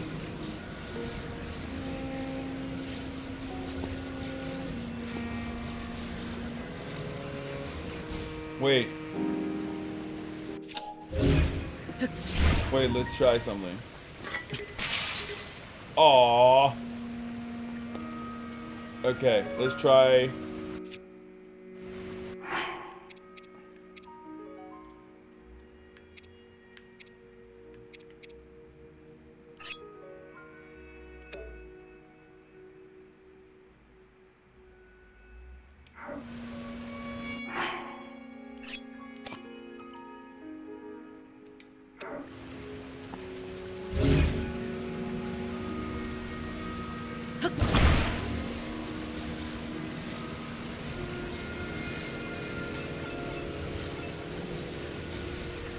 Bro, I'm about to Obama. I'm about to Obama so hard, dude.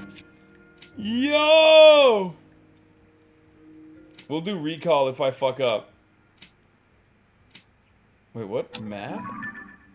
Oh.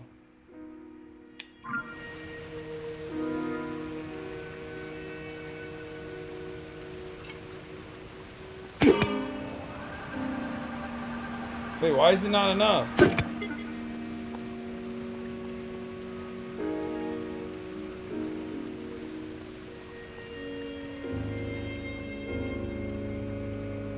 I thought I was...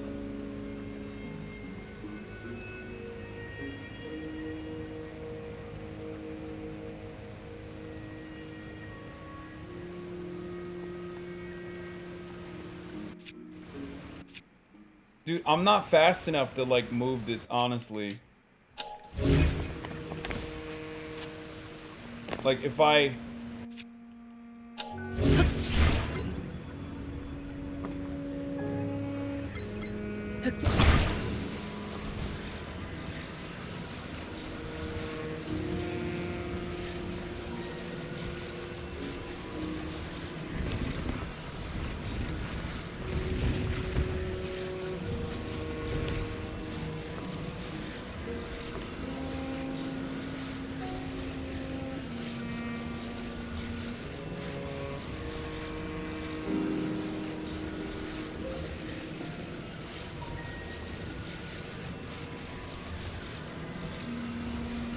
What about Ultra Hand and Recall? I think I'm gonna try two things. Let's see, maybe this works. Okay, it moved it a little bit.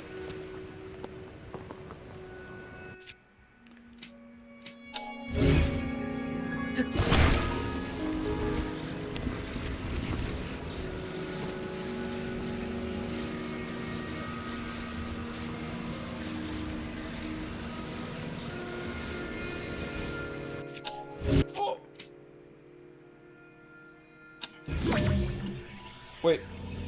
No.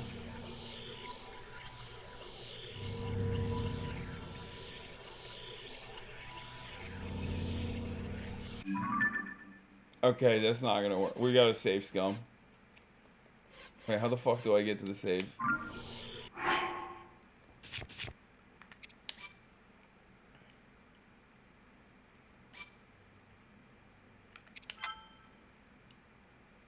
You have to pick it up and put it down to do recall? That's what I'm saying.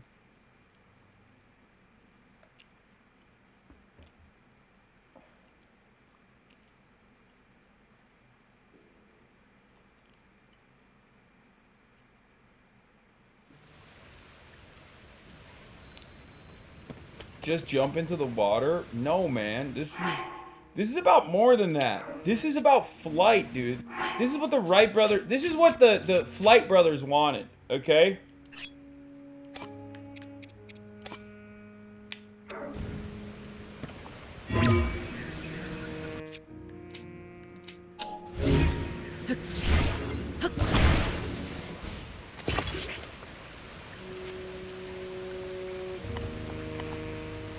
Wait, why won't it... What if I jump? Damn, that shit is airtight, man.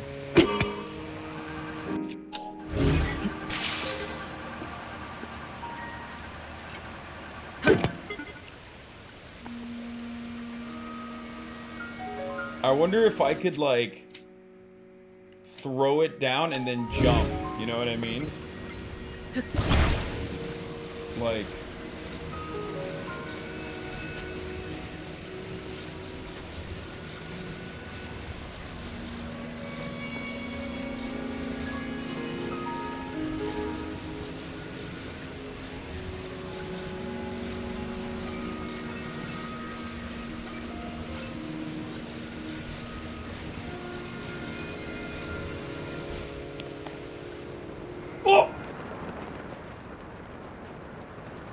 Wait, that doesn't even fly?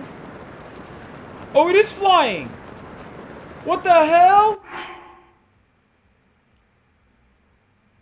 Alright, I'm gonna try that again.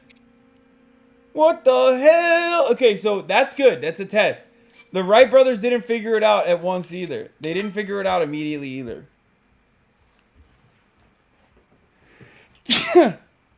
They didn't figure it out immediately either. Listen. Trust me, dude. Trust me, dude. I'm a fucking basically a Boeing engineer. Okay, dog? Chill.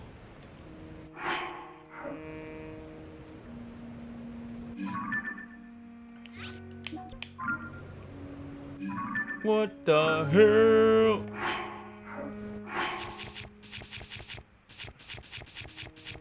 I'm gonna save it after taking this zonal device out as well. This way it's like, you know. Actually, hold on. I'm gonna stick it too.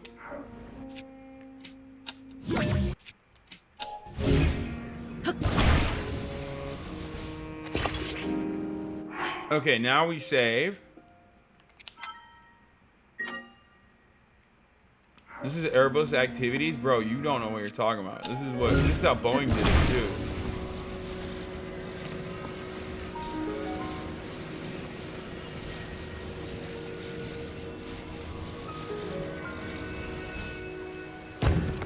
Oh no! Okay, one more time. It's not supposed to hit. That fucked up. That was not supposed to happen. What am I trying to do? So, I'll explain it to you. First of all, what I'm trying to do is the gift of flight. Okay, so thank you. You're welcome, I mean. Wait, where the... What? Hold up. Where'd it go? What?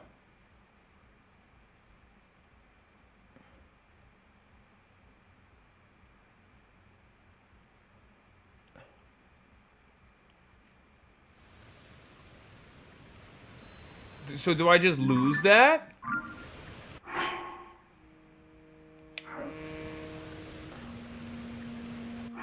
Bro, what the fuck? Okay, so it doesn't even matter. No.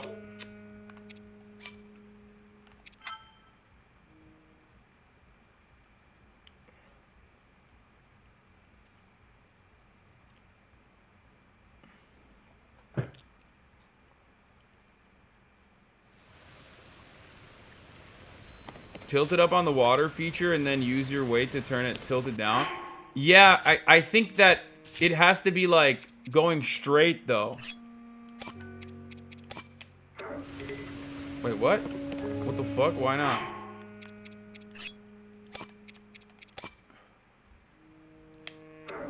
The game is trying to like cook me here. We just fucked up.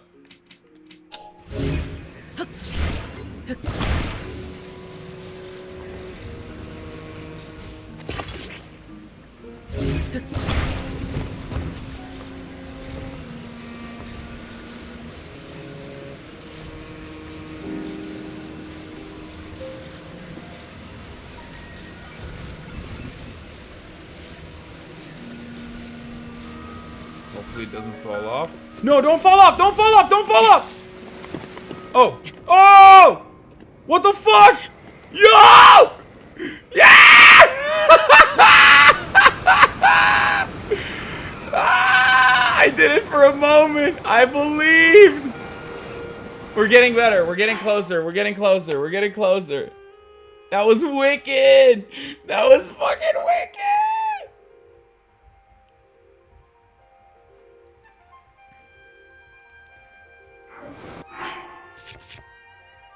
Okay, we're gonna try it again. We're gonna try it again. Dude, I'm having so much fun with a dumbass part of this game that is like not even relevant. Lift it with a hand, set it down and get on it, rewind it.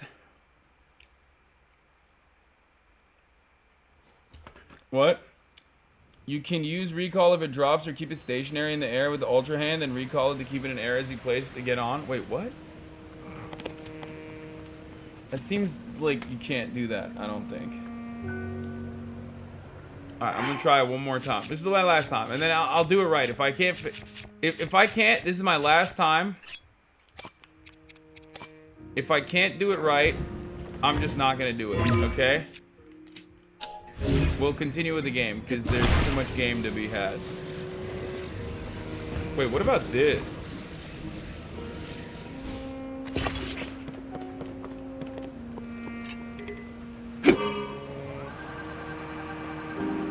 Oh!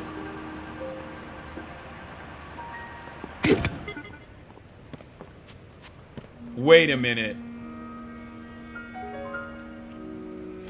Wait a minute.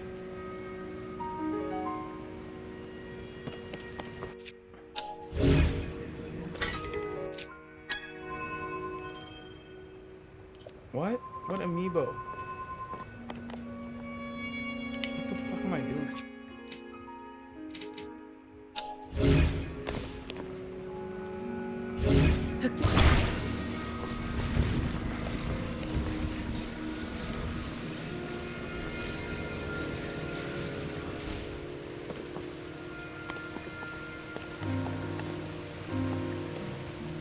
Oh, dude, yeah. Oh!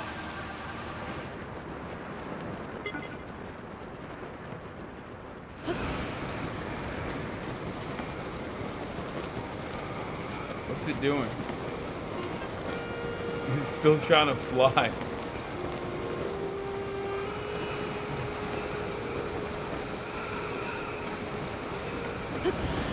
Alright, that was my last try. Fuck it.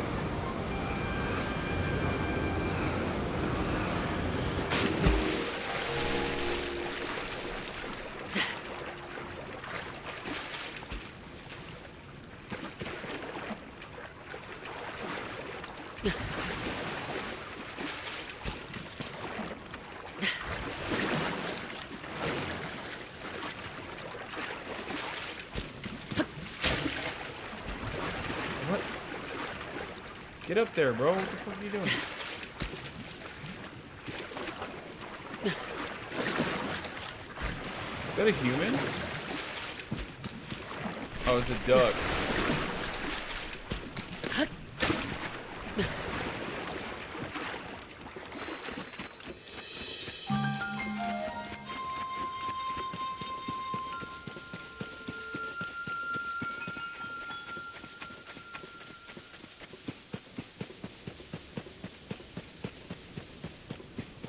Oh shit. Back at it again with these fucking weirdos, dude. Fucking losers, dog. Yeah, what's up? Bitch. Got nothing on me, dude. Are you kidding me? I've been kicking robot ass this whole time. You think you got something? You got nothing, bitch. What? Wait a minute. Oh my God.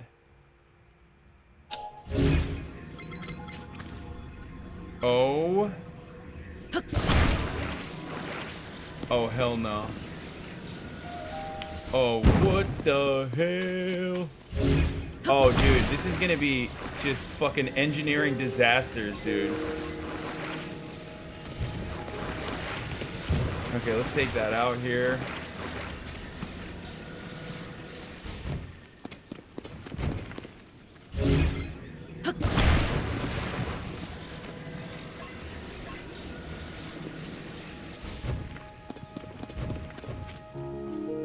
Dude.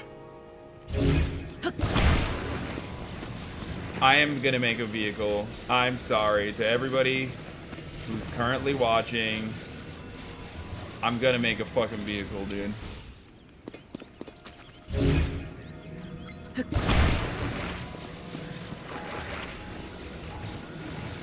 Chill. Chill.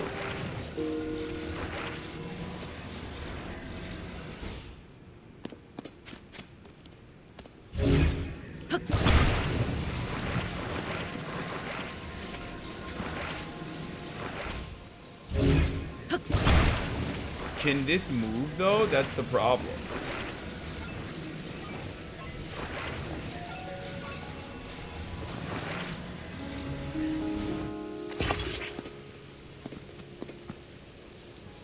It can move!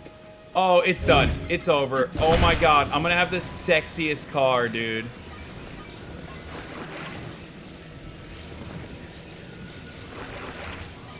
Oh my God, Zelda's gonna be like, what the fuck? Oh. Okay, maybe we try again. Zelda's gonna be like, dude, Link, you are so fucking hot with your vehicle. It's like shocking to me. I'm about to be rolling it. Fuck! How the fuck do you do? What the fuck is this?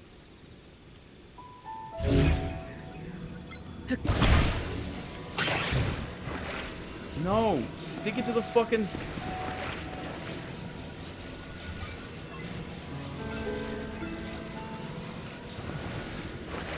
Oh, there it is. That's so easy. That's easy.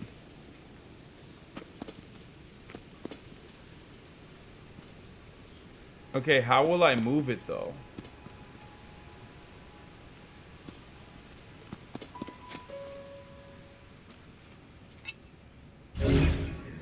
Wait, what does this say?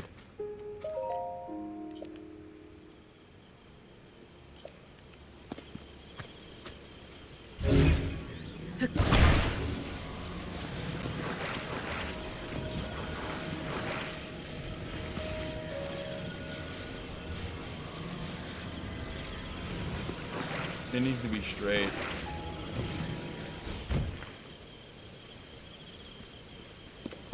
Vroom, vroom, bitch. Dude, do you see the vision? Chat, do you see the vision? You had to be a fool not to see the vision.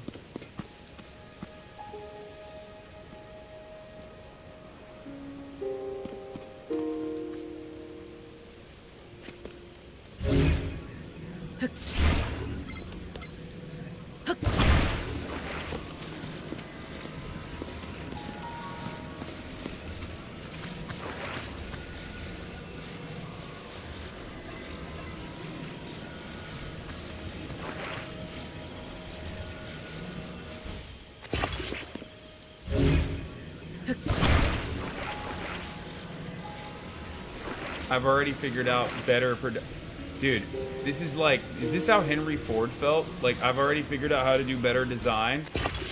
I've already figured out how to, like, construct it better, you know what I mean? Figured out that vertical construction is easier for the car.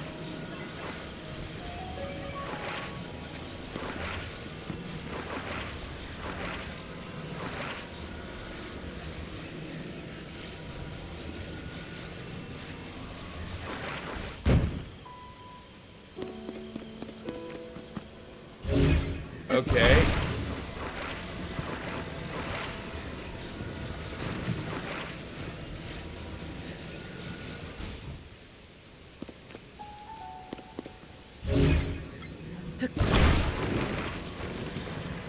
Fuck.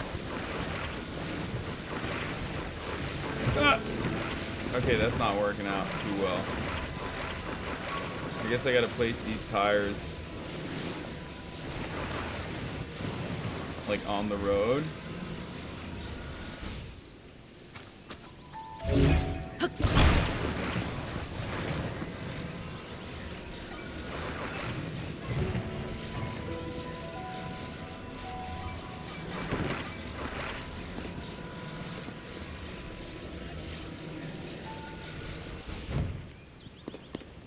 Stop. Stop. Fuck.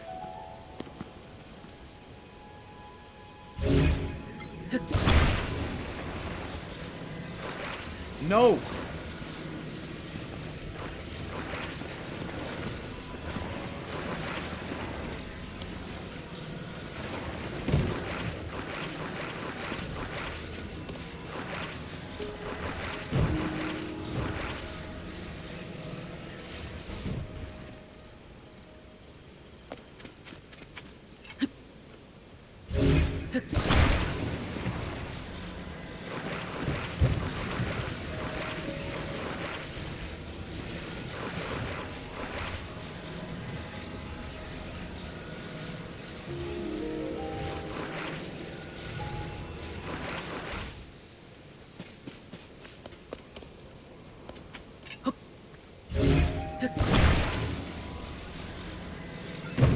Oh no! No! My tire! Fuck! Okay, okay, okay. I got it. I got it. I got it. I got it. There you go. Stick it. Stick it. Yes!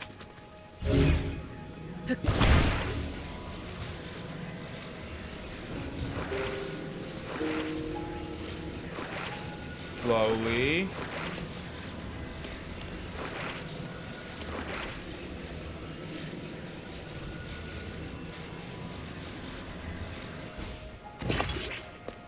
What the fuck? No, no.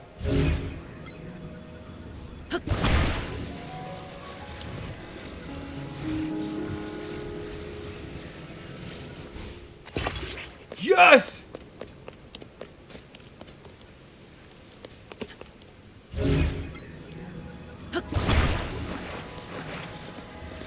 Oh! I did it. I did it.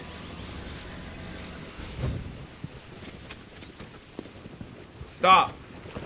Stop. Halt. You have violated the law.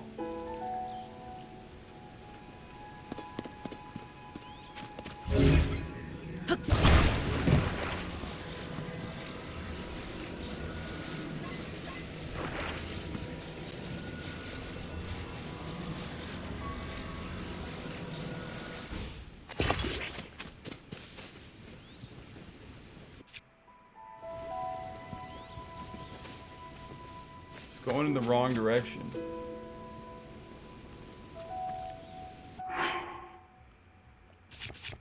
It's time to bust out one of these bad boys.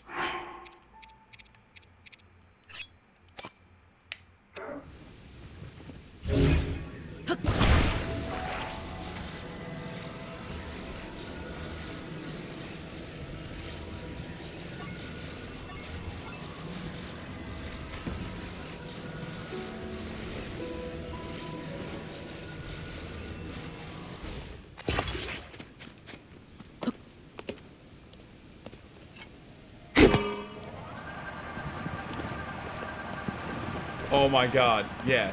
Oh my god. Bro, they see me rolling. They hate it. Control. They trying to catch me riding dirty. Trying to catch me riding dirty. Trying to catch me riding dirty. Trying to catch me riding dirty. No! No! Enough! No! Wrong way! Okay, it's fine. It's fine. We look at how much distance we just traveled. Tesla range. Bro, this is the problem with EVs, dog. You know what I'm saying?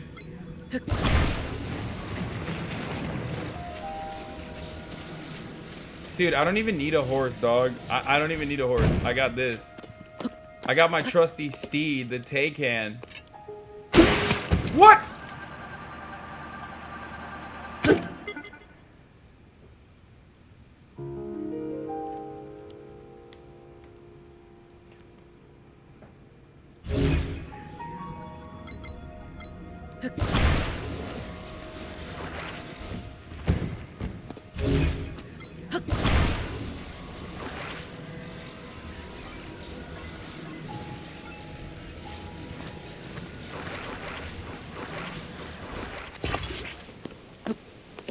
I mean, we didn't really need that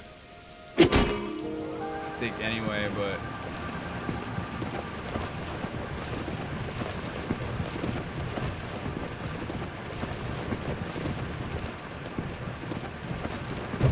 Dude. Oh, yes! Look at this! Oh my god, I'm so proud.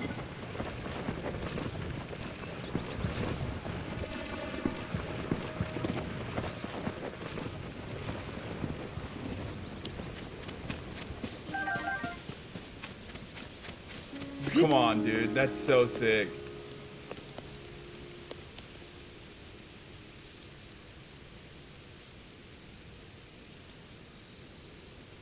Add a Zonai plane above it? Why?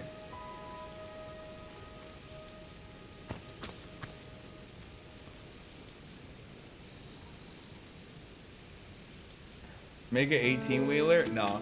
I gotta, look, I got a girl that I need to go save, okay? Toxic masculinity style, you know what I'm saying?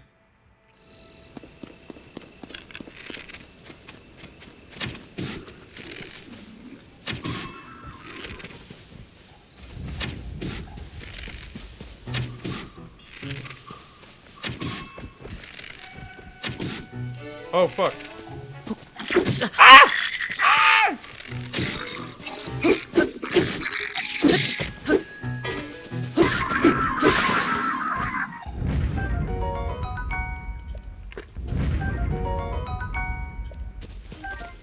Fans on either side to turn it on and off and give it direction? Yeah, no. Sundelian.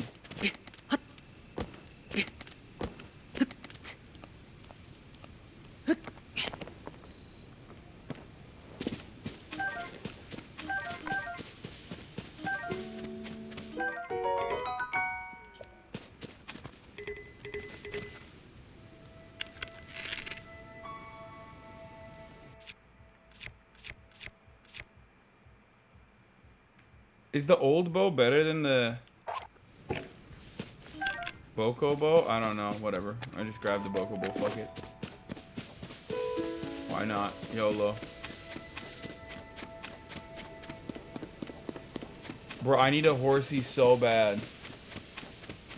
This guy made your plane work? Wait, really?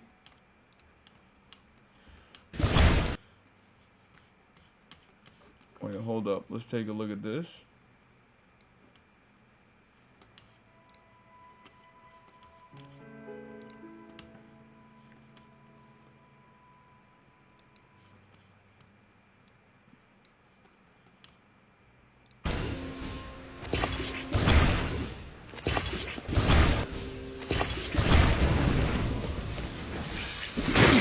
What the fuck?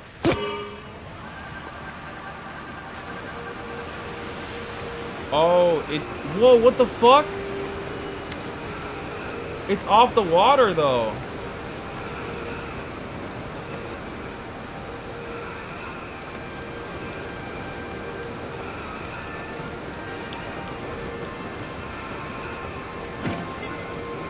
Oh my god, he almost had a 911.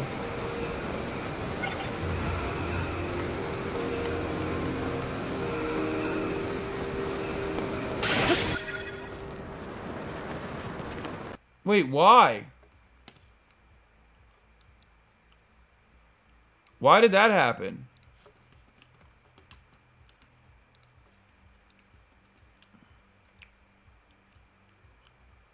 There's a limit. You can refill the battery as it runs out with Zonai charges. Oh, it only has a certain amount of time in flight.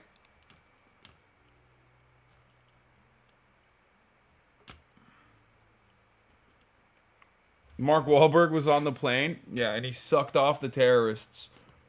Mark Wahlberg was on the plane and you know, chat's version of 9/11 happened, which is the 3-minute ad break at the top of the hour. Where if you no longer want to see those ads, you don't have to rely on Mark Wahlberg to suck off the terrorists to stop the 9/11 attacks from happening. But you can stop the top of the hour ad break from happening by subscribing for $5 or for free with a Twitch Prime by connecting your Amazon Prime account to your Twitch account. Or you get 1 free Prime subscription a month. Use it on your favorite broadcaster. Hopefully that's me.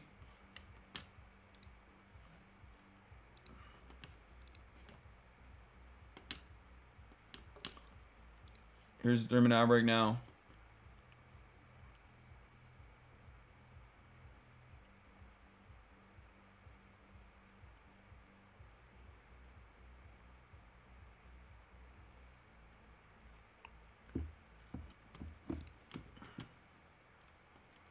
Lives Monster, thank you for the 5 gifted. So hey Bozo, thank you for the 5 gifted.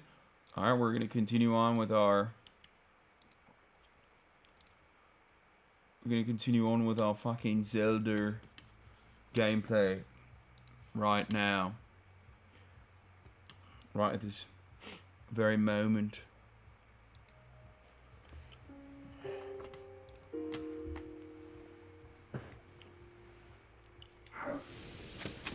Some chatter had a contact at YouTube and they're reversing all the strikes on the bot channels. That's crazy that, like, I have an account manager at YouTube and this chatter was able to do more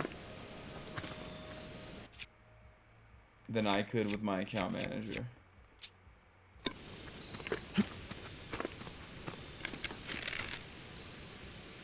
You're dead, son. Wait, what the fuck? Wait, why didn't it die?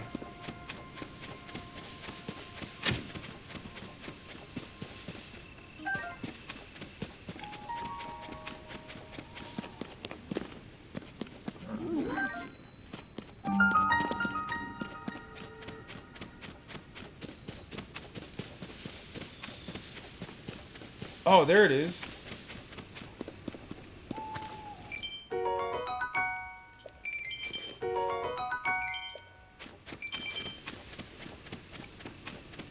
Okay, I'm gonna go to that shrine up there. Bro, someone is partying in their hotel room so fucking hard next door. It's like, I can't even get mad at it.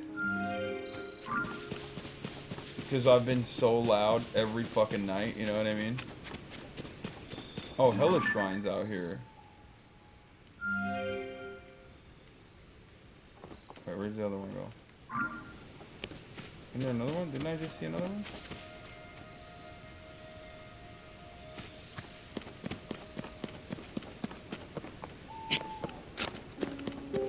What am I doing? I'm playing Zelda. What the fuck is that? Oh! Get down here, bitch. What the fuck is that? A Horriblin horn.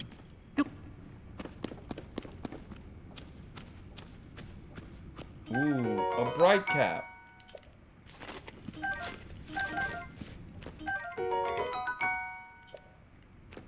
Ooh, a traveler's bow. Let's go. Oops.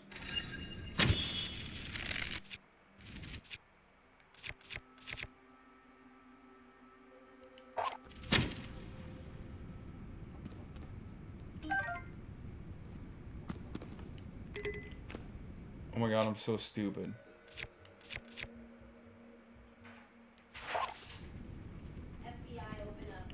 Oh shit!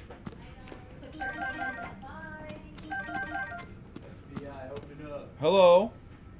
We've come to crash the stream. What's going on? Where's Austin? How are the vibes in here? He is so tired. He had a meeting too. He's tired and totally won't be at the bar getting a... Oh my god, I forgot to mention that. You know, guys, Austin lied to us last night. Wait, how?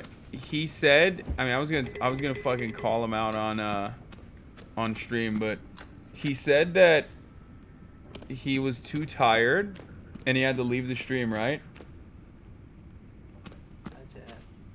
Guess what? He wasn't too tired and had to leave the stream. He literally lied and said he was too tired and went to the fucking bar. I think he just doesn't like Zelda. No, he wasn't even playing. We weren't even playing Zelda at the time. No, we were doing something he loves more than anything else, which was watching Donald Trump. Okay, that's his favorite hobby. I ordered Lebanese food. There's some left. There's like a little bit of. I feel like I shouldn't be watching. Why? Yeah, I know. This is super spoilers. Is it good? Yeah, I don't know. Yeah, I'm in Hyrule already. I already started it. I'm like an hour and a half in. Bubble gem. Is it 10 out of 10?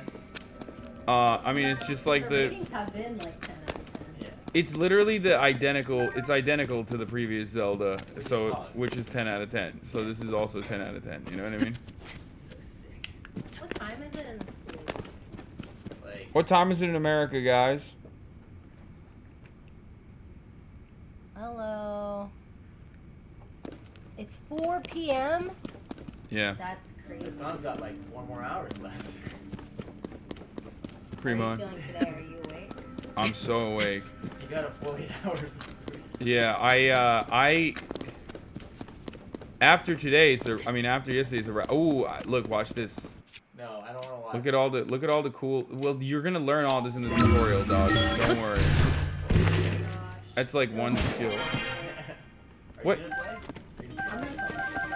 I'm super early in the game. Don't worry. You're not like seeing anything that's like super bad. Oh my gosh, a traveler's sword.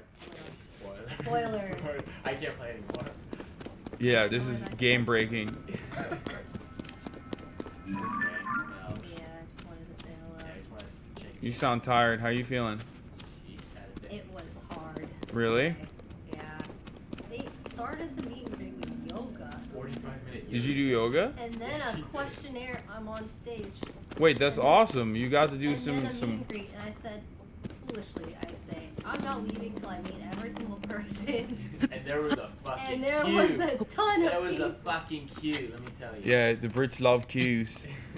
It was nice though, because Chat's asking how's the Ray like in the UK. guys, I'm gonna be honest. Is it Nando's or Nando's? Nando's. Overrated. It's No, literally you're just so wrong chicken. for that. I don't understand why that's the best food here that everyone's The peri peri sauce is It bomb. is so bad. Okay, yeah. Did you just say it's so bad? Okay, you're I think insane. it's a spice thing. Like people like the spice. Yeah. Oh yeah, you don't need I any don't like spice. so mine was just plain, straight up plain chicken. And Yeah. I was like, Yeah. Have you had anything good at all? I haven't had good food yet. There's okay. To be fair, the breakfast bar at the last hotel in Birmingham had these chicken sausages, and it was the best chicken sausage I've ever had in my life. But also, to be extra fair, You say that about literally everything. Okay, first of all, I've only had microwavable chicken sausage, and so this chicken sausage was actually. What the fuck am I doing? You're not spoiling anything. Are you Okay, even calm. paying attention? To the game? Yeah. No. Like, do you know what's going on? Yeah, I know what's going on. I'm like, Blow it up, use the bomb. bro, chill. Did you like explain the whole Zerka situation and how? I did. Yeah, they know. Yeah, I know. Your crimes.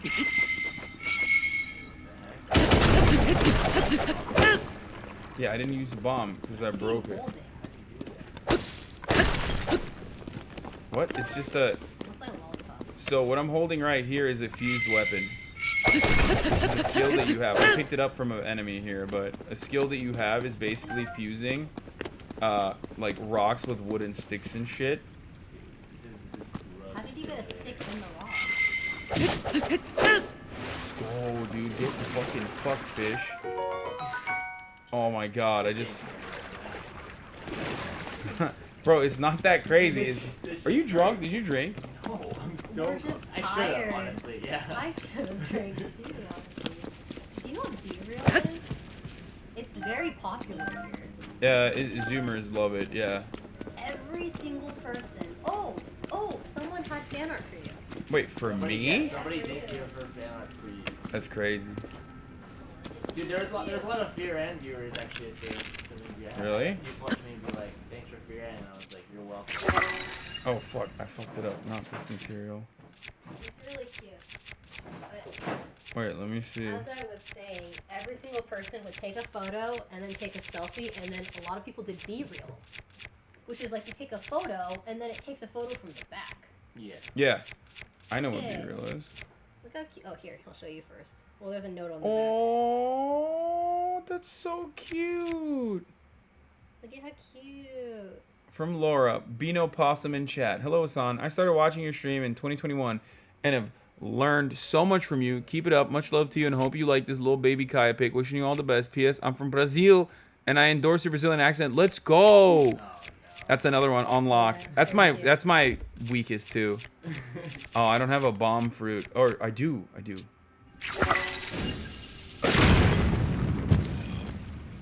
I just used the bomb fruit to blow this shit up. I'm fucking hungry.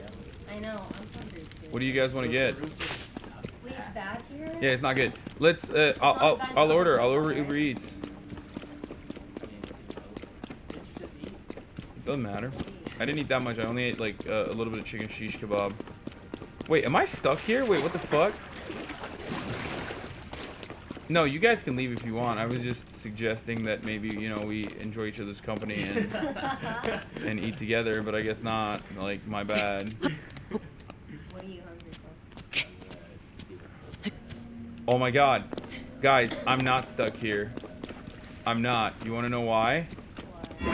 Because I have the skill to ascend. That's another skill. You can... That's actually a spoiler. No, it's not. These are... That's a spoiler. It's literally... This is... I just left the tutorial, okay? There is nothing that is, like, truly going to spoil your experience here. I Don't show it. genuinely don't know what to get. Indian. It's midnight, Hasan. Yeah, it's late. It's midnight. Okay, so what? They don't do it that late. Yes, they do. We're in London. Also, a lot of this stuff was literally in the trailer and in the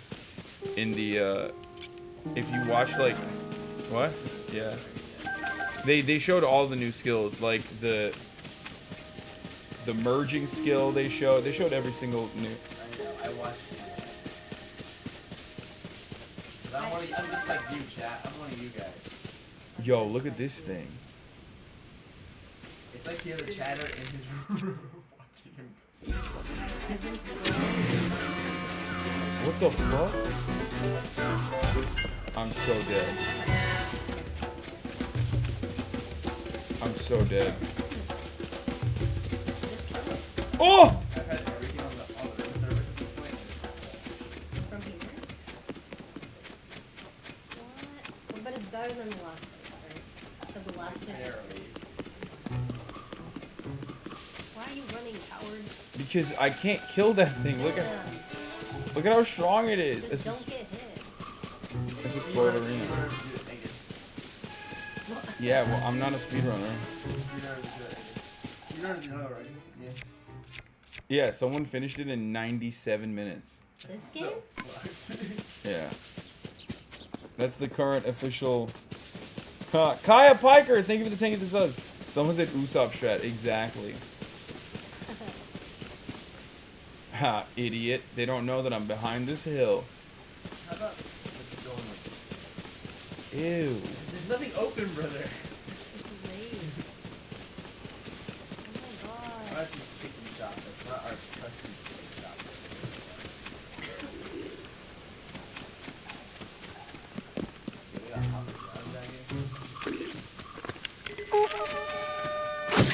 Oh shit.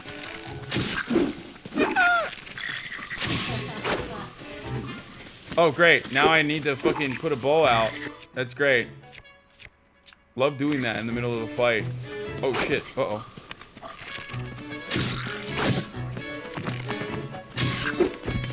Headshot. Oh, that's not a headshot. That's a headshot, come on. What the fuck?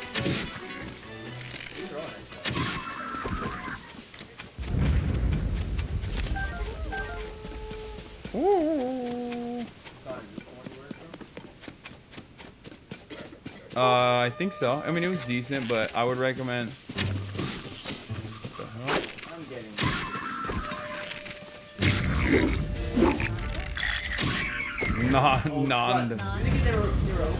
Nandos. I want to try it again because apparently I didn't order. They have like mild sauce. Clapped. I'm a assassin. Cheeky Nandos is what they say. Cheeky fucking Nandos. A little cheeky Nandy action. Nice. Very nice. Little cheeky Nandy. Your British accent is so bad. It's perfect. It makes mine sound good in comparison. I'm doing you a favor. Making yours sound quite brilliant. What? I'm tired. I'm jet lagged. How are you still jet lagged? Dude, you're not. Are you? Do you know how much work I've done the past few days? I mean, I've been doing work. Oh my. What about Shawarma Bros? Shawarma? I enjoy shawarma. Yeah. Maybe it's good. Maybe it's good. Maybe first. Okay. Let's order from mine. Oh, actually, What the hell? Yes. Sorry. You're Yes. 1/3 owner of a podcast. Yeah, I'm 1/5. 1/5. Yeah, I One- oh, 1/5 now. I just got a huge pay cut, so.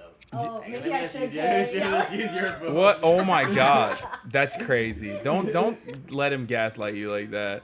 No, I mean, that's true. I should pay. Chat, you guys all did chat, me a I'm favor. down Like, horrendous. commenting. Can you go to patreon.com/spearhead and show some support for this podcast? Yeah, I like that. He's shilling the Patreon. It's working. Oh, notifications on my phone going crazy right now. It's so many subs. Look at that. So we're filming tomorrow. Yeah. Did we figure out the place? Afternoon tea. Oh, yeah, we just Yeah, Austin's on the phone. Okay, good. We have to get Ray into the Beef Wellington experience too. Yes, we are. Atrocious that. Yes, we are. You need a guest. Wait, what do you mean? From LA. Yeah, they have Beef Wellington afternoon tea. We're doing high tea. Say that's factual or copium? It has to happen. I don't think If we don't get fucking Beef Wellington and at afternoon tea, I'm gonna lose my mind. Is that like It's like the Ritz dinner. Is that a Euro thing? What is a beef Wellington? Oh, characters! I'm sorry. Hold on 1 second. This is spoilers for sure. It's hard to believe these ruins just fell from the sky. I mean, they're from Age of Legends, and now they're it. Gagaim. So strange, huh? No, you do this one. Do this one. Yeah, it sure is. But it's also a great opportunity. All of us in the Sonai survey team should count ourselves lucky. Lucky. Am I getting better? No. If it weren't for the upheaval, this never would have happened. Not that anyone knows what the upheaval even is. Well, Pyrrha's looking into it. She's holed up in her research lab inside the fort, trying to make sense of things. Things. She figures if she better understands the upheaval, she'll find some sort of lead on the princess. But so far, nothing. Nothing. Is the prince? Is it? Wait, is this me? No, this is you. Is the princess alright? Whatever she is. Why are you so straining? Yeah, What? Straining. Are you pooping? Like, Feeling quite strained. you are literally a voice actor. What? You're literally a professional voice actor. What? You're on Netflix. Yeah. What the fuck? You're an actual voice actor. Do it. Read it. Oh, is this whispering? Is that what it's like? It's like you grumbling to yourself. Oh. Ruins right here are exceptional, but really, who cares about that at a time like this? Do they say this or this? What the hell? Something just fell. What's that? Time like this. Here, you can play around. No. Why? Why? Just do This it. is already too much. I shouldn't have No, seen do this. it. You're fine. Yo, extend the camera, man. Stop fucking cutting me out, bro. I can't. Yeah, why are you cutting out Marsh? He's famous now. You didn't stretch it out. No. See, you He had a That's meetup not. at my meetup. That's not. Yeah. You can literally. This is your camera. You know what the lens capabilities are. But this is why I said, are you drunk? Oh, don't break my swords, though. No! You're gonna break it! Little water. I need it! I need my guns! Water is what? Waters. It was watering, and now it's not watering anymore. I don't know. What the fuck is it? Watering? Watering. You can add chips into the wrap. Nice. Fucking hell. I haven't ordered yet. Wait, really? Yeah, I've been staring at my phone. Oh my god, you are a baby. I'm gonna order for you. No. Yes. Okay, what do I want? You're gonna get a chicken shawarma. No. Okay, a lamb shawarma. No. Then there's nothing else at this shawarma place. Oh. It's a, Back to square one. Oh no. I don't want a burrito. I want like a bowl. Is there a burrito. a burrito shawarma burrito? Platter. She wants a steak A bowl. platter. Yeah, I'll do a platter. Okay, lamb or chicken? Which one's better in the UK? I like lamb. We're not in the UK anymore. Yes, we are. Oh, shit, we are? What do you think we are? I thought we were just in Europe now. Okay, I thought the UK. No, and UK is not European Union. Yes, I learned that. It's separate. It's very sensitive here about that. The UK is separate from Europe, kind of. It depends. Can you say Brexit means Brexit? Yeah, say it with the accent. Brexit means Brexit, lads. If I fail, someone might be taking offense to my accent, and I apologize. What? No. Okay. Lamb or chicken? Which is better? I chose lamb, but you can go with chicken. It's like probably an easier taste. I'll make a deal. Okay, we're doing chicken. Let's do chicken, and if mine is bad, can I trade you? Yes. Okay. Do you want choice of salad in the platter? Tomatoes? No. I don't want a single vegetable. There's only one. Do you want? Kind of base for that. Okay. Do you want yogurt mint, hummus, and garlic sauce is what I'm getting. Or yogurt mint and No. garlic sauce. Okay, hummus and garlic sauce. I have. Okay. Why do you not listen to me? I do listen. Okay, we're doing chicken for you. You want two? No. Just play the game. I don't want to play this. It's ruining my experience. What experience? Well, it's leaking. It's leaking too much. I shouldn't have done this. What just? I should not have come here. There you go. Request utensils. Wait, can chat hear the music? Yes. The mic's that sensitive? No, you should talk about the bass. Oh. Oh, not the in-game music, the IRL music. It's from another They're room. having a party somewhere. Oops.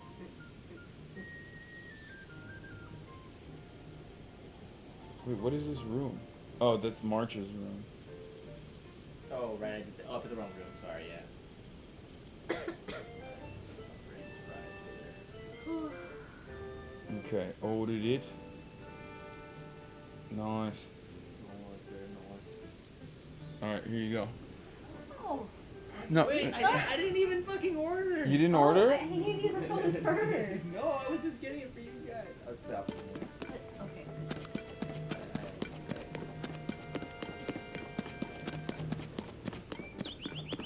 Wait, so you had the phone, didn't order, handed it to me. I had the phone, didn't order, handed it to I was being Hasan. polite. Okay, I was being polite. And then you guys go first. What else is new?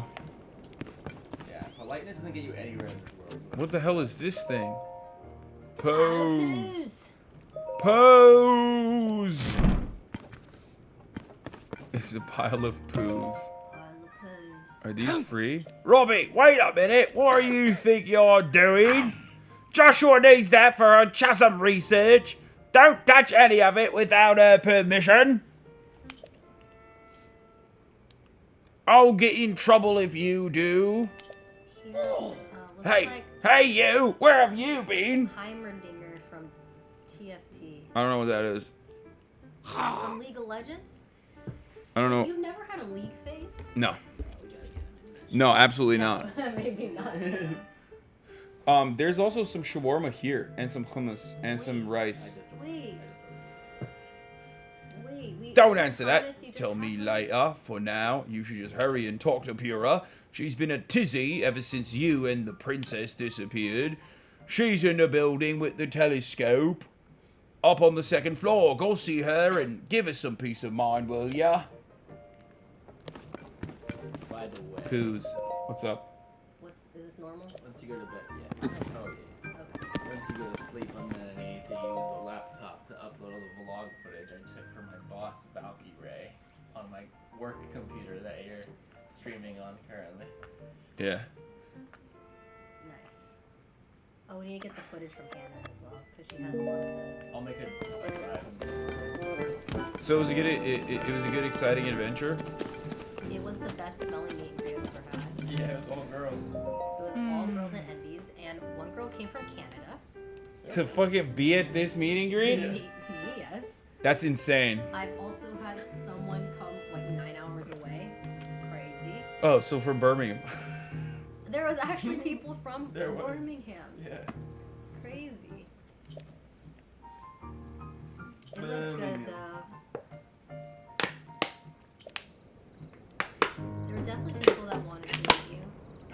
There were definitely people that what? Wanted to meet you as well. Oh, One for sure, the one that had the banner. that's a bummer. I'm sorry to the girls and MBs that went to the Ray meetup.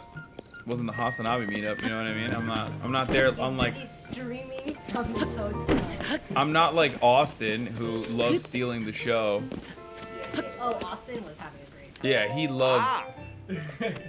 Every mirror that Austin, even reflective doors, Austin will walk by and start doing the Zoolander face. Starts adjusting his hair. Yeah, he was like signing things, taking photos. Typical Austin. He's one of the girls. No way. It's you, Link. Is that really you? Where have you been? No one's seen you or Princess Zelda since you went under the castle to investigate the gloom. And that's literally the beginning of the game, dog. And that's when the castle rose into the air. Everyone's been so worried about both of you. I think you should switch games. Pura has barely slept. She's been trying to figure out where you two went. We're literally Twitch chat right now. You should play something else. I already hemorrhage viewers when I play video games. I didn't realize I was gonna hemorrhage 2 viewers that are here. Because I bet there's a lot of people that want to watch but don't want to watch because it's spoilers. No. That's how I feel right now. Like I feel like I shouldn't be watching this. It's spoilers for me. It's not. I'm not doing anything. What? Yes, you are. Look at. I can see the environment. You already leaked an ability. I leaked all the abilities. I mean, yeah, this is the Ascend ability. This is the Recall ability that goes back in time. And this is the Ultra Hand ability. You will literally learn all of this. Are you mad at me? What is this? No. Did I do something to deserve such punishment? No, it's not even a punishment. Yeah, I did that already. I had a car. I made a car. Wait, are there mounts? Yeah, of course there are mounts. That's Oh not a spoiler. That's a basic. None of these things are spoilers. These are basic functionalities from the game. Do you have a horse? No, I don't have one yet. Look, pal. Let's talk later. I'm trying to. Oh, that's Flaxel. Sorry. I'm trying to listen to the captain. Hasan, you have to stop, or you're gonna come back to the States with a broken accent permanently. What? That's. I already have it. Yeah, it's too late for that. He's gonna get stuck. It's gonna get stuck. I had a car. You want to see? Chat. Someone linked the photo of the car that I made. Wait, you made a car? Yeah, it's fucking sick.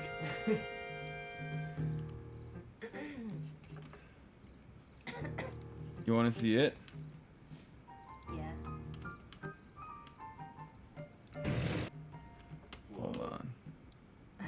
Wait, it just works? I'm fucking engineering genius, so yes. Duh, it does work. Check this shit out.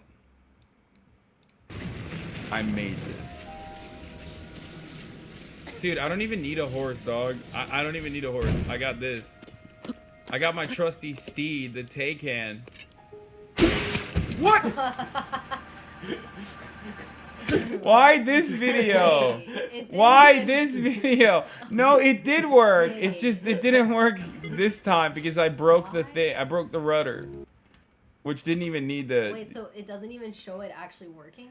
Yeah, the video doesn't even show it actually working. You guys suck. Oh, here it is. See? Oh my god. Yeah. Oh my god. Nah, bro. They see me rolling. They hate it. Control. They trying to catch me riding dirty. Trying to catch me riding dirty. Trying to catch me riding dirty. Trying to catch me riding dirty. No! No! Enough! No! Wrong way! That didn't really seem efficient. Stop. It's in the learning phases. Listen. Science is the art of failing 1,000 times and then succeeding on the 1,001st time. Okay? That was perfect. That was. I feel like you stole that from someone. No, I just made it up. I feel like that. Didn't someone else like say something like that? I mixed a bunch of different quotes, but I did the right thing. Okay, you're supposed to fail a bunch of times, and then you learn from your lessons, and you build a car, a working car. And then as soon as I built the working car, Chad, they tried to assassinate me like the guy who made the water car. But that's a different story. Yeah, no, Edison said this. No, it's like 3 different people. I'm pretty sure the light bulb guy said it. That's the guy that they're talking about, Yeah, but the light bulb man. Can you believe someone made this in Zelda? Okay, chat. Anyway, listen. It's time to switch games. I'm not switching. I have no other games. There's so many games. No, this Switch only has one game on it. There's nothing else. Wait, really? Yeah, this is all I have. You would not believe the struggle we went through to get him this game on this Switch. Really? Yeah. Why was it like so 8 hours difficult? early. Also, why isn't Mauricio in Yeah, this? come on, man. Why are you gatekeeping me? Why are you gatekeeping me? Because you need to be on the right. This is your camera. Yeah, I'll just Okay, there you go. Is that good? Can you get out of the way? Oh god, this is fine. We bought a European Switch. We bought a UK Switch. And then we used the Fear and email to set up a new Nintendo account in the UK because Hasan apparently only has one email address. And Why is that fun? That's like normal. You Yeah, only have one? That's what I said. I'm not a hacker. I only have like But 5. what if you leak it? And then I have so many emails. And so we got that far, and then we set that up, and then we went to the Nintendo shop to buy the UK version of this game on the eShop using his credit card, and the thing was like, nope, this is a US credit card. You can't use this. So I had to run to the local shop to buy like Nintendo gift cards. Yeah, because it's so they had British currency So in with it. pounds, so that we could buy the game, so that you could play it like 8 hours early in the UK on a Switch on a UK Switch that he bought. Yeah. So that Nintendo. My life's a movie, is what I'm trying to say. Installed all of that just to Switch games. It's time. Download Steam right now. You know what? We have Steam on this computer. New game. No. This game has too many spoilers. It's too relaxing. Wait, what do you mean? It's Too great. much. It's super chill. Here, you want chocolate with oat milk? Wait, let me read it. What? She has a Gymshark sponsorship, man. She can't just be eating shit like that. No, I just wanted to see. The chocolate in Europe is better than the States. That's one thing Europe has. This one's not even that good, but Why'd you get chocolate with oat milk? It's the snacks they have. I didn't buy it. Mm. Yeah. Well, you did. Happiness in plants. Hmm.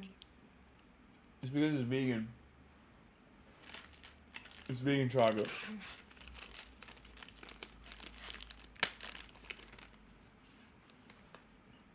I'll try it. Fine. It's pretty good. You want it? No. Absolutely Mm. I know, I'm hungry. I'm so hungry. I feel like I should save my appetite. Hey, chat, you want some? It's parasocial hour. Smedge, give chat. Bing Bong says, Ray, you were so lovely today. I You should have went to tried. the event, Hasan. I thought I was gonna pass out halfway through the meet and greet. It was rough. There you go. Everyone is really sweet. This- No, go That's not. ahead. Dude, how did you forget in a millisecond? What are you doing? I was gonna tell him to unpause. Unpause what, the game? Unpause the game. I agree. This is good. Unpause. I don't want to. I need to save my appetite. For shawarma. Where's it at?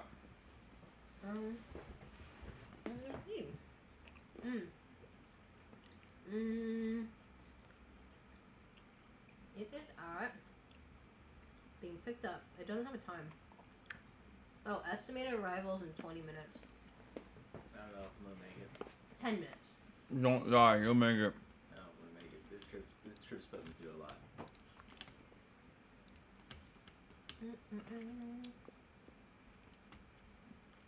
You haven't tried Mackey's ice cream? Macca's is McDonald's? No, Mackey's. Mackey's is McDonald's.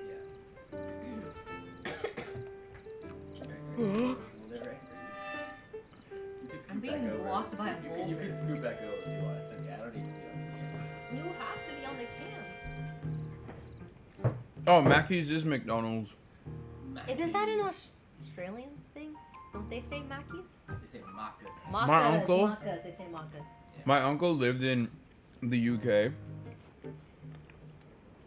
And he always used to make fun of me for saying McDonald's because he said McDonald's. McDonald's.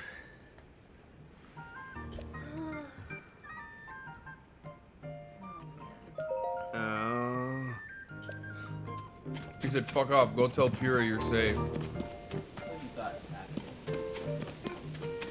Wait, what is beef walnut? This is a dish where it's in a dish for like Is it shaped like a log? It's a famous British dish. Gordon Ramsay makes it. It's probably the only edible thing that British man makes. What? It's really It looks yummy. If done correctly, it's apparently very delectable. But so the Ritz, I mean, I don't know. You want to go somewhere? Will went there and he talks about it all the time. Yeah. Pura! Okay. Now where have you been? I'm actually. Linky, you're What not do a you- ghost, are you? What's the play preference? Hey. 60 hours, I think. That looks interesting.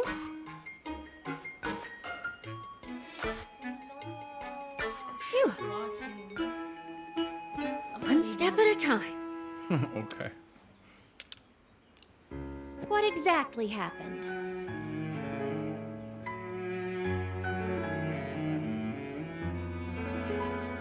How am I gonna explain it to you? I don't speak. Wait, that's true. Link doesn't speak. He hasn't said a single word in this game. So when you and Spoiler. Princess Zelda go beneath Hyrule Castle, you discover a mysterious Clearly, I mummy must have spoken to her because she knows what happened. which suddenly reanimates.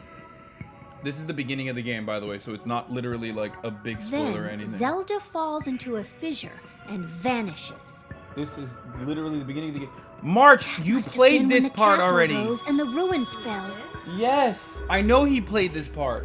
This part, she's about to reveal some shit that we Then, didn't know. later, you wake up on a sky island, saved by the arm that was stuck to the mummy. You get the Pura pad from an more of a spoiler unusual for you. creature March already saw all of and this. learn that your new arm belonged to someone named Robin. The Master Sword disappears.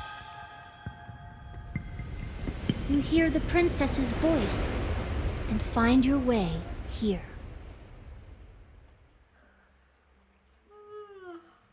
You're not tired at all? What was that? I know you're tired. What'd you say? I asked him if he's tired at all. What? He got a full night's sleep. He's got like 48 hours in him now. What? Pure, unfiltered content. My man can't remember the last time he got 8 hours. Oh no. Oh, Raru is the first king of Hyrule. Why? Why are you doing that? Why are you actually spoiling? Why?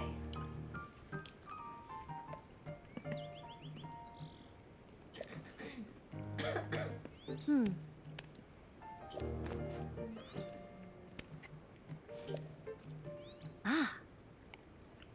Do we need to go pick that up when it gets No. We told him the room number and leave a concierge, and I'm assuming they'll bring it up, but no one's.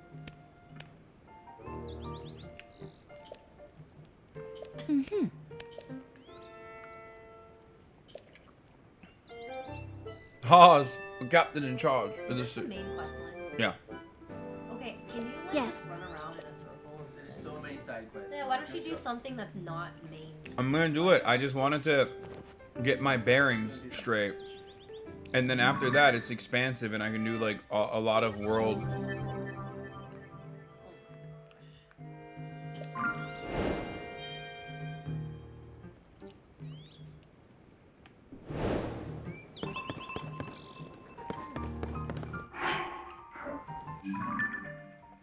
Like, I need to find like a tower. Right? Isn't that how we unlock the map? Wait, can I see the map? You can't. You can't full screen the map? No, there's no map yet. I just landed at Hyrule and unfortunately Link has forgotten every fucking thing.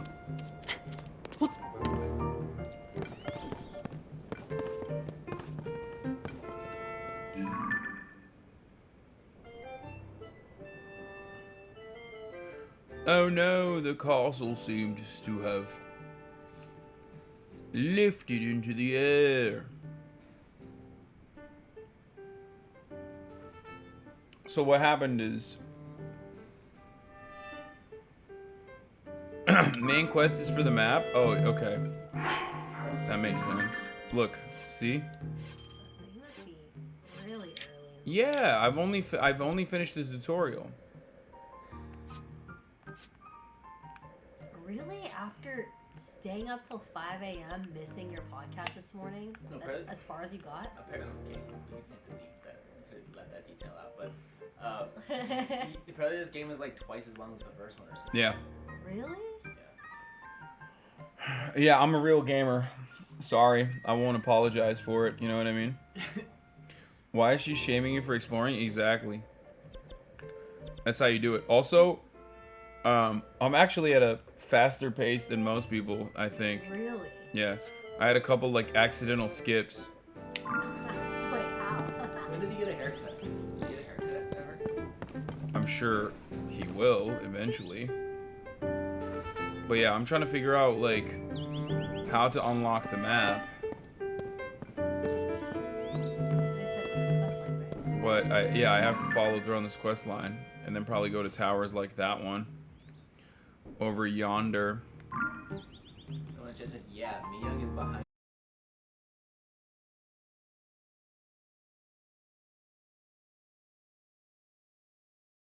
Wait, what the fuck? I lost internet connection. Why did that happen? That was weird. That hasn't happened once yet, right?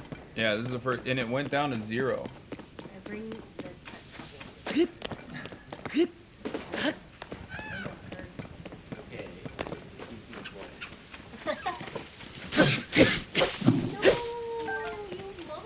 What do you mean? I had to do that. You don't have full health. No, I know, but I need the meat. Barbarian. I need the meat. Oh, here, you want to check out a cool thing? So, oh, now you want to check out. Yeah, we've already seen the whole game. So when you equip like a weapon, right? There's a fusing ability where let's say there's some. This is the one area where there's no fucking rocks. Oh my god. Yeah, no, I don't want to fuse with a mushroom. No, I want to use it on a rock so you can make like you can take a wooden stick and basically fuse with like a rock or spikes or even like things that are on the ground. Yeah, you can fuse with the mushroom if you want, but that would be foolish, and therefore I'm not doing that. But basically, well, what the fuck? Is this guy dead? Oh no. You thought he was like impaled. Ack! President Hudson, are you okay?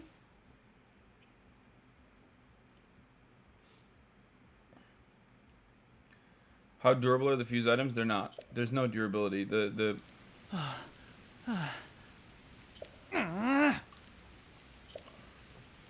what? There has to be durability. It's just a sign. No, durability is like shitty as always. They're not very durable, is what I'm saying.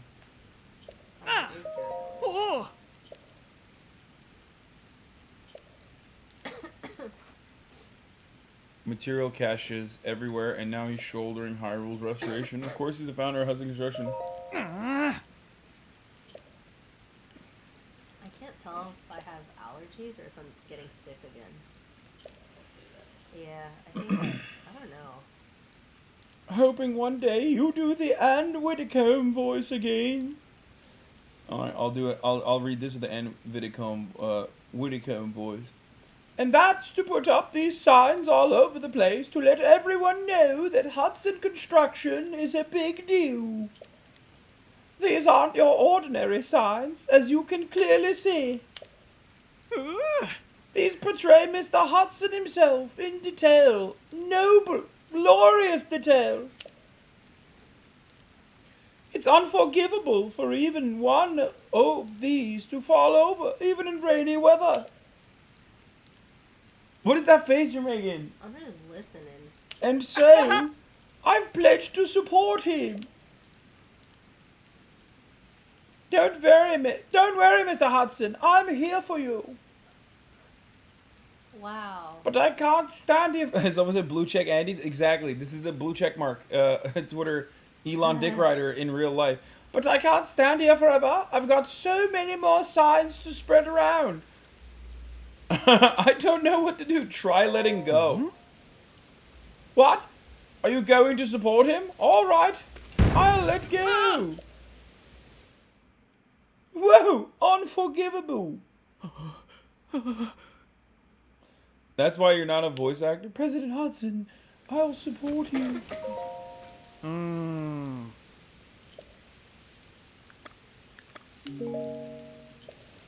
This guy's a fucking clown, dude.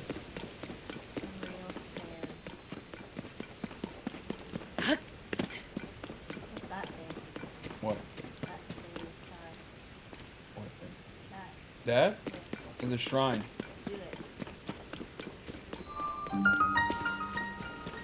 Yeah, I'm gonna do it.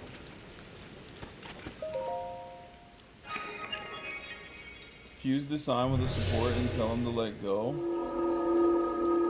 Oh, smart. Oh, that makes sense. Okay, let's do this puzzle first. Tell him, yeah, the real support you would get is from joining a union, okay? That's what I should do to him. Alright.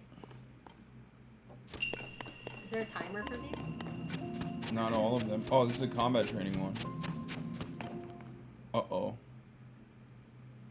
I'm gonna get my ass beat. I'm so bad at combat. Oh, these things are so annoying. He has a bow and a sword. You who have entered here, heed my instruction. Use this slide, hope to avoid enemy attacks. Wow, you are still in the tutorial. This guy sucks.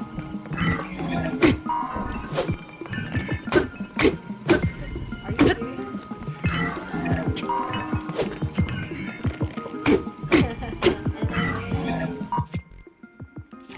Aren't you supposed to hit the targets? I don't know. Like targets in this space. I feel like you're not doing anything. I think I'm just supposed to, no, it just makes me want, no, I think it's literally just a slide. Oh, really? Yeah. It looks so satisfying. Nice dog. Beat his ass. Oh.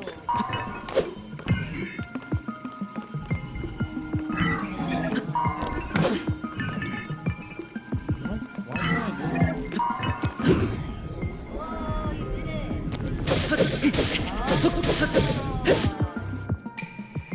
Do a backflip. IRL, do a backflip. Just give Valkyrae a real gamer your controller? Okay, dude. Yeah, I'm not a real gamer. If you need help.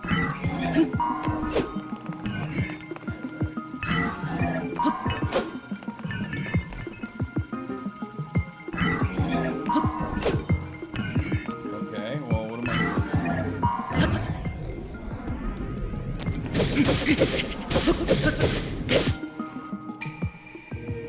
Oh, fuck, my Soldier Reaper is about to break.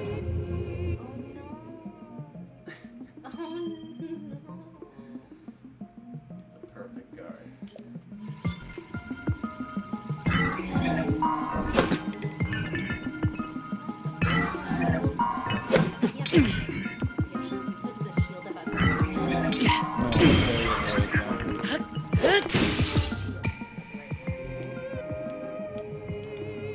Yeah, no, shield is fine. You parry at the right time. Charge attacks, press and hold and release.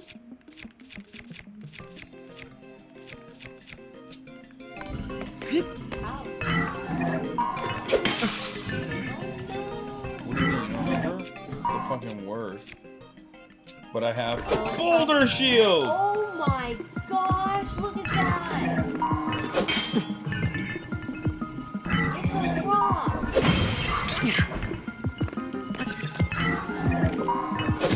Oh fuck, hold on. I'm gonna do that again.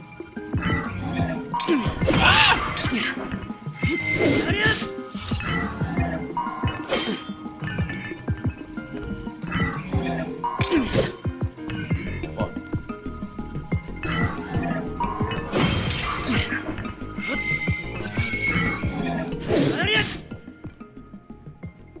Yeah, I did that. What is it wrong? What the fuck? Yeah, I don't know why it's like not counting that as like an actually.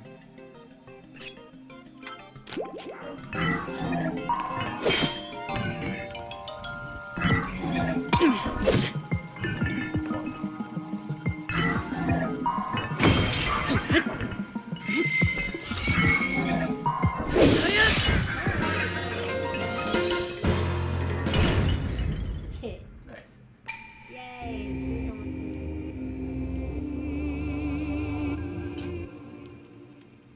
W. That was so easy. I did that like it was nothing.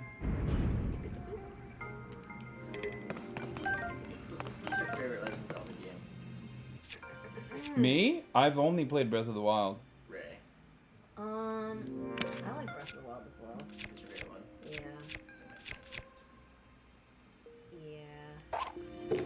Did you ever play? Is it called Skyward? Skyward Sword, yeah. That's the sailing one. No, Or is that this? Oh, that's the one in the sky. Yeah, sailing one is Wind Waker. Oh, yeah, Wind Waker is the one I was thinking. Turn March's mic up? I can't because I don't have any. Yeah, man, turn me up. I don't have a mic. There's only one mic. Oh, Wait, did I pick that up? Yeah, I did. Okay. Alright, this was an easy ass shrine. This is some baby shrine. March has to turn himself up. There's nothing really I can do.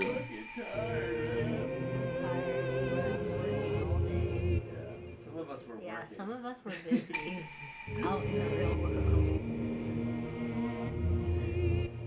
Yeah, true. Okay. Come on. Everybody listen. Come on.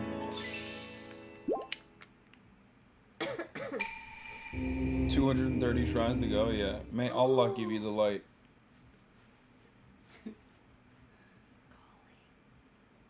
What do I say to him? No, just tell him to leave it in the lobby. Yeah. Hello? Didn't we leave a note for him? Don't say the room number. Alright, yeah. That's not gonna work. Yeah, could you just leave it with concierge? Oh, hold on.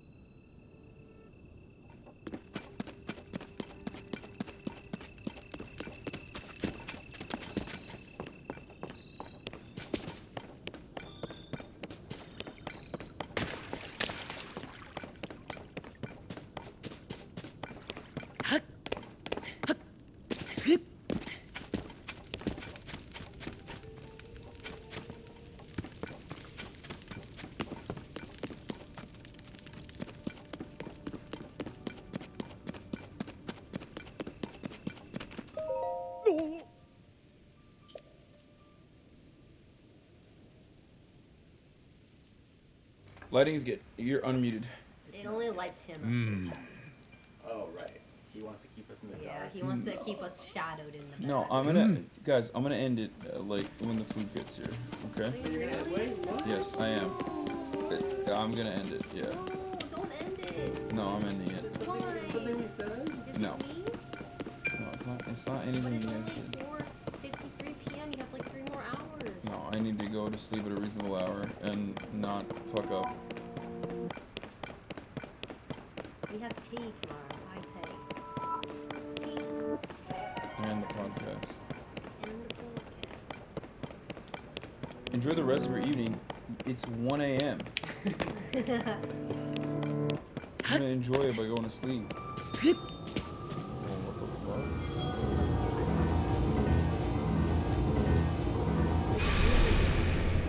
Oh no, he's dead. Oh shit, it's the blood moon. Witness the blood moon's It's rise. the blood moon. When its red glow shines upon the land. Why is Zelda like talking like she's on The board? endless spirits of slain monsters return to flesh.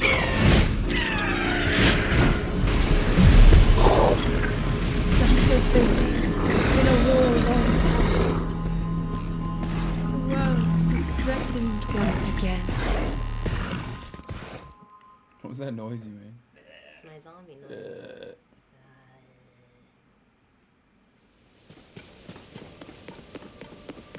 What's up with Zelda? Is she evil in this one? Yeah, she baddie.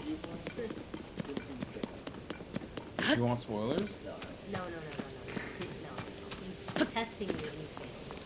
No, in fact, Yeah, he was about to just leak it all. Wow. You think that was a fail, huh? Oh, that was a fail. You almost said that was a You should fail. have been like, halt. No spoilers for you guys. Here, this is what I was gonna show you. The ability to take a rock. The wrong button. Fucking time. Now I have stick rock. I love that. You have stick rock and rock shield? Yeah. OP combo. I used to have a wagon. Wait, did you know what the fuck?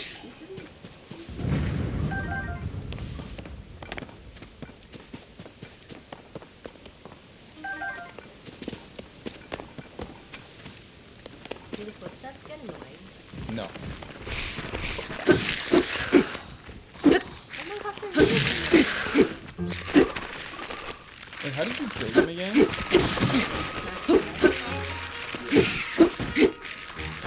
the health bar is like on the head, so you probably I know,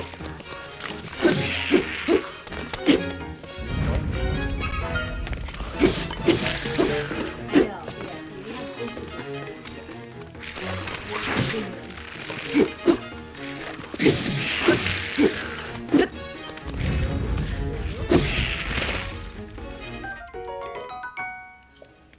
Oh my god, the buckling arm is fucking fire. Oh wait, it's not. It is, but it dies in like one hit, if I recall.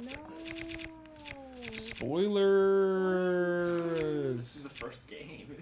Wow! All of a sudden you're allowed to give spoilers, but I'm not. I see how it is. Alright, they're... we have to read it or no? Yeah, that's good. You're doing a great job. Yes, we are. It's Okay, well maybe we should have muted. Leaked it all. I like how he was whispering like it wasn't even picked up. Like, that's crazy. Oh, could you possibly do it? Oh, don't say the room.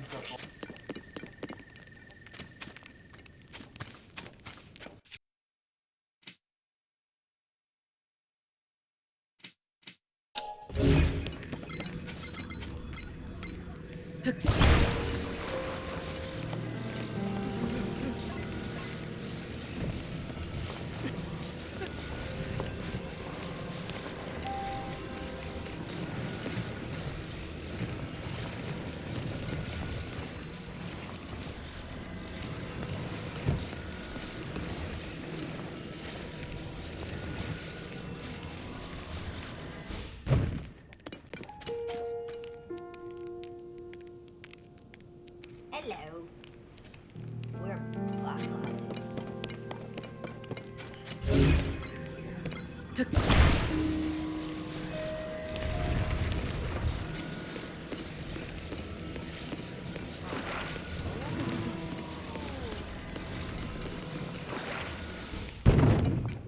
Bloody.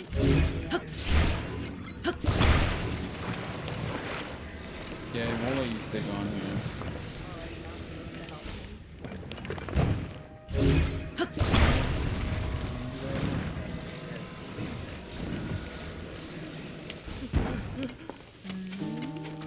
Ah! Try letting go. Boom. Looks great. He's done. Simp. Puzzle shit's easy. Ah! Ah.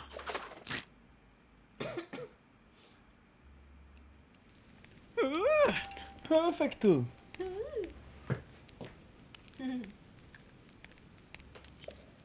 Perfecto.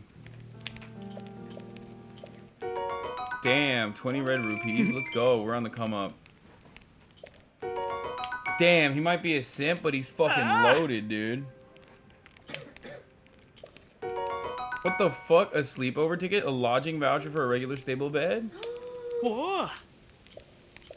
Pony, it's pony time. Yeah, bro is literally a oiler. Now I know I just have to go to this guy and get a pony pass. Oops. Take a photo. Yeah, I hit the wrong thing. I hit the wrong button all the time. It's very annoying. Well, Yeah, just I stop was doing doing that too. There's actually so many buttons. It's like, Really? Oh no. Yeah. Like, wait, how the fuck did I forgot how to turn on the, oh, there it is. I mean, I'm like forgetting normal shit because my brain is fried. What's the conversion of rupee to $5 a month subs? I don't know, but the $5 a month sub allows you to no longer see the ads at the top of the hour.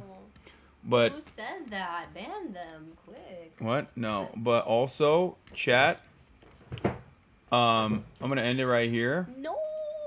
Yeah. You can't complain about spoilers. Ask me to demand that I change the game, and then be like, wow. Don't end. I can't believe you're ending the broadcast. I'm gonna go eat, and then I'm gonna go fall asleep. Okay? And then tomorrow, I'm gonna try to stream again, but we'll see. And I'm back.